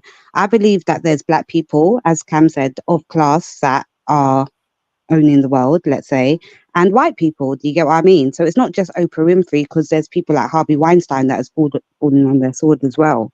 I think that if it happened to someone like Oprah Winfrey. Sorry, bro. Let me just quickly. Have you studied any kind of like white supremacist ideology or any kind of history of white supremacy in the sense of like any works from Francis Cresswellski and Lily Junior Fuller? Because their work is what we're basing things on, right? And it thoroughly explains. No, that's what you're basing things on. That's what you're basing things on. That's not what I'm basing things on. Well, I'm not saying you, but what I'm saying, because the question you asked. No, you said where, so that means me as well. Sorry. No, I'm talking about this. I'm talking about the foundation of the Black Bear broadcast, because you've just jumped on. Right? Oh, so okay. Sorry. I don't really know your past at the moment, but I think you might be connected to the brother speaking. So yeah, so that's what it is. So what it is just because sometimes we get, especially men, we get passionate. It's very simple. We're trying to create ideologies and concepts where black people work together to fix black issues. That's it.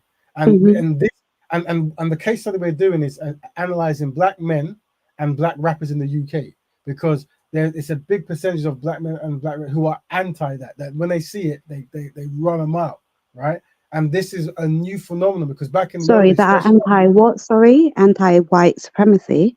No, they're anti-black betterment, as in like if they hear a word like pro-black or B1, they're like, whoa, don't say that, right? And even if they don't say that, everything they say will be anti-black, as in like they will constantly talk about other community groups and never about black people, right? So we're trying to make an ideology, yeah, where your best friend is white, you work for a white milkman, whatever, but every week you dedicate some time to do something for black people. Because what tends to happen is a lot of rappers and black men, they say they love black people, but they do absolutely nothing. That's why whenever you ask a black man or a rapper what they do for black people, tremendous anxiety comes up, right?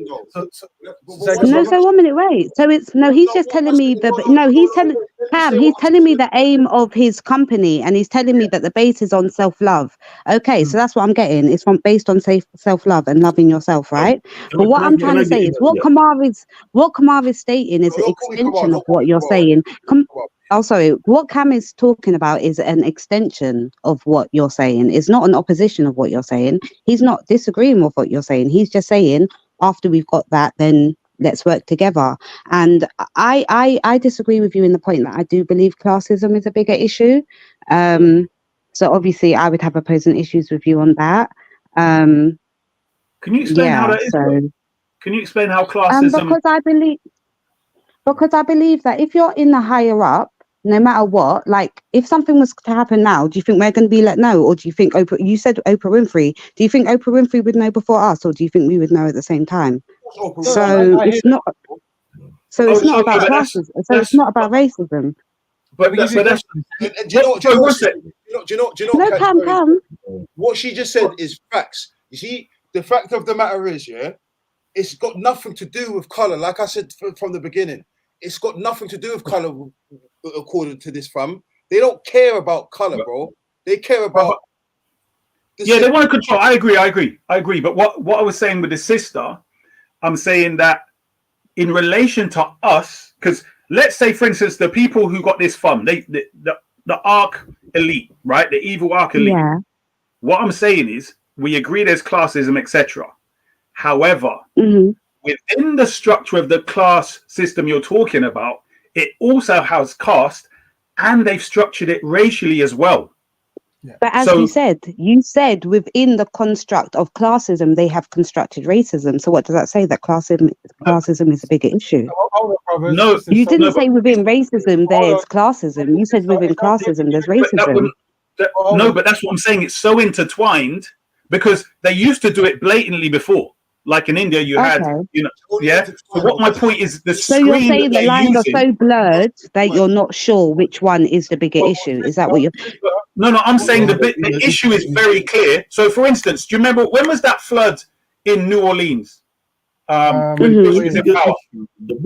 not only black people in New Orleans. It might be a majority of black people. I know. But remember, they lifted out white people with a helicopter, took them out, and left them black people there, right? But I'm just making a point. I'm not saying that racism is a thing. I'm not saying racism is not a thing. No. Racism is most definitely a thing. No, but when you say class, the only reason why they've let these Oprah Winfreys and so on go through is to dangle carrots for us to look that we can get there. It's not because I don't believe so.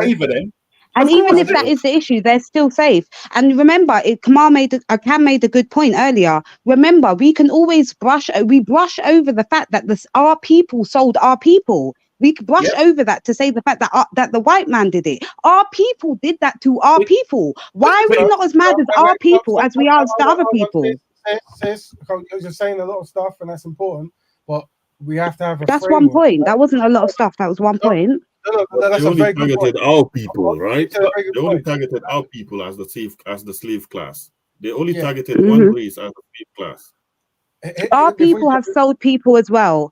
Black people if you look and really did your knowledge, excuse me, if you really did your knowledge, no, because I'm making a point. If you really did your knowledge, black people also had white people enslaved at times. Chinese people had white people. Chinese people had black people. So let's not act like it was just our race. It's just our time. And I'm not saying that we haven't got it worse. But what I'm trying to say is we all have had it, And what I'm trying to say is that we are the lower race right now. And I agree. It's because we're the Okay, brilliant. Hold on. So therefore, once we agree that, let's say, throughout history, there's been all of that wickedness done from each other, right? Right now, let's say, for instance, we used to rule the world, and let's say we enslaved every other race before. No, let's say it's the truth. Not let's say it's the truth. We were kings. We were queens. Yes, I agree. We were all over the world, and it's evidence from the monuments, etc. What I'm saying is, now that we're at the bottom, should we say, well, this is karma and just accept it? or should we have set plans? No, I'm not saying you are. No, it's definitely not you, Where at Kammy. the bottom says who? Where at the bottom says who? It's all perspective. What? Because the world right now is a business world. Well, like I said to you, I went to Saudi Arabia. I was in Saudi Arabia. I went to the trenches in Saudi Arabia. I traveled through it, and I saw oppression there. And the people, and bear in mind, in the religion, you're not even supposed to have photo paintings. There's paintings of the prince everywhere. And brother, one second. He's dripped in gold. And then I'm walking, this guy's begging, he's got no legs, he's on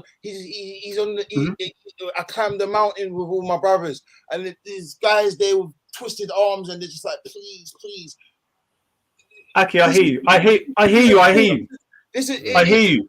Look, if you look at things, one second, if you look at things from where you're standing and you only just go like this, yeah, you're gonna see it how you see it. But if you go around, if you walk through doors and you go through this door, you go through that door, you will see more. There's layers to everything.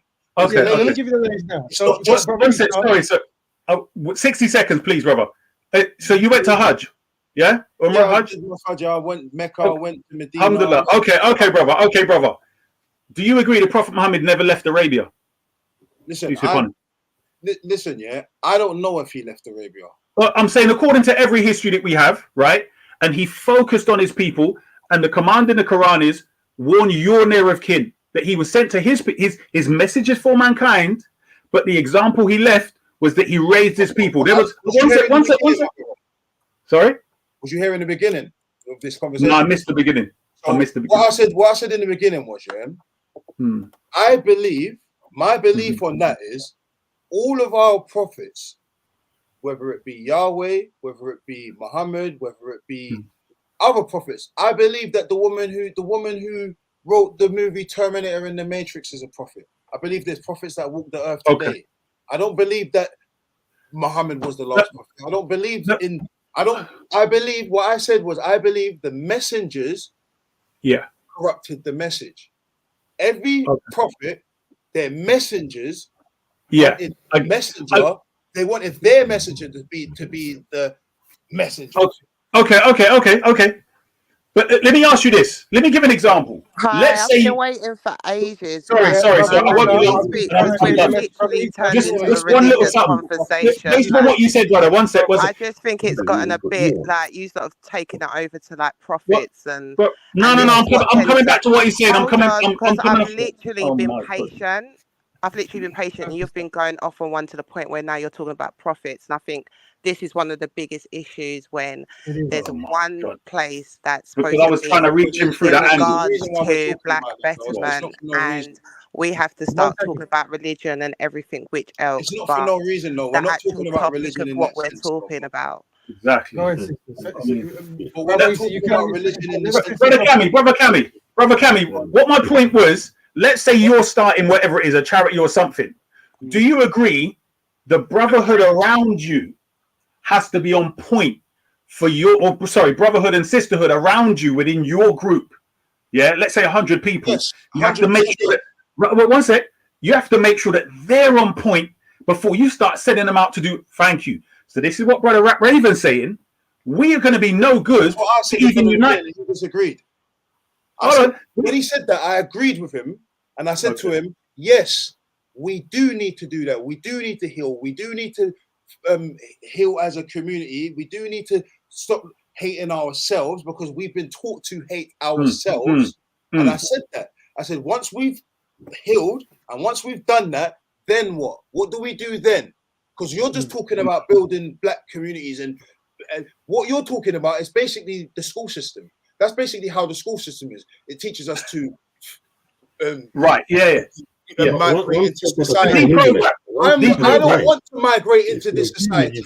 This society is a slave society. Right. You want to change the system. Yeah. This is what I'm saying to you. We've been given birth certificates by our oppressors. And our oppressors aren't just oppressing Black people, they're oppressing everyone, but they're just oppressing us in different ways. Okay, so brother, you spoke for me. There's different levels to the oppression. We agree. Nonetheless, It's oppression. I hear, brother. So before people jump in, Sister Kush, if you want to come back, and as soon as you get priority, you can come and ask question. I don't know if you wanted to finish your question. And obviously, your sister is also, is that Cal Rain? Callie Rain? I think it is. My screen's small. Someone's bashing the mic as well.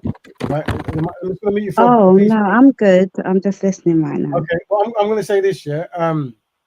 It isn't a school. What I'm promoting here, and just for the sisters that don't know who are new, I'm promoting lifestyle, and the lifestyle makes people black focused, right? So regardless of who did slavery or who was good, who was bad, it's unrelenting. It's an ideology that makes black people want to fix black issues, because our ideology is that we are collectively inadequate, and part of being collectively inadequate is we don't value concepts that make us come together to fix stuff.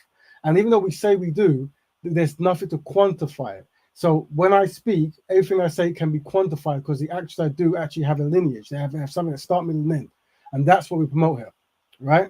And what I said to the brother about what you're gonna do about the mouth of fun, I say, well, as long as everyone's on code, we can talk about that as a unified force, because we all believe that black people come together to do something, and one of the something is stop the mouth of big fun.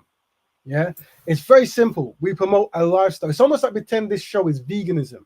And you go, yeah, what about sharks? No, we don't eat sharks. Yeah, what about fishes? We don't eat fishes. Yeah. And you go, yeah, but surely it tastes good. You might do, but we don't do that because we promote veganism. But we promote a lifestyle known as Black Betterment.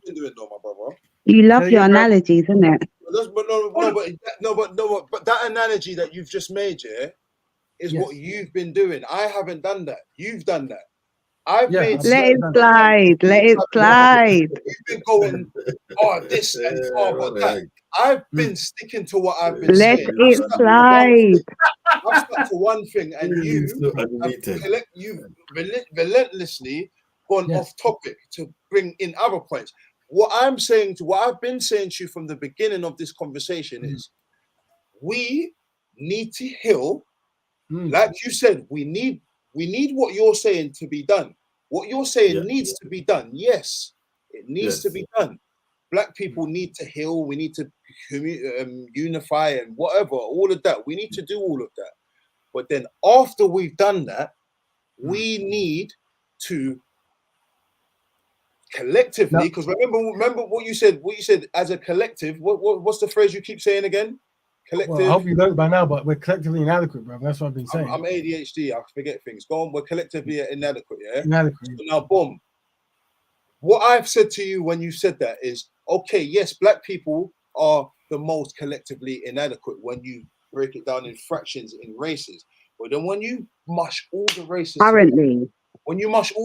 together, yeah, and then we form that pyramid, we look at it as a pyramid scheme. Everybody at the bottom of the pyramid scheme, i.e. black, Asian, white, whatever, are all collectively inadequate.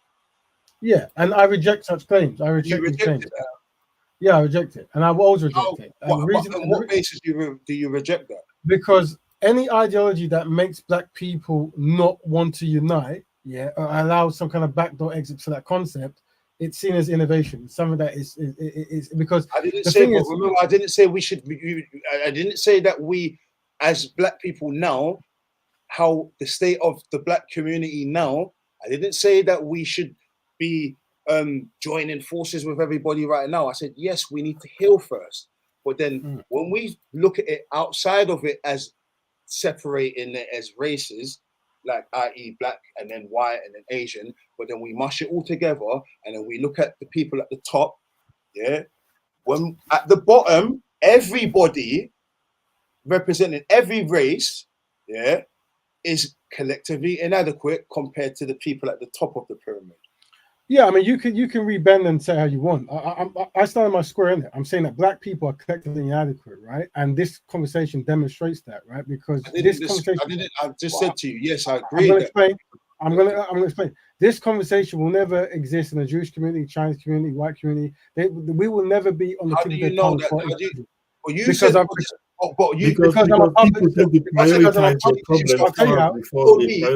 told me, that you've got white friends that come to you and say, oh, why don't black people do this? Why don't black people do that? You said that to me. You said that you've got white friends that have said that to you. But then you started to say, oh, white people don't have this conversation.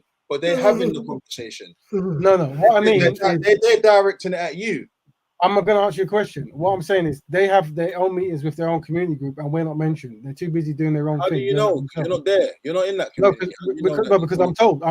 Because remember, just Google my name in YouTube, and you're going to see Speaker's Corner for like what 7 years back, and you're going to see. I don't agree with Speaker's Corner. Speaker's Corner is a bunch of egotistic people that get together and want to view that.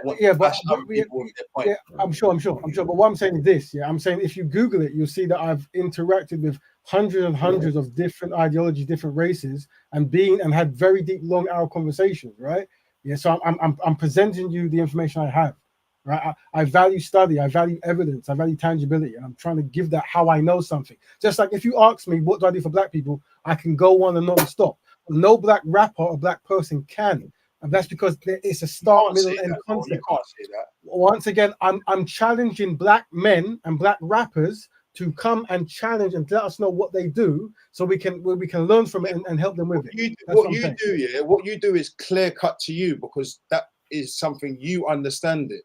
But then there's other people that, for example, what I'm saying, everything I'm saying, it's not directly only for Black people, but it still is for Black people, because it benefits everyone. It benefits Black people as well, no? Brother, I'm saying that Black men and Black rappers in the UK are in error.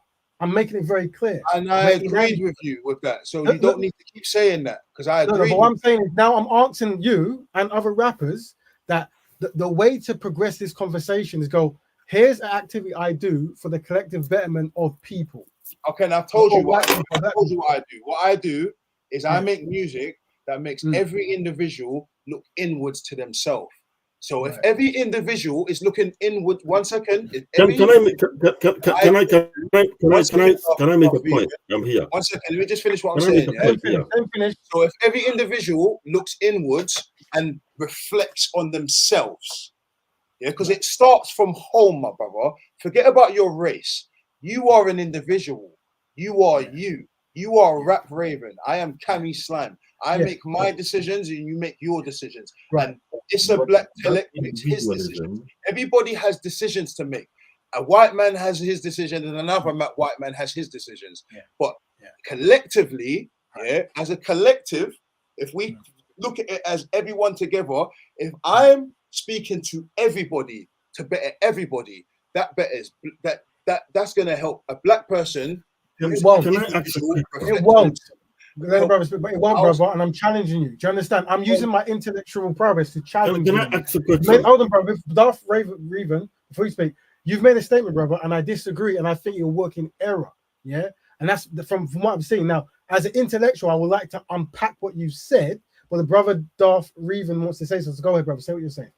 So, brother Kammy, do you think, if you seem to agree that yes, Black people need to sort out their own problems first, they need to fix their own problems and then later integrate with the rest wider human race as well, wider human populace? That's fine. But do you think, whilst Black people have their own problems, do you think that they should integrate all other different peoples into their own problems to try and fix their problem? Do you think other people's contributions into our internal affairs is going to help us fix our own problems? I didn't say that one bit, and I think that if a white person has information that is beneficial to us, why can't we take that? If it what the white person said. No problem, but it's paramount. It's paramount that Black people collectively address their own problems themselves, because they are the best fit to fix their own problems. If a white person came in here now, though, Darth Raven, if a white person came in here now and he had some very valid points, what, we're going to dismiss his points because he's white? We don't necessarily dismiss, but he should know he wouldn't be, when we get organized outside of here and we go into a building, he'll have to have a special invite and have to be a purpose, because it'll be a building for Black people to fix Black issues. What I'm saying to you is what I've asked though, is if a white person says, well, I believe that, like from my point of view, I have a lot of Black friends and a lot of them have traumas that they need to heal from. And this is how I think that from my experience, my Black friends can heal from it. And let's say the points that he made are very valid. do we dismiss him because he's white? So I don't know if you want to answer that, whatever it is, but remember what I'm saying. I want Raven to answer it. Would I dismiss? Yeah, I think that Raven's I will answer take that the one. point. I will take the point into consideration, but he will not be part of the internal discussion. Yeah, I agree with you. I agree with you. What will happen is, we dismiss his points. Here's the answer to your question. We're going to create institutions for black people to come together, and that brother can say what he wants. He's never going to be a member of that institution.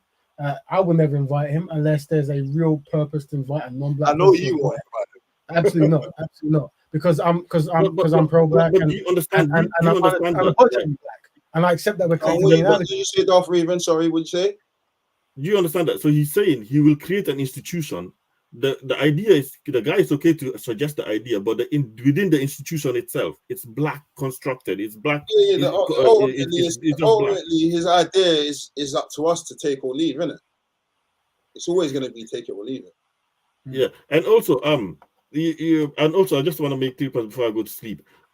The individualism is also one of the reasons why a lot of things doesn't get tackled in this country as well, right? The upper class, as you guys say, divide people into say, okay, you didn't make it because it's your own problem. You didn't make it in life because you didn't work hard, but it's not because the case of there's a lot of wealth inequality in society and lack of wealth distribution in society. So they get us focusing on our own individual lives. We never come and collectively address things. So if black people never come together and collectively address their own problems, and we look at it as it's all individual, so it's a human thing, it's an individual thing, so we will never get anywhere. So black people, if they're going to affect anything in their own society, they need to come together and best address it as a collective.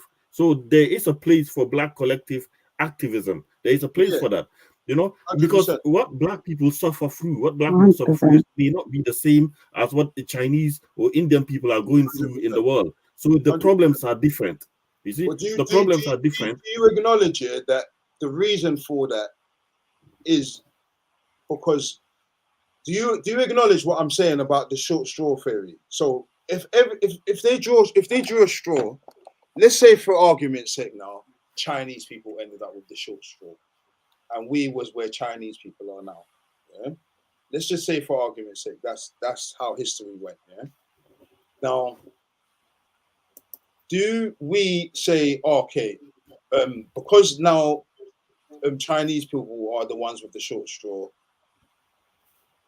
they need to deal with what they're dealing with, and while they're dealing with that, us as black people, we don't need to get involved in anything because it's not our business. It's not our business to get involved in that. Or do you say it is our business because nonetheless, we are all under the same thumb. So regardless to whether they need to heal first or whatever, eventually we have to come together to get rid of that thumb. Because that thumb's still going to be there. Once we've empowered ourselves, that thumb's still going to be there. That's right. Eventually, but we want to focus on the now. You want to heal yourself. I know. Listen, I think black people are very empathetic, and I think we would actually try and help other races. The reason why we're empathetic, the reason why we're so empathetic is because of what we've been through. That's why we're so empathetic. You have to help yourself first before you help. But I also think it's the relationship we have with God. I think that as well, personally. Yeah, maybe that is a factor as well. That we're closer to God, we're close to God. Cool, maybe that is a factor.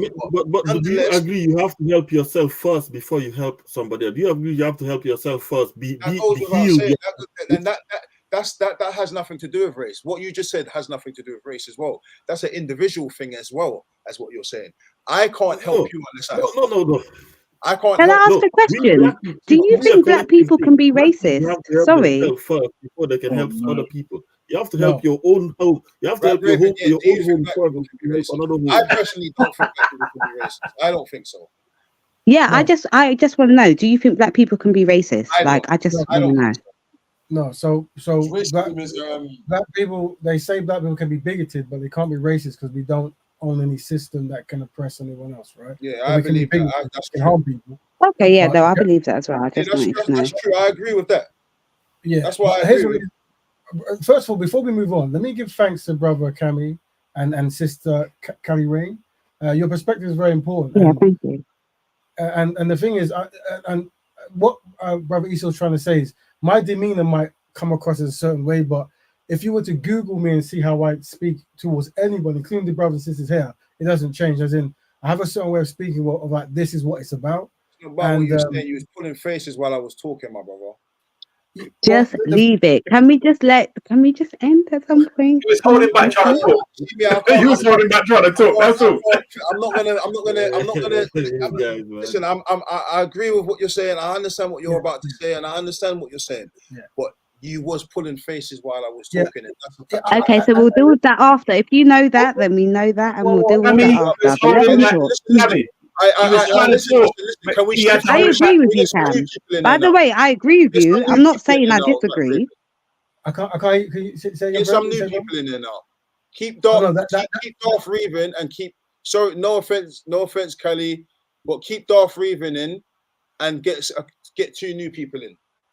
Well, basically, I'm going to sleep, but it's quite interesting topic and all that. Yeah, but here's what it is, brother. It's whoever wants to come in, not necessarily. So right now, we've got who wants to come in. Didn't Kushi say she wants to come in? I want to hear what Kushi wanted to say. To be honest with you, that might be because normally because of the interesting topic, we've gone way past the time, so we're going to have to really cut to the end. But we can part 2 with a certain topic. Oh, you're welcome to come back and finish it because the show actually is an open panel. And it is good to hear people who have a very different perspective and for us to use it as case studies as well. Yeah. Now, just to go back, my thing wasn't to mock you with faces, right? My thing was I was aware I could not stop you from speaking because you wanted to give the signal, but I wasn't seeing the signal. So I gave a little thumb like, is the signal going to come? You started to do it 1 minute, like less than 1 minute into me talking. Maybe, but it's like this, brother. Because I stand in my score on everything, right? So if I'm trying to mock you, I'll just tell you in it because I say black people are collectively inadequate. I say black men should marry black women. So she's being ignorant. You see what she's saying in the bottom corner there? Why are you being ignorant? I just said I want to hear what you have to say. I didn't say you have to come in here. Why are you being ignorant? Well, but brother, this might be a new experience, right? And what I'm saying is, if it is, let us try to find that middle ground of where we can be solution based. Yeah, like no one here, like it's like this. We have an agenda, right? And that's the collective betterment of black people, right? So I get nothing from making you look funny or not funny or great or not great. Hopefully, you can never make me look funny, my brother. No, definitely not. Of course not. We don't have the skill set to do that. But there will be no attempt to do that. Because I'm confident in my skin. And I believe that. Yeah. So what I'm saying is, you understand that before we start speaking, we have an agenda. And that is how do we collectively make black people work together for unity purposes and betterment purpose. And that's why the show's called Black Betterment Broadcast, right? But I let you know that, unfortunately, my conclusion is black men and black rappers collectively don't value any form of black betterment. And this show demonstrates. I do, though. If you listen to my albums, you will see that I do. Right. And you're saying that, and you said earlier that Swiss. Yes. You've mentioned Swiss. So why now you're contradicting yourself because Swiss is. Oh no. So remember when we use the term. I'm going to answer you, brother. I'm going to answer you. We're going to do a campaign next week to find out the percentage of conquered black men, right? So we acknowledge that there's a small number of black men and black rappers who actually are very aware of black betterment and value it. But we're saying that as a collective. Yeah, no. So individually, we can find 1, 2, 3, 4, 5, which are beautiful. But when it comes to the sheer mass, it isn't an important asset. This is what we're demonstrating, right? And we're using this as a case study because I'm constantly trying to say how can we work together, but it's not seeming to really land anywhere. What is landing is what if a white man wants to come into the thing, and I don't want anyone to feel bad or good. I'm just letting you know that because we're collectively inadequate, this always happens. So it isn't like a surprise. If I go to the left, the black man from the left will do it. If I go to the right, the black man right together. And we're trying to say that, yeah, we're collectively inadequate. And because we're collectively inadequate, it allows us to justify why we have a whole broadcast dedicated to a lifestyle that fixes us being collectively inadequate. And I hope that makes sense, family, right? Now, would you guys have any last things? And please join us next week, and we can make it a certain topic if you want. And hopefully the sisters will come back then. But is there anything that the panel like to say before they go? I just want to say that it's funny that you say that obviously the whole point of your show is to say that we, like black men, always talk about another race to say that they're, and that's indication that they're collectively inadequate. But your whole basis of them being collectively inadequate is a comparison to other races. So that's a bit confusing to me. Not really, sister. So I'll try to be quick. It is actually looking at the metric of achievement and the mindset of the individuals and what they believe in practice, right? And the things we've done this for years. So we've got, and every week we show the data. So almost on the next screen we've got like PDF slides of all the data and stuff like that. So, but the thing is, what we try to do is we try to data demonstrate. Compared to what? So data compared to what? Well, if you look at success rates, owning industries, motivation compared to other races. Well, the thing is, a race means that it's a race. We're in a race of other people, and we're lost. Yeah, no, we are lost. And the reason why... Yeah, I'm not saying that we're not lost, but I'm saying that you say that we're bringing up other cultures to say that that's why we're collectively inadequate. But the fact that you're saying that collectively inadequate is comparing us to other races. So it makes it a void to me. So what I'm saying is, I tried to give an example and it kind of went off. And that was when I've spoken to other community groups, they are not going to mention Black people at all. And they come and go, when we're in our community group, we know that there's certain things we don't let other races know about. So they're not going to let you know everything. No, I'm talking about in the context of let us work with Black people and give them our resources and time. They don't mention there are white people that do that though. They are. But that's what I'm saying. That makes your point, Cam. That's what I'm trying to say. That makes your point. You're working with other races. This is important. You're gonna find 1, 2, 3, 4 amazing people in all groups, but and that goes against what I'm saying, because it's not 4. It doesn't, bro. Exactly my point, Cam. So many people in the world, but there's so many people in the world. So with so many people in the world, it's not only going to be 1, 2, 3, 4. There's going to be a bunch of people that you've never met, and maybe you need to travel more. No, but that's your whole point, though. Well, I can explain. But at the same time, Cam, you don't disagree that sometimes the problems are different, right? And so the people who are experiencing their own problems, they are best fit to actually address their own problems collectively. You don't disagree? They know their problems better than somebody who has but then collectively, if you know your problems and he knows his problems, collectively we can all have a conversation, and that conversation could lead to why we all have these problems. The problems are different. If the problems are different, stem from? Yeah. Let me just land this one point here. Once we have that conversation, we will all gain the understanding that all of our problems stem from. So just so you know, I'm being very clear because I don't like talking numbers back. My connection with brothers and sisters on the panel is if you guys are doing anything constructive and time is willing, I'm willing to help. So if you've got any ideas or concept that, brother, I'm just going to mute you for 7 seconds. Looks like you're rapping or something. Yeah. Any ideas, I'm willing to help out, whatever it is. But right now, the idea I'm talking about from our standpoint is on a much more concentrated level. So we won't be talking about other issues but Black issues, and that's it. And you can ask questions like, what about this, what about that, and we'll give you answers. But generally, we are focused on Black issues because you have to have dedicated institutions to fix dedicated problems. So you have the Jewish lobby, you have the Asian lobby, and these kind of people. You have to have concepts that work in your favor. And what I'm saying is I'm challenging Black men and rappers as well to give me a tangible thing that they do that is beneficial to Black people, right? And I gave Swiss, as he's I got Swiss, fair enough, that's amazing. Can't stop you there, But outside of that, generally it is not a concept, right? And one thing we have to understand that there's individualism and the collectivism, and there's individual people do amazing things, but I can't bank on certain things because the numbers just ain't there. The data is there. The data says that we are operating very poorly. So we put Black people first in everything we do. And that's what it is. And we all agree. We all agree with that. I agree with that. I agree with that to an extent. Well, next week, brother, you can always tell us the extent, and hopefully, and I have to give thanks again to the system. I've already said the extent. I said the extent is there's a ceiling with it, and once we hit that ceiling, then what? Okay, well, maybe you can have a solution to that ceiling, but as long as we're synchronized, then that conversation can happen. And like I said, I I strongly believe that what I do, what I'm about to start doing, because bear in mind, I've only just started putting my foot down with this music. I haven't like tried as hard as I haven't pushed as much as I'm pushing right now. Once give me a few months and you'll see what I do. Because like I said, I'm trying to spark the change within every individual. And once I spark the change within an individual, it's like Michael Jackson said, start with the man in the mirror. I'm starting with me. I'm starting with myself. Analogy, please. And as I'm starting with myself, yeah, as I start with myself, and I word this in my music, and I put in my music is based around me venting.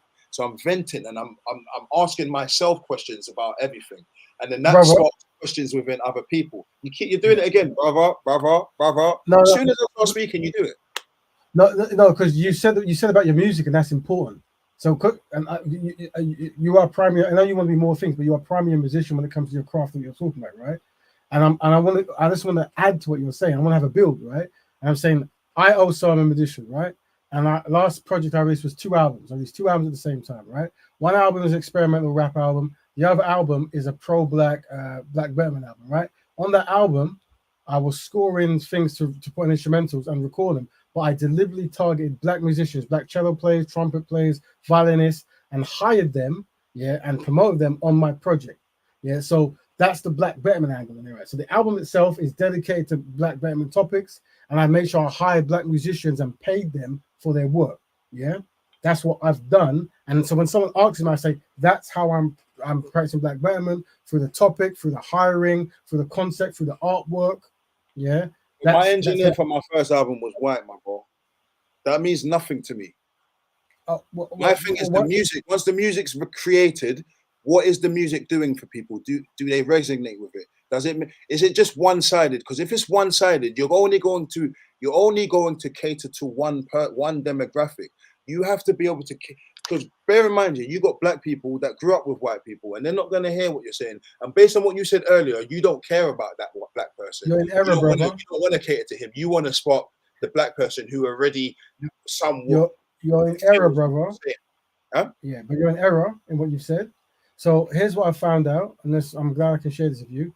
If you rap about your struggles of being a black person, or you're wanting to see betterment in black people, black businesses, that doesn't mean that an Asian person, white person ain't gonna like that topic. If they did like a topic, that would demonstrate that they are anti-black, right? Because you're trying to express yourself, and they don't care about that. No, I'm saying that, to educate the viewers. So I'm trying to promote rappers like yourself to embrace black content. I've got songs for black people. I've got a song for black people that I haven't released yet. Well, you should release it. I'm gonna release it. It's on my album. It's called Black on Black. Okay, well, let's stop that stuff. And you'll hear it, and everything you're saying, right, is within there. But what I'm trying to say to you is, nonetheless, we are being oppressed by the same person. So if we are all being oppressed by the same person, my message has to be clear for everyone. So, brother, I'm being honest. I'm being honest. I'm a producer, rapper, composer, engineer, and I've been it for over 20 years. Yeah, I've released 2 albums. It's on Spotify. It's all over the world. I get paid from it. Yeah, 1 album is for black people. Yeah, and people who like underground, what they call connoisseur hip hop, right? That's for them. Not all of them are black, right? But the topics are black. So what's your rap name? Rap Raven, yeah? Rap Raven. Yeah. If you Google me, you're gonna find music and debating, and maybe people trying to kill me or something. I don't know, right? But generally, that's what you're gonna find, right? So I'm saying, yeah, I'm in the entertainment industry. I'm a producer. I'm an engineer, right? And part of the project that I funded for myself was to hire black people to try and get them work and recognition. That's one project. Then I have another project that's just experimental, mental, and all the rest of it, right?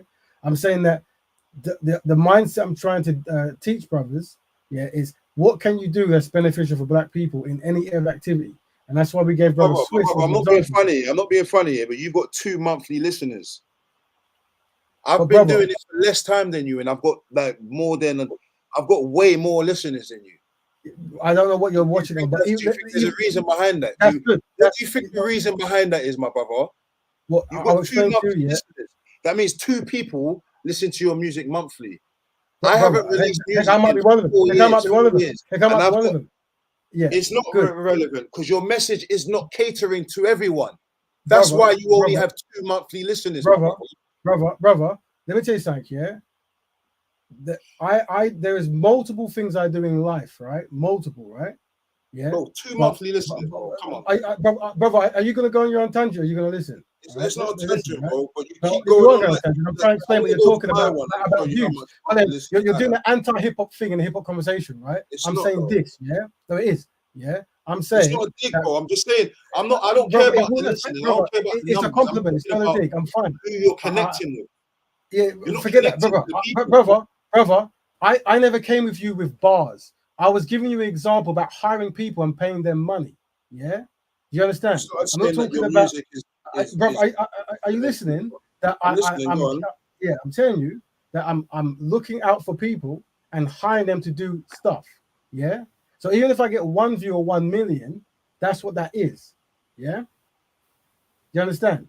So also you have to understand what connoisseur rap is and having things on vinyl and CDs and having a clientele that only listen to certain type of mediums, right? You mentioned Spotify. You didn't mention CDs. Yeah, but how can you hear a vinyl if you don't have it? How does that work? You're not going to get it, right? When you started to talk about yourself, you said, Google me. I'm on Spotify and everything. I'm on Spotify. And I've got more than brother, I'm not competing with you on that level, right? But brother, I want you to have 14 million views every second, and I would like you, if possible, to have. I'm not bragging. I'm not saying this to brag, you know, my brother. What I'm saying to you is, listen, hear what I'm saying to you. But stop saying brother. Listen to what I'm saying to you. You want me to call you brother? What do you call you? Let me land with what I'm saying to you. The reason why I have more listeners than you, forget about my talent. Maybe it is because I'm more talented than you. I'm not disputing on that. The reason why I have more listeners than you is because I cater to more people. And if I go into my diagnostics, the majority of my listeners are black. Majority of them are going to be male. Majority of them are going to be of a certain age. And I've seen that. So the reason why that is because I've tapped into a certain thing and I know how to speak to people. I know how to make people understand what I'm saying. The way, I don't know if you, like I said, if I was you and I invited you to do this, I would have gone and listened to your albums. You haven't even done your research on me, but you're debating with me. Why didn't you do your research on me, brother? Well, brother, we met in a forum where they were talking about a week ago. You had a week to do your research on me. Yeah, brother, you were brought on here to talk about an ideology, right? Your craft and your creativity is fantastic. About rap. I wasn't talking about rap. If you were a banker, I wouldn't research the bank. I didn't mention rap once. You mentioned rap a bunch of times. It's like this, yeah? You're making something personal, and we can do that. It's not personal. You're taking it personal because what I'm saying makes you feel like that. I'm about to explain. I'm making a point to you, bro. You're taking it personal. I really am not, brother. You obviously don't know me to think I take anything personal. I'm not making it personal. I'm just talking about something. You mentioned your Spotify. I didn't mention your Spotify. Brother, I only Googled you. You told me to Google you, and I Googled you. And and you made it personal by telling me to Google you. That's what made it personal, brother. Let's go back. You were talking about how you can influence black people with music. And we're talking about topics, hiring, and then you said you had a white engineer, this kind of stuff, right? Sorry, bro, say it again. Most of my followers are black, bro.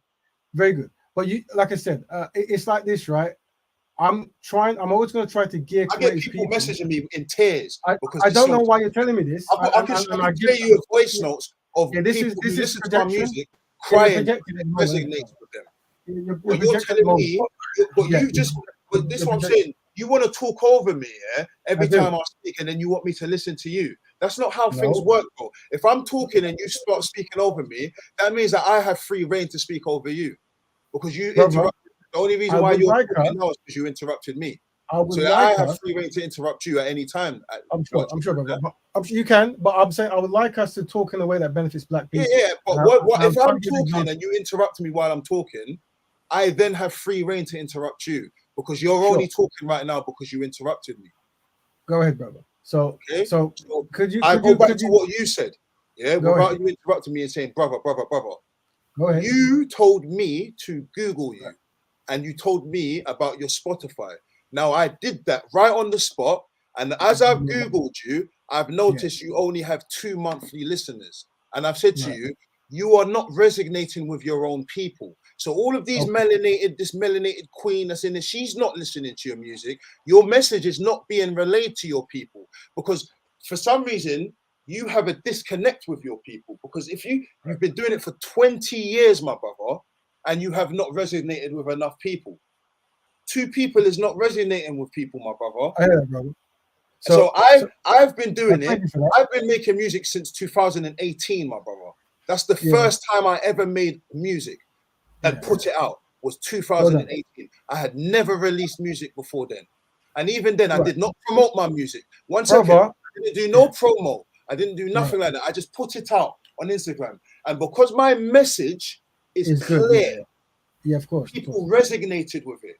Because I don't know why you're telling me this. I want to give you a prop. You're interrupting me again, my brother. So because you're taking a long time on the projection, and it's like we have a time limit. Talking and you're interrupting me, so I have. We have a time limit, brother. My brother. So what I'm saying to you is, my message is so clear that I have black people messaging me, crying. I have a song called "Mother's Nature" dedicated to black women. Good stuff. Yeah. You didn't do your research on me, my brother. You invited me here, and then you're telling me no rappers doing this. My song "Mother's Nature" featuring Boys Nash is dedicated to black women, not white women. Brown skin, melanin so heavenly. Mother's nature, you be the root. From your seed came the first fruit. True. That's my song. That resonates with black people. So you should have done your research before you invited me here and started patronizing me about black rappers don't do this for black people. I've done more for black people than you've done in 20 years, my brother, regarding music. Regarding music, no, brother, that's not correct because brother, this is a projection argument, and it is going to help black people. Okay, brother, I understand the passion. It's like this. It's not, wait. In perpetual, I'm not arguing about views. He brought up. Brother, let's not try to trigger this. Yeah, you brought it up. That's the only reason I'm not even saying anything, because you did bring it up. I kept on telling you, I'm above a rapper. I'm not just a rapper, bro. I said this from the beginning. You kept on saying rap. I didn't bring up rap. So let's not gaslight. There's a confusion. You kept on bringing up rap, and you keep doing it. And you're gaslighting. All right, I'm gonna stop. Let's not gaslight it, brother. Let's say this, yeah. I'm saying this. What we're trying to do is establish how we can benefit black people in the creative endeavors we do. So the example I was given, listen, you demonize me, you criticize me for I don't know why you're saying myself within, and while you keep saying brother while I was talking, but you're gonna say the same thing you said in the beginning. It's now 3 o'clock. You've been saying that since 10 o'clock, my brother. Good, but you keep asking me what I'm saying, which is the issue. So hopefully you'll remember this time, right? I'll say it again because it's important. I'll say it one more time because that wasn't needed, Raven. I don't know why you're patronizing him. Come on, what's the point of that? If you're trying to calm it down, which is what you're saying you're doing, what's that about? Kammy, just give him 60 seconds. Kammy, just give him 60 seconds. I was not talking about music. You keep talking about music. So now I'm challenging you on the music. What is your message in your music doing for your people? Because you've only got 2 listeners. Yeah, it's not resonating. Because your message is flawed. That's and I don't need to listen to your music to know that, because I'm listening to how your mind works. I don't know how you want me to answer that question. I don't know, but it's like this. One thing I can't. Like I said, just be genuine. It's not about how he wants you to answer it. He just wants you to be honest. He's not trying to get a response from you. You brought something up. I've told you why I brought Sign Cup. You've gone somewhere, but listen. Whatever you want to do, we can do. If you want to say, like, you've been making music since 2017, right? My interaction with musicians is mixing and mastering yeah, and helping musicians that way, right? And I've been doing it for years. All right, right? what musician have you helped? Let me. What musician have you mixed and mastered for and helped? So Give Ty. me a name so I can Google Ty, them now. unfortunately, the brother passed away. Ty, rapper Malachi. These are old UK rappers. I'll just spell his DJ name. Pogo, Sparky Ski. These are old UK. This is not the point of this. Can we not do this, please? Please, can we not do this? Let me land You're the engineering. I'm I'm giving you. What I'm making is you keep You've bringing made up your point, Cam. I promise you've made your point. the point that you're making with the music. The reason why I'm banging on about the music thing, because I tried to say to you hours ago, I'm more than a rapper, bro. And you keep I don't know why you're bringing rap, but you can. You keep bringing up rap. One sec. Based on rap, I've done more for the black community based on rap than you. All right, let me just ask, what was your point? Brother Kammy, let him speak, please. Yeah, go on. Yeah. So my point is, whatever person brings up as their creative field or whatever, can we find a way to benefit black people in that? So I gave an example of making a project and hiring black people, yeah, to as in hiring and paying black people to put their talents and to get them paid. And that was a conscious decision of how to integrate black people into a project, right? And I'm saying that whenever we do stuff, if we're not thinking of that, we're not going to do it. That's what I brought up. But something else has happened. Paid, my bro, because you've only got 2 monthly listeners. How much did they get paid? So it's like this, right? Oh my gosh. No, we can answer that because, like I said, remember, this is important. You should be able to ask me what I'm doing, and I should be able to answer with truth, right?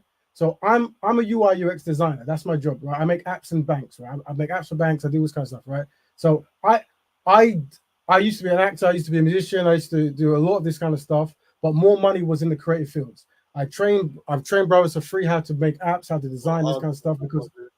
So you say, brother, I'm finished.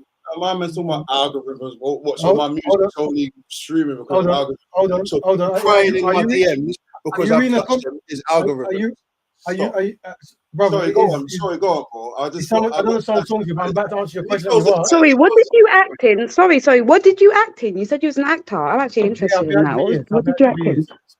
You just, like I said, the last show was called Later. It's on BBC Two, right? But what I'm saying is this, yeah.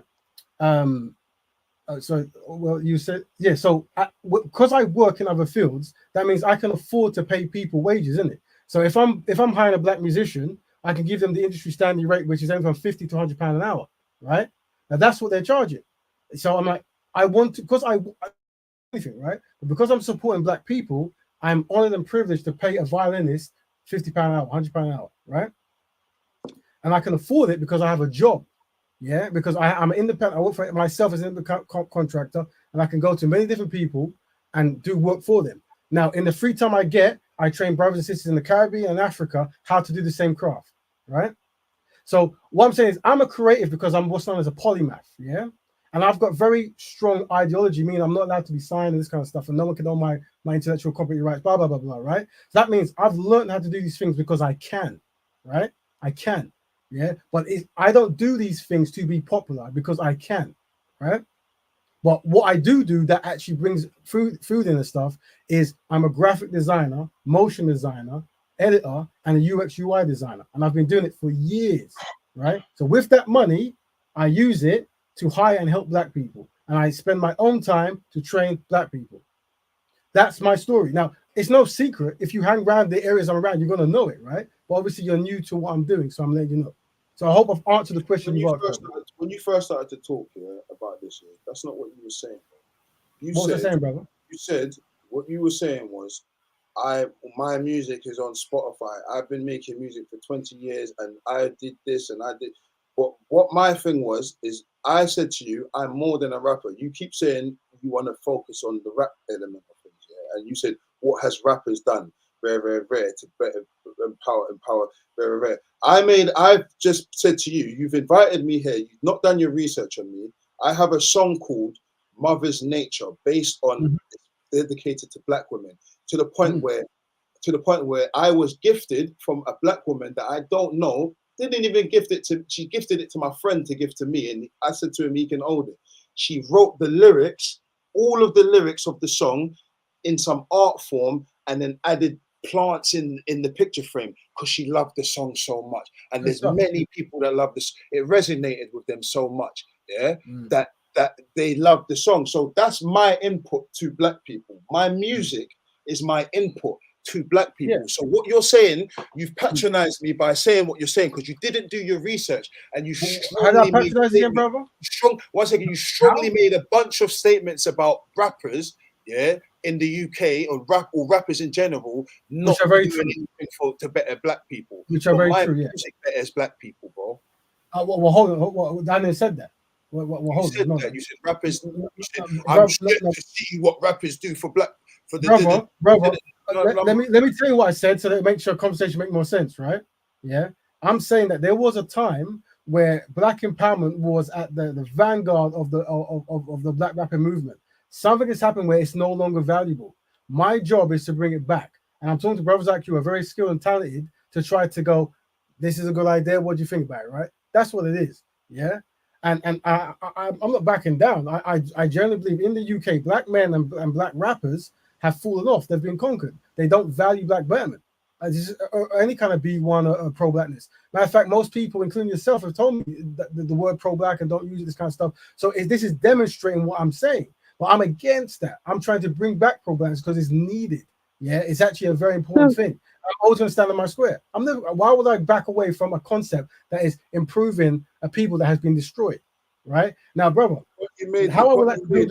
Sorry, do you listen to underground rappers though, or do you just listen to mainstream? Do you do your research and look at underground rappers, people that are coming? No, not just you, but I'm just saying in general, because obviously we can only go on the experiences that we've had.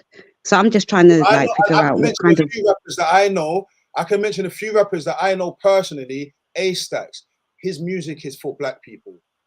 Right. So I've got a whole mixtape with him.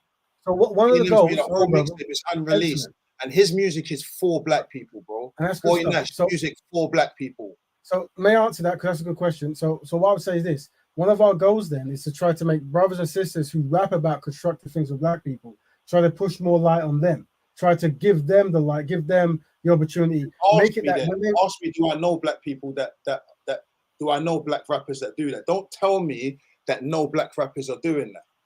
Well, first of all, brother, you were rapping in 2017, right?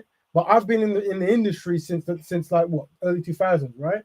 I've learned the craft to make albums. I make vinyls. I make CDs. And I guarantee you, that them albums are flawless. Even if the world's worst, I have a trade in it, and I am paid by other rappers and producers to do things for them. Yeah.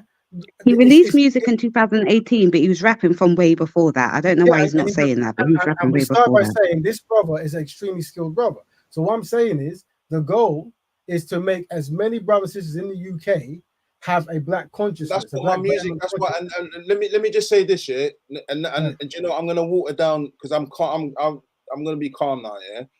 Now, exactly what you just said is my goal. My goal, and not. It's one of my goals because I have more goals than that. I've got bigger aspirations than just that. One of my goals is to spark change within the music in general. I don't like the concepts that a lot of these rappers are rapping about. I don't want to hear a man rapping about drugs. I don't want to hear a man rapping about how much vagina he can get. I don't want to hear a man rapping about shooting his gun. I want to hear man rapping to uplift his people and uplift people in general, make people feel good, make people want to rise up and get rid of that fun. That's why I make music. My music is to get rid of that fun. Yeah. And that's the be all and end all of my music. And while I'm doing that, yes, I'm going to empower black people because I am a black man and I know that us black people have the short straw. And I'm going to put strips of that in my music throughout my music. That's going to be throughout. So that's what this conversation is about, brother. Cam, can you rap something? Cam, can you rap something, please? Can I ask a question, though? Can you rap something, please? We don't ask a question. It's 3 o'clock right now, man. I'm tired. What I'm saying is, I'm for the empowerment of black people. I'm not against anything you're saying. From the beginning of this conversation, from the beginning of this debate, I said to you, I agree with everything you're saying. But go on. Sorry, it's all. Yeah. I was going to say, my brother. See what I think what I heard you saying when I first came on was you were saying something like Rap Raven and his type of people, his type of group would be dealing specifically with black people, and then there's another group of black people that would deal with all the others. Were you saying that they could also deal with Rap Ravens type black people and the others? So I'm looking at what you're doing. I'm looking at you right now. I'm looking at you two next to each other. He's hyper focused on this, right? Like I'm focused on that and this. Right. Yes, this is right. That's what I see at the moment. That's what I've been saying to him from the beginning, my bro. And I said to him from the beginning, I think that we need him to focus on that. We need people like him to focus on that, because that needs to be focused on. But we also need people like me to focus on this, because this needs to be focused on. Collectively, they both need to be focused on. I don't know what you've been arguing about, bro. Maybe you're not hungry or something. You're not been arguing. Sorry, brother, go on. I don't know what you're not been arguing about, because listen. But brother, we respect, because he keeps on saying I disagree with you, and I'm asking why he disagrees with it, and he keeps on giving me side stories as to why he disagrees with it, and then going off topic. And I'm saying to him, you didn't answer why you disagree with what I just said. Brother Kammy, when we play this back, we're going to see that numerous times. I'm actually going to watch. I'm actually going to watch the first 3 hours of this show. I swear, like here's what it is, right? I'm just very consistent in one sense, and that is you're not consistent. I'm not gonna lie to you. I really am, brother. I really am. One second. I'll backtrack. You are very consistent. Too consistent. Can we wait, brother? Just let him talk, man. Sorry, my bro. I'm a bit crazy sometimes. And it's a creative thing. I get it. But it's what it is. What it is I respect the brother and the sister too much to not tell them the truth as I see it. And the truth is, if we can't quantify what we're doing, then the chances are we're not doing anything. So this message isn't to the brothers, to all brothers and all sisters who are creative or who are just black people in general. And this is something that I've learned. And I've tried to give examples of why I've had to deliberately do things to include black people, because if I don't, other people will benefit. This is what I've known through many years of operating. Yeah. So I'm trying to give this knowledge to the brothers and sisters, because this ain't no everyday kind of rapper. This guy can generally rap. And he's not just a rapper, he's a creative individual. He's got other art projects going on. I designed this, bro. This is me. All of this he also does the t-shirt. There you go. Kammy, I think you're misunderstanding Brother Rap, because I think he's got a love for you. Like he sees a value in you. Do you see what I mean? So that's why I think the way that he's coming. So you are? He didn't do his research on me, because he said no, but I think he wanted it to come out. This is brother. I hear you, but there's a strategy sometimes, in which, like, for instance, I'm a debater, and I will deliberately say something in a certain way to get a certain response that will, let's say, start us off as antagonists, where when we meet at the middle, we're really close. It might sound immature, it might sound not the way to do things, but sometimes I tell you, brother, it works well. Because what I'm saying is, from what you've been saying and what Brother Rap's been saying, I'm like, wow, this is actually one of a really good show for me. Do you know what I mean? Like in how you lot spoke. I agree still. Yeah, for real, because I've known Rap for years, and me and Rap disagree on a lot of stuff. Yeah, but cut this up in snippets and throw it on the gram, bro. It's gonna do numbers. I'll tell you that much. Okay. Yeah, but listen, so the family, so brother Kammy, we love and respect the fact you came here, and you're always welcome back. And if there's any topic you want to do, and we want to say it in a way where the sisters feel like they can come in more, and we can have more of an interest back and forth. And obviously, your friend, I know the relationship with her, but she's always welcome back. But I think you did a good job here. Do you know what I want to do though? Next time I do it, I want my partner to come on, because like I said to you, she's pro-black like you, and she's mixed race. I actually went upstairs and said to her, "Why don't you join?" I think that because she was watching it. Well, we'll tell the sister next week, and maybe she could talk to the other sisters as well. They probably agree on everything. But brother, what we're trying to do here, is we're trying to create concepts and ideas where we're talking and we're pushing things forward. Yeah. And the truth is, if you're creative, bro, like you said you've got the ears of many people. I've obviously got a history in certain things. I can not as much as I need to. Say again? Not as much as I need to. That's why this year I've decided I'm putting my foot down.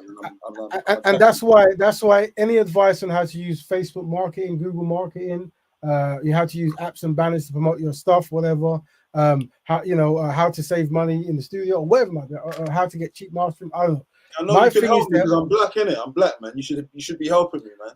the thing is, brother, like, just so you know, the way you present yourself, you're very similar to most of the brothers who go Speaker's Corner. Even though you might not agree with them, they're all rappers. They've all got their opinion, and they're all, you know, help everyone, the farmer. They're all on that 100%, right?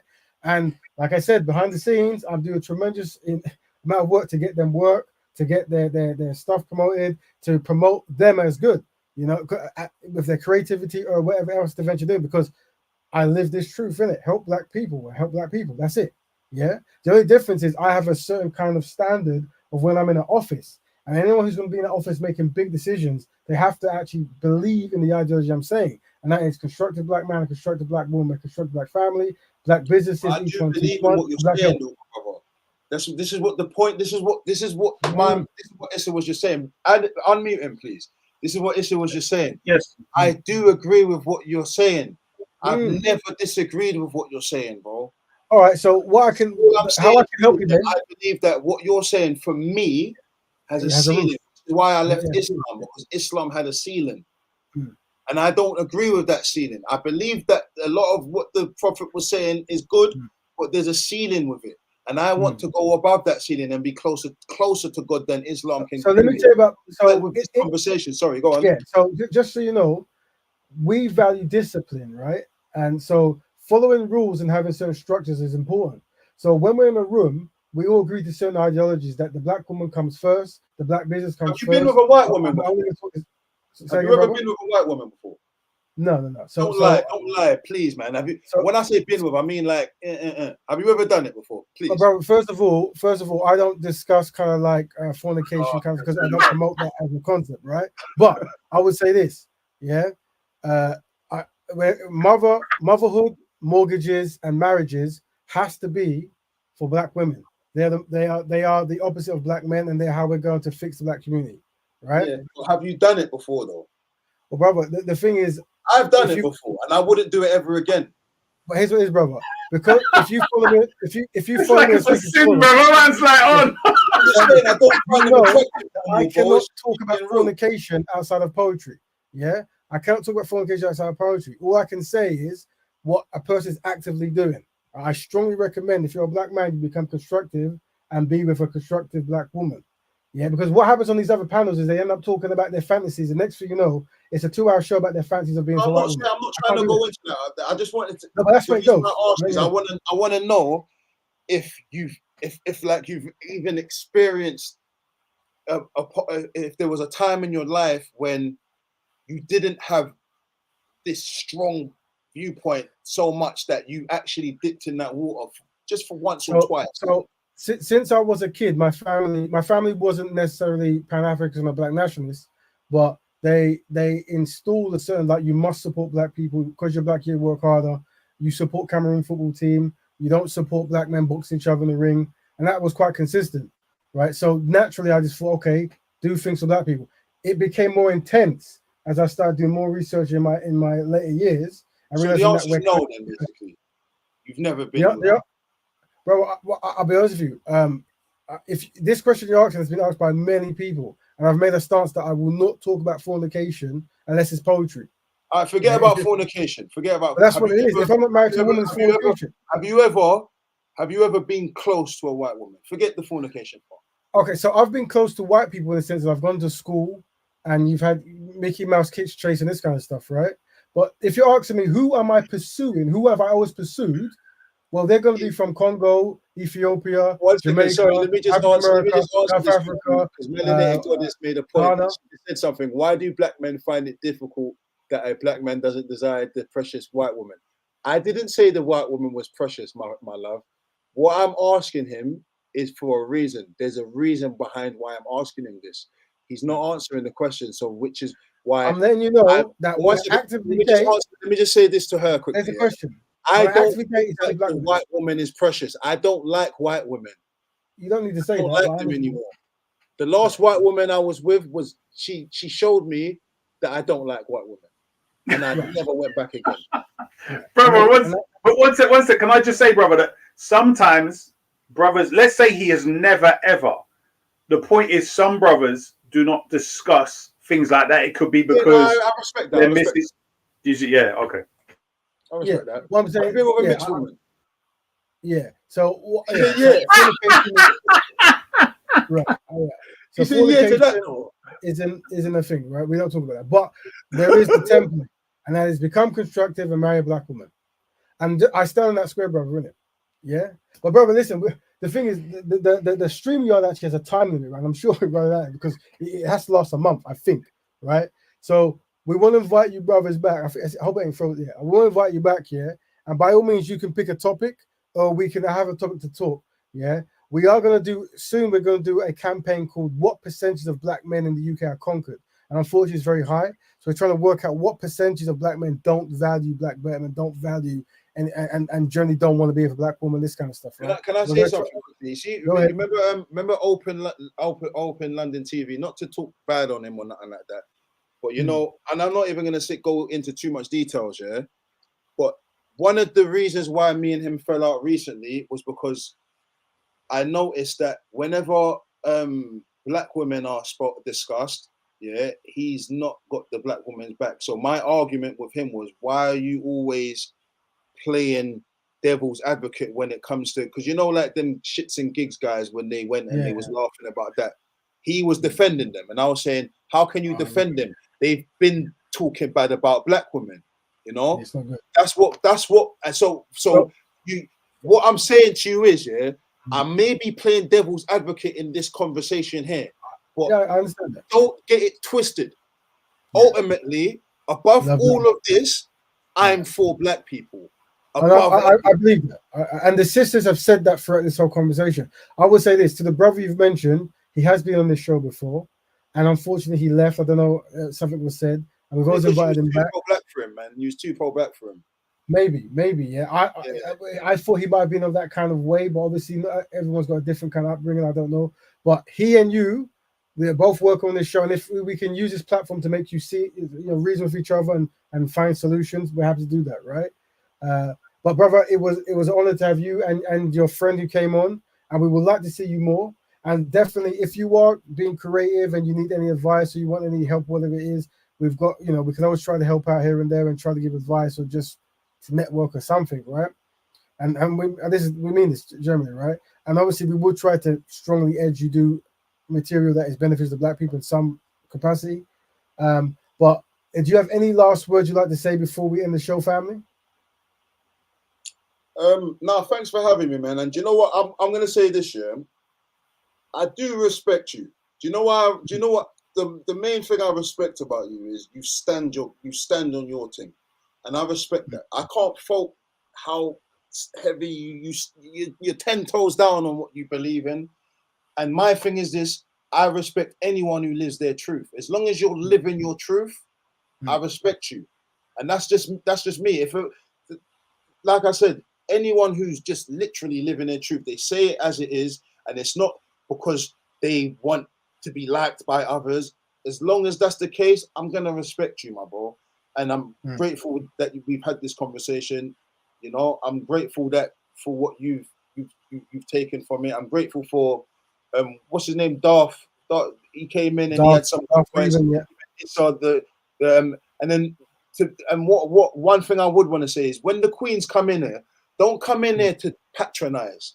Don't come in here with the intentions of belittling someone, because that's what Melanated Goddess came in there doing. And that should be no matter whose side she's on, whose side the person who's doing that's on, everyone should condemn that person for doing that.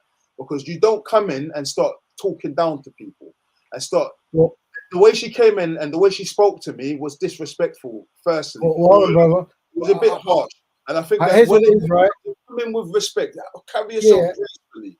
Hold on, bro. I would say this. I think there might be teething in the sense of when two different people meet on a platform for the first time. The sister men can debate harshly, but when women are debating, if you don't want me to talk to you harshly, because remember when she came in, I wasn't talking to her harshly at first. But when you talk to me harshly, I'm going to end up talking to you harshly. Well, the sister's here now. Hopefully, we can have a nice resolve before we go. Something for black empowerment purposes, black benefit purposes. So, sister's here just to maybe clarify, and so we can have a nice resolve. There you go. If she disrespects me, I'm just not going to respond. Well, yeah. Well, there should be no disrespect. We should be on the same boat trying to push Black people forward. So, sisters, anything constructive you'd like to say for us to wrap up the show? Sure, Raven. When I came on the panel, I was recapping what I had heard, and because you asked me, was there anything that I wanted to say? When I started speaking, the brother had an issue with something that I was saying that I heard. All I asked him was that you can correct me when I'm done. Please allow me to finish. Before I jumped on It's the panel, not what I you heard said, it's him. how you said it, I man. mean, see, look, before I Go jumped on ahead. the panel, before I had jumped on the panel, I had heard him have lots of issues about being cut off. And then as soon as I got on the panel, what he did was try to interject, right? Let's not use the word cut off because maybe from his perspective, he doesn't see it that way. He wanted to interject while I was speaking. All I said was, why are we both speaking? I was speaking. What you could do is you can correct me once I'm done. I'll go on mute. If that is disrespect, then you just gonna have to have your feelings hurt because that is very that is No, it's that is what you very said once you that is went very into assertive. That is very assertive. That is very direct. I was not being rude. I didn't call you any names. I didn't raise my voice. I didn't do any profane anything towards you. I didn't cast any insults. I told you what I had heard on the panel. That was it. all right, but if you're gonna go into the comments, yeah, and start saying to a grown man that he's throwing a tantrum when all I'm doing is talking passionately, that's disrespectful. Oh yeah, I mean that's after you started like I didn't say being anything. having a tantrum. Like I, that wasn't I, before. That wasn't when I was on the I never panel. said I anything did. disrespectful to you though, for you to tell me that I'm throwing a tantrum. I mean, if you're gonna get your feelings hurt about something that somebody puts in Nobody the got channel, their feelings hurt. hold on. All See, you're right, still I'm gonna let saying you it finish. again. Nobody got their feelings hurt because I'm a Okay, grown man. so I'm I'm a saying grown that man in with my like, opinion, I'm allowed to have my opinion. My opinion of if I write the words tantrum and then you literally raise your voice, to me, well, I've had a no, baby. no, but I know what I know. I know what my when my baby has a tantrum, how they're acting, now right? you're being disrespectful again. Okay, Well, you can, I'm not going to apologize for it. I don't want My your apology. perception. My well, perception is that you were having a whole man tantrum. That's what I called I it, don't want your right? apology though, and I don't. And Okay, to I be know honest you, with and you, you're not going to get it. So that's everything great. you're We're on saying, the same page. everything you're We're on saying the is same page flawed with that. because everything that you're saying to me is flawed because you don't carry Okay, yourself so Raven, as a woman I who's came melanated back goddess. on You here. carry yourself like a goddess. I'm a goon from Brixton. I'm not a goddess. I'm not a Call god. yourself what you I'm want from the to. street. Yeah, you're not from the streets. You're a melanated goddess. Carry How do you yourself. know where I'm Come from? in here Like, gracefully. this is so well, hold on. interesting. Like the My name internet, is all of Kammy these Slime. Wait, assumptions, one second, yo. one second, one second. My name Where is we going? Kammy Slime. My name is Kammy Raven, Slime. Slime I came indicates that back I'm up a here, slime. Raven. Listen to what I'm saying to you. The slime One at indicates a that time. I'm a slime. Your name is Melanated Goddess. Carry yourself that way. Yeah, I'm living in my truth. Living your bro, truth. brother and Yo, sisters. Yeah, hold on, yeah. sis. The thing is, I people come from think you're different. Hold definitely on. carrying yourself that way, sis, by the way. Yeah, sis. With What would you respect. say, Christy? I think you're definitely carrying yourself like a goddess, Yeah, by of the way. course you're going to say that because you're pro-black as Well, well. And she goes well, against, she So what goes does against pro-black have to do with like because why do you using everything. Listen, my man, he was stuttering. Yeah, when we mentioned the Avengers thing. Yeah, you was in the comments. I was reading what you were saying. No matter what he says, you're gonna agree with it. You don't care I what. didn't even pay attention to the Let me. whole You Avengers don't thing. I like being wasn't me. interrupted. It Listen, really you don't wasn't like being me. interrupted. Yeah, but you interrupt so much. Yeah, because I listen. You interrupt You so said much. I I don't like being disrespected interrupted. you. You Oh said I wow. disrespected you. You was You cutting off. understand? So we're in the hold on, cutoff zone now. You We're in the cutoff sister, zone. sister. this Let me I go. will video, listen to. if you 5 watch back to seconds this and let whole me speak. video, And yeah, brother, if you Cammy, watch back to the this thing whole is, video, Rap brother, Raven spoke here. While Rap brother, Raven was speaking, a lot of the times I was just kicked back like this, listening to him. A lot right, of the right, times, and then as soon as I brother. went to speak, brother, that's when I said to him, brother, I let you speak because a lot of the times he was speaking and I was kicked back like this, listening, rubbing my beard, playing with things while he's talking, so that I can concentrate on what he's saying because I have ADHD, so I have to fiddle with stuff. So I did that. You'll go back and you'll see that I did that. Now, and then whenever I went to speak, it was brother. That's when I pulled him up. But then you came in and you want to make the point of, oh, you don't like no one interrupting you. That's because I gave him the time to speak and I wanted the same time back. When you came in straight away with a tone. Your tone was belittling. You can't come in here and belittle me because I'm a grown man with 5 children. You're not going to talk to me like that. Brother, you understand? Brother, a lot of this, brother, hold on, sis, hold on. The thing is, brother, a lot of this is interpretation and projection and stuff, right? I'm not saying it's right. Let me explain. She spoke to me like I was a little boy. And sisters, I need your help. Hold on, brother. I didn't respond to it. I let her speak when she spoke to me like I was a little boy. Yeah, but I let her speak. I said, okay. I let her speak.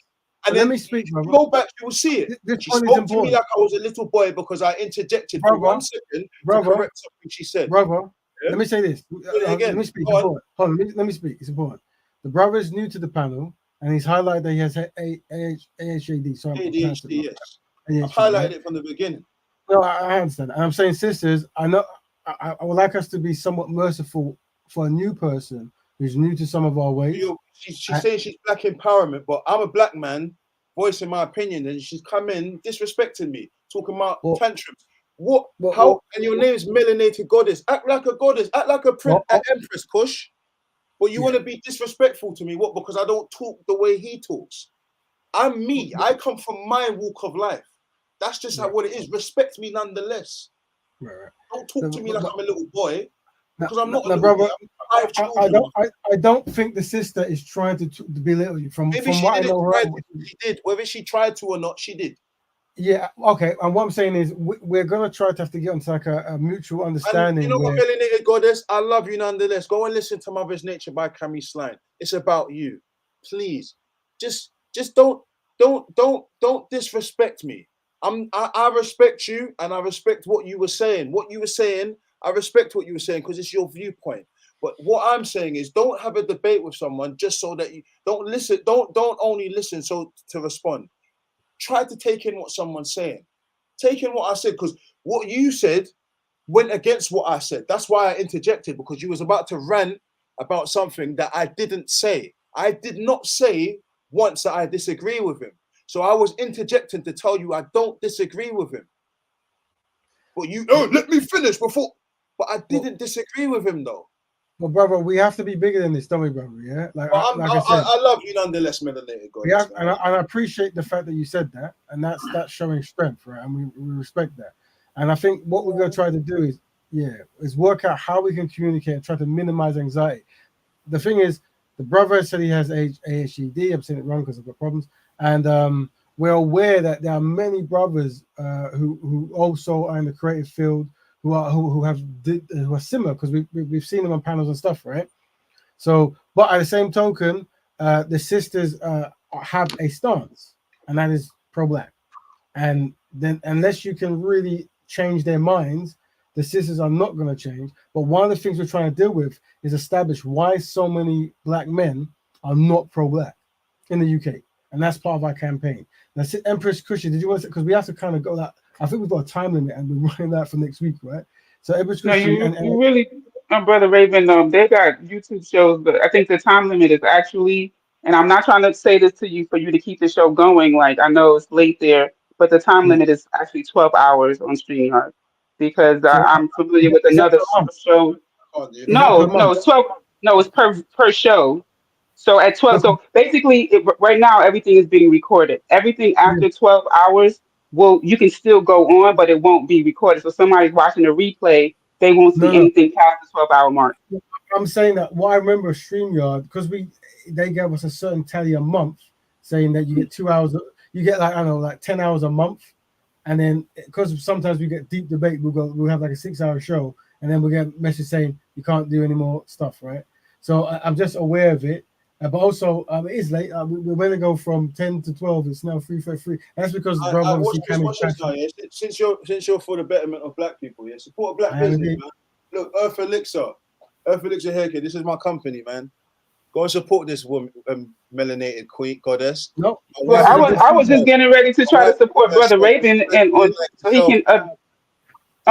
So Kammy, what I was gonna say is that what we could do is we could send a PayPal or a Cash App to Brother Raven so he can upgrade his StreamYard because the conversations on this channel are very important to the community. And I think that that's an investment that we could all make if we just send him something. You know, I'm Yeah, not to say not to bring down your business or whatever, but I'm just saying in the conversation, I think that that's a true thing. I don't want for like because he does his shows every week. So although this conversation is really important, what if he has to skip a week now because of the type of StreamYard subscription he has? And he shouldn't have to pay for that himself. So, Raven, I don't know if your channel is monetized, but if people No. are watching, they should listen. And if you have Cash App or PayPal, you know, I know that you don't want to ask Raven, but you need to start you know, doing like a little ticket, the you know, the message that goes across the top, and you Mm. tell people if they want to contribute, right, to the advancement of your channel, they could donate. I give thanks that sister. Give thanks for that message. At the moment, because of my ideologies, I can't accept any money from anyone. And if I have to pay, I'll pay for myself. But I want to give thanks to you I and respect. also, This is brother. what I'm saying. I respect you, man. He stands on what he believes in, and that's something that I have to respect.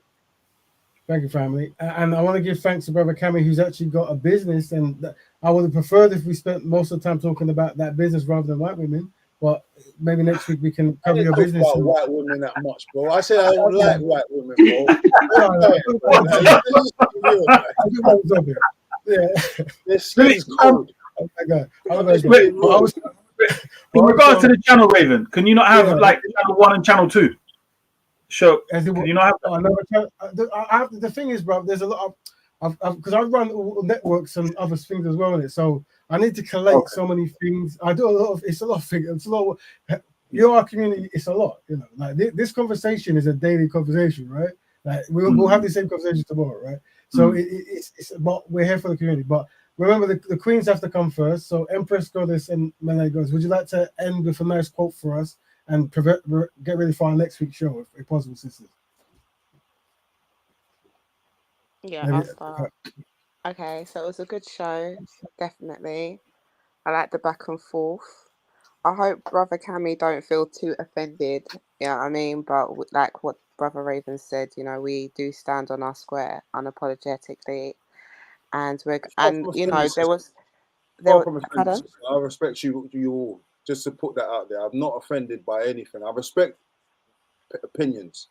Yeah, and I'll be honest with you, for all the people that have come on who have debated the purpose of Black Betterment, I still feel that you and others who came on in support of you could still see that you could understand and align with certain things that were said.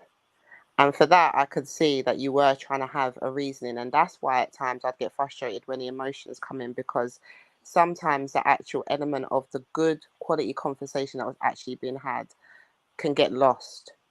And because we're used to that all the time, there's just no tolerance for it. We'd rather you sort of just get back on track and just have the kind of conversations that we enjoy.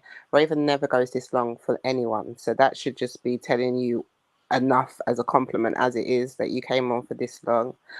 I'll send that to like your missus as well who's listening, and I think the sister in that jumped on for you and others in there. I hope they don't take too much offense. They're definitely welcome to come back. I think we just sharpen knives. It's like sharpening knives when minds come together and speak truth and realness together. We're just sharpening each other's minds. That's all it's about. So yeah, like again, it's always honors and respect and Black Betterment. And make sure you subscribe and come back. Don't be scared. Listen, I enjoyed this. I'm not gonna lie to you. I enjoy it. This is my first time doing anything like this, but I enjoy it because you know, I like I said, I'm mainly for I'm mainly for my black people, and I agree with you with the Black Betterment thing. I'm not against the idea of focusing on Black Betterment, but I just want everyone to realize that we all have a common enemy. As much as we are the ones with the shortest straw. My only problem is, yes, we need to focus on uplifting our people, our own people, because we are, you know, treated unfairly. Just the other day, I was treated. just the other day, I was threatened by someone right in front of a policeman. And I'm saying to the policeman, if it was me threatening him, I would be in cuffs right now. And he said, what do you want me to do? What do you want me to do? So listen, I know we are treated unfairly. I know we have got the short straw, and I'm for our people more than anything. But I know that our common enemy is laughing at us at the same time. Well, hopefully you can, like I said, I jumped on because I definitely wanted to, there were some points that you mentioned, and even the sister mentioned about classism and stuff like that, that I definitely would like to have a conversation with you on, but I wasn't able to do that, unfortunately. And the fact that you're an artist and you've got that message and you overs that we need that present, I don't want you coming away from here feeling defeated in a place where you should feel uplifted and empowered to keep on doing the thing. Do you understand? So it's just about coming true next time when you are ready, and let's just having a proper conversation. Just leave the emotions out of it, because now the emotions are going to be there, man. The emotions can be there, but we need to regulate. Regulate. No, but you know what? Listen. The thing about it is, I'm not saying even if listen, I've got a deep voice and I talk loud, so it's gonna come across even more aggressive than it is. It's gonna come across like I'm more than it is. But I'm calm. I'm not like angry at anyone. I've not been angry. That's the same as Mel. That's the same as cis melanated. But the thing about it is, we as black people, we're like that. We're fiery. We are fiery people. You know, she got muted. I don't know why she got muted. No, she's just giving thanks. Now family, Brother Issa, any last words, Brother Issa? Yeah. Yes. Full respect. Yeah. Big up my brother Kammy and brother Raven. Yeah, man, it's a good one still. I'm, you know what I mean. I really like, if we're going to disagree, that we at least understand what the opposite's saying, and we can resolve any issues. You know what I mean? So, and build as brothers. So yeah, I love what brother Kammy's coming with, and I think definitely what he's saying he represents as that, you could say, in between or the extension. I agree with him. It's definitely needed. So yeah, bless up to the family them, and big up my brother. So I'm gonna say, listen, all of you, go on, listen to my music. Just go on Spotify. It's on Spotify. Just type in Kammy, just like how it's spelled there. Type it in. If you give us the link, you take what you take from the music. If you give us a link, we can put the link in the comment section of the video. So when I definitely want to listen to the tune that's dedicated to the sisters. That'll be my first listen. Put the link, and what I'll do is I'll pull it into the comment section, right? And we'll promote it that way. But brothers, we gotta go. I'm just gonna quickly end the stream and say behind the scenes bye to everyone. But don't forget, next week we're going to talk about what percentage of black men are conquered in the UK. Very important. We need your assistance to get that percentage. We're going to try to lower that if possible, but it's going to be hard. But tune in for that, and we might have another debate. Depends, and obviously want everyone to come back. But I'm going to end the stream to say bye to the guys behind the scene. So there you go. End the stream. It's going to fire.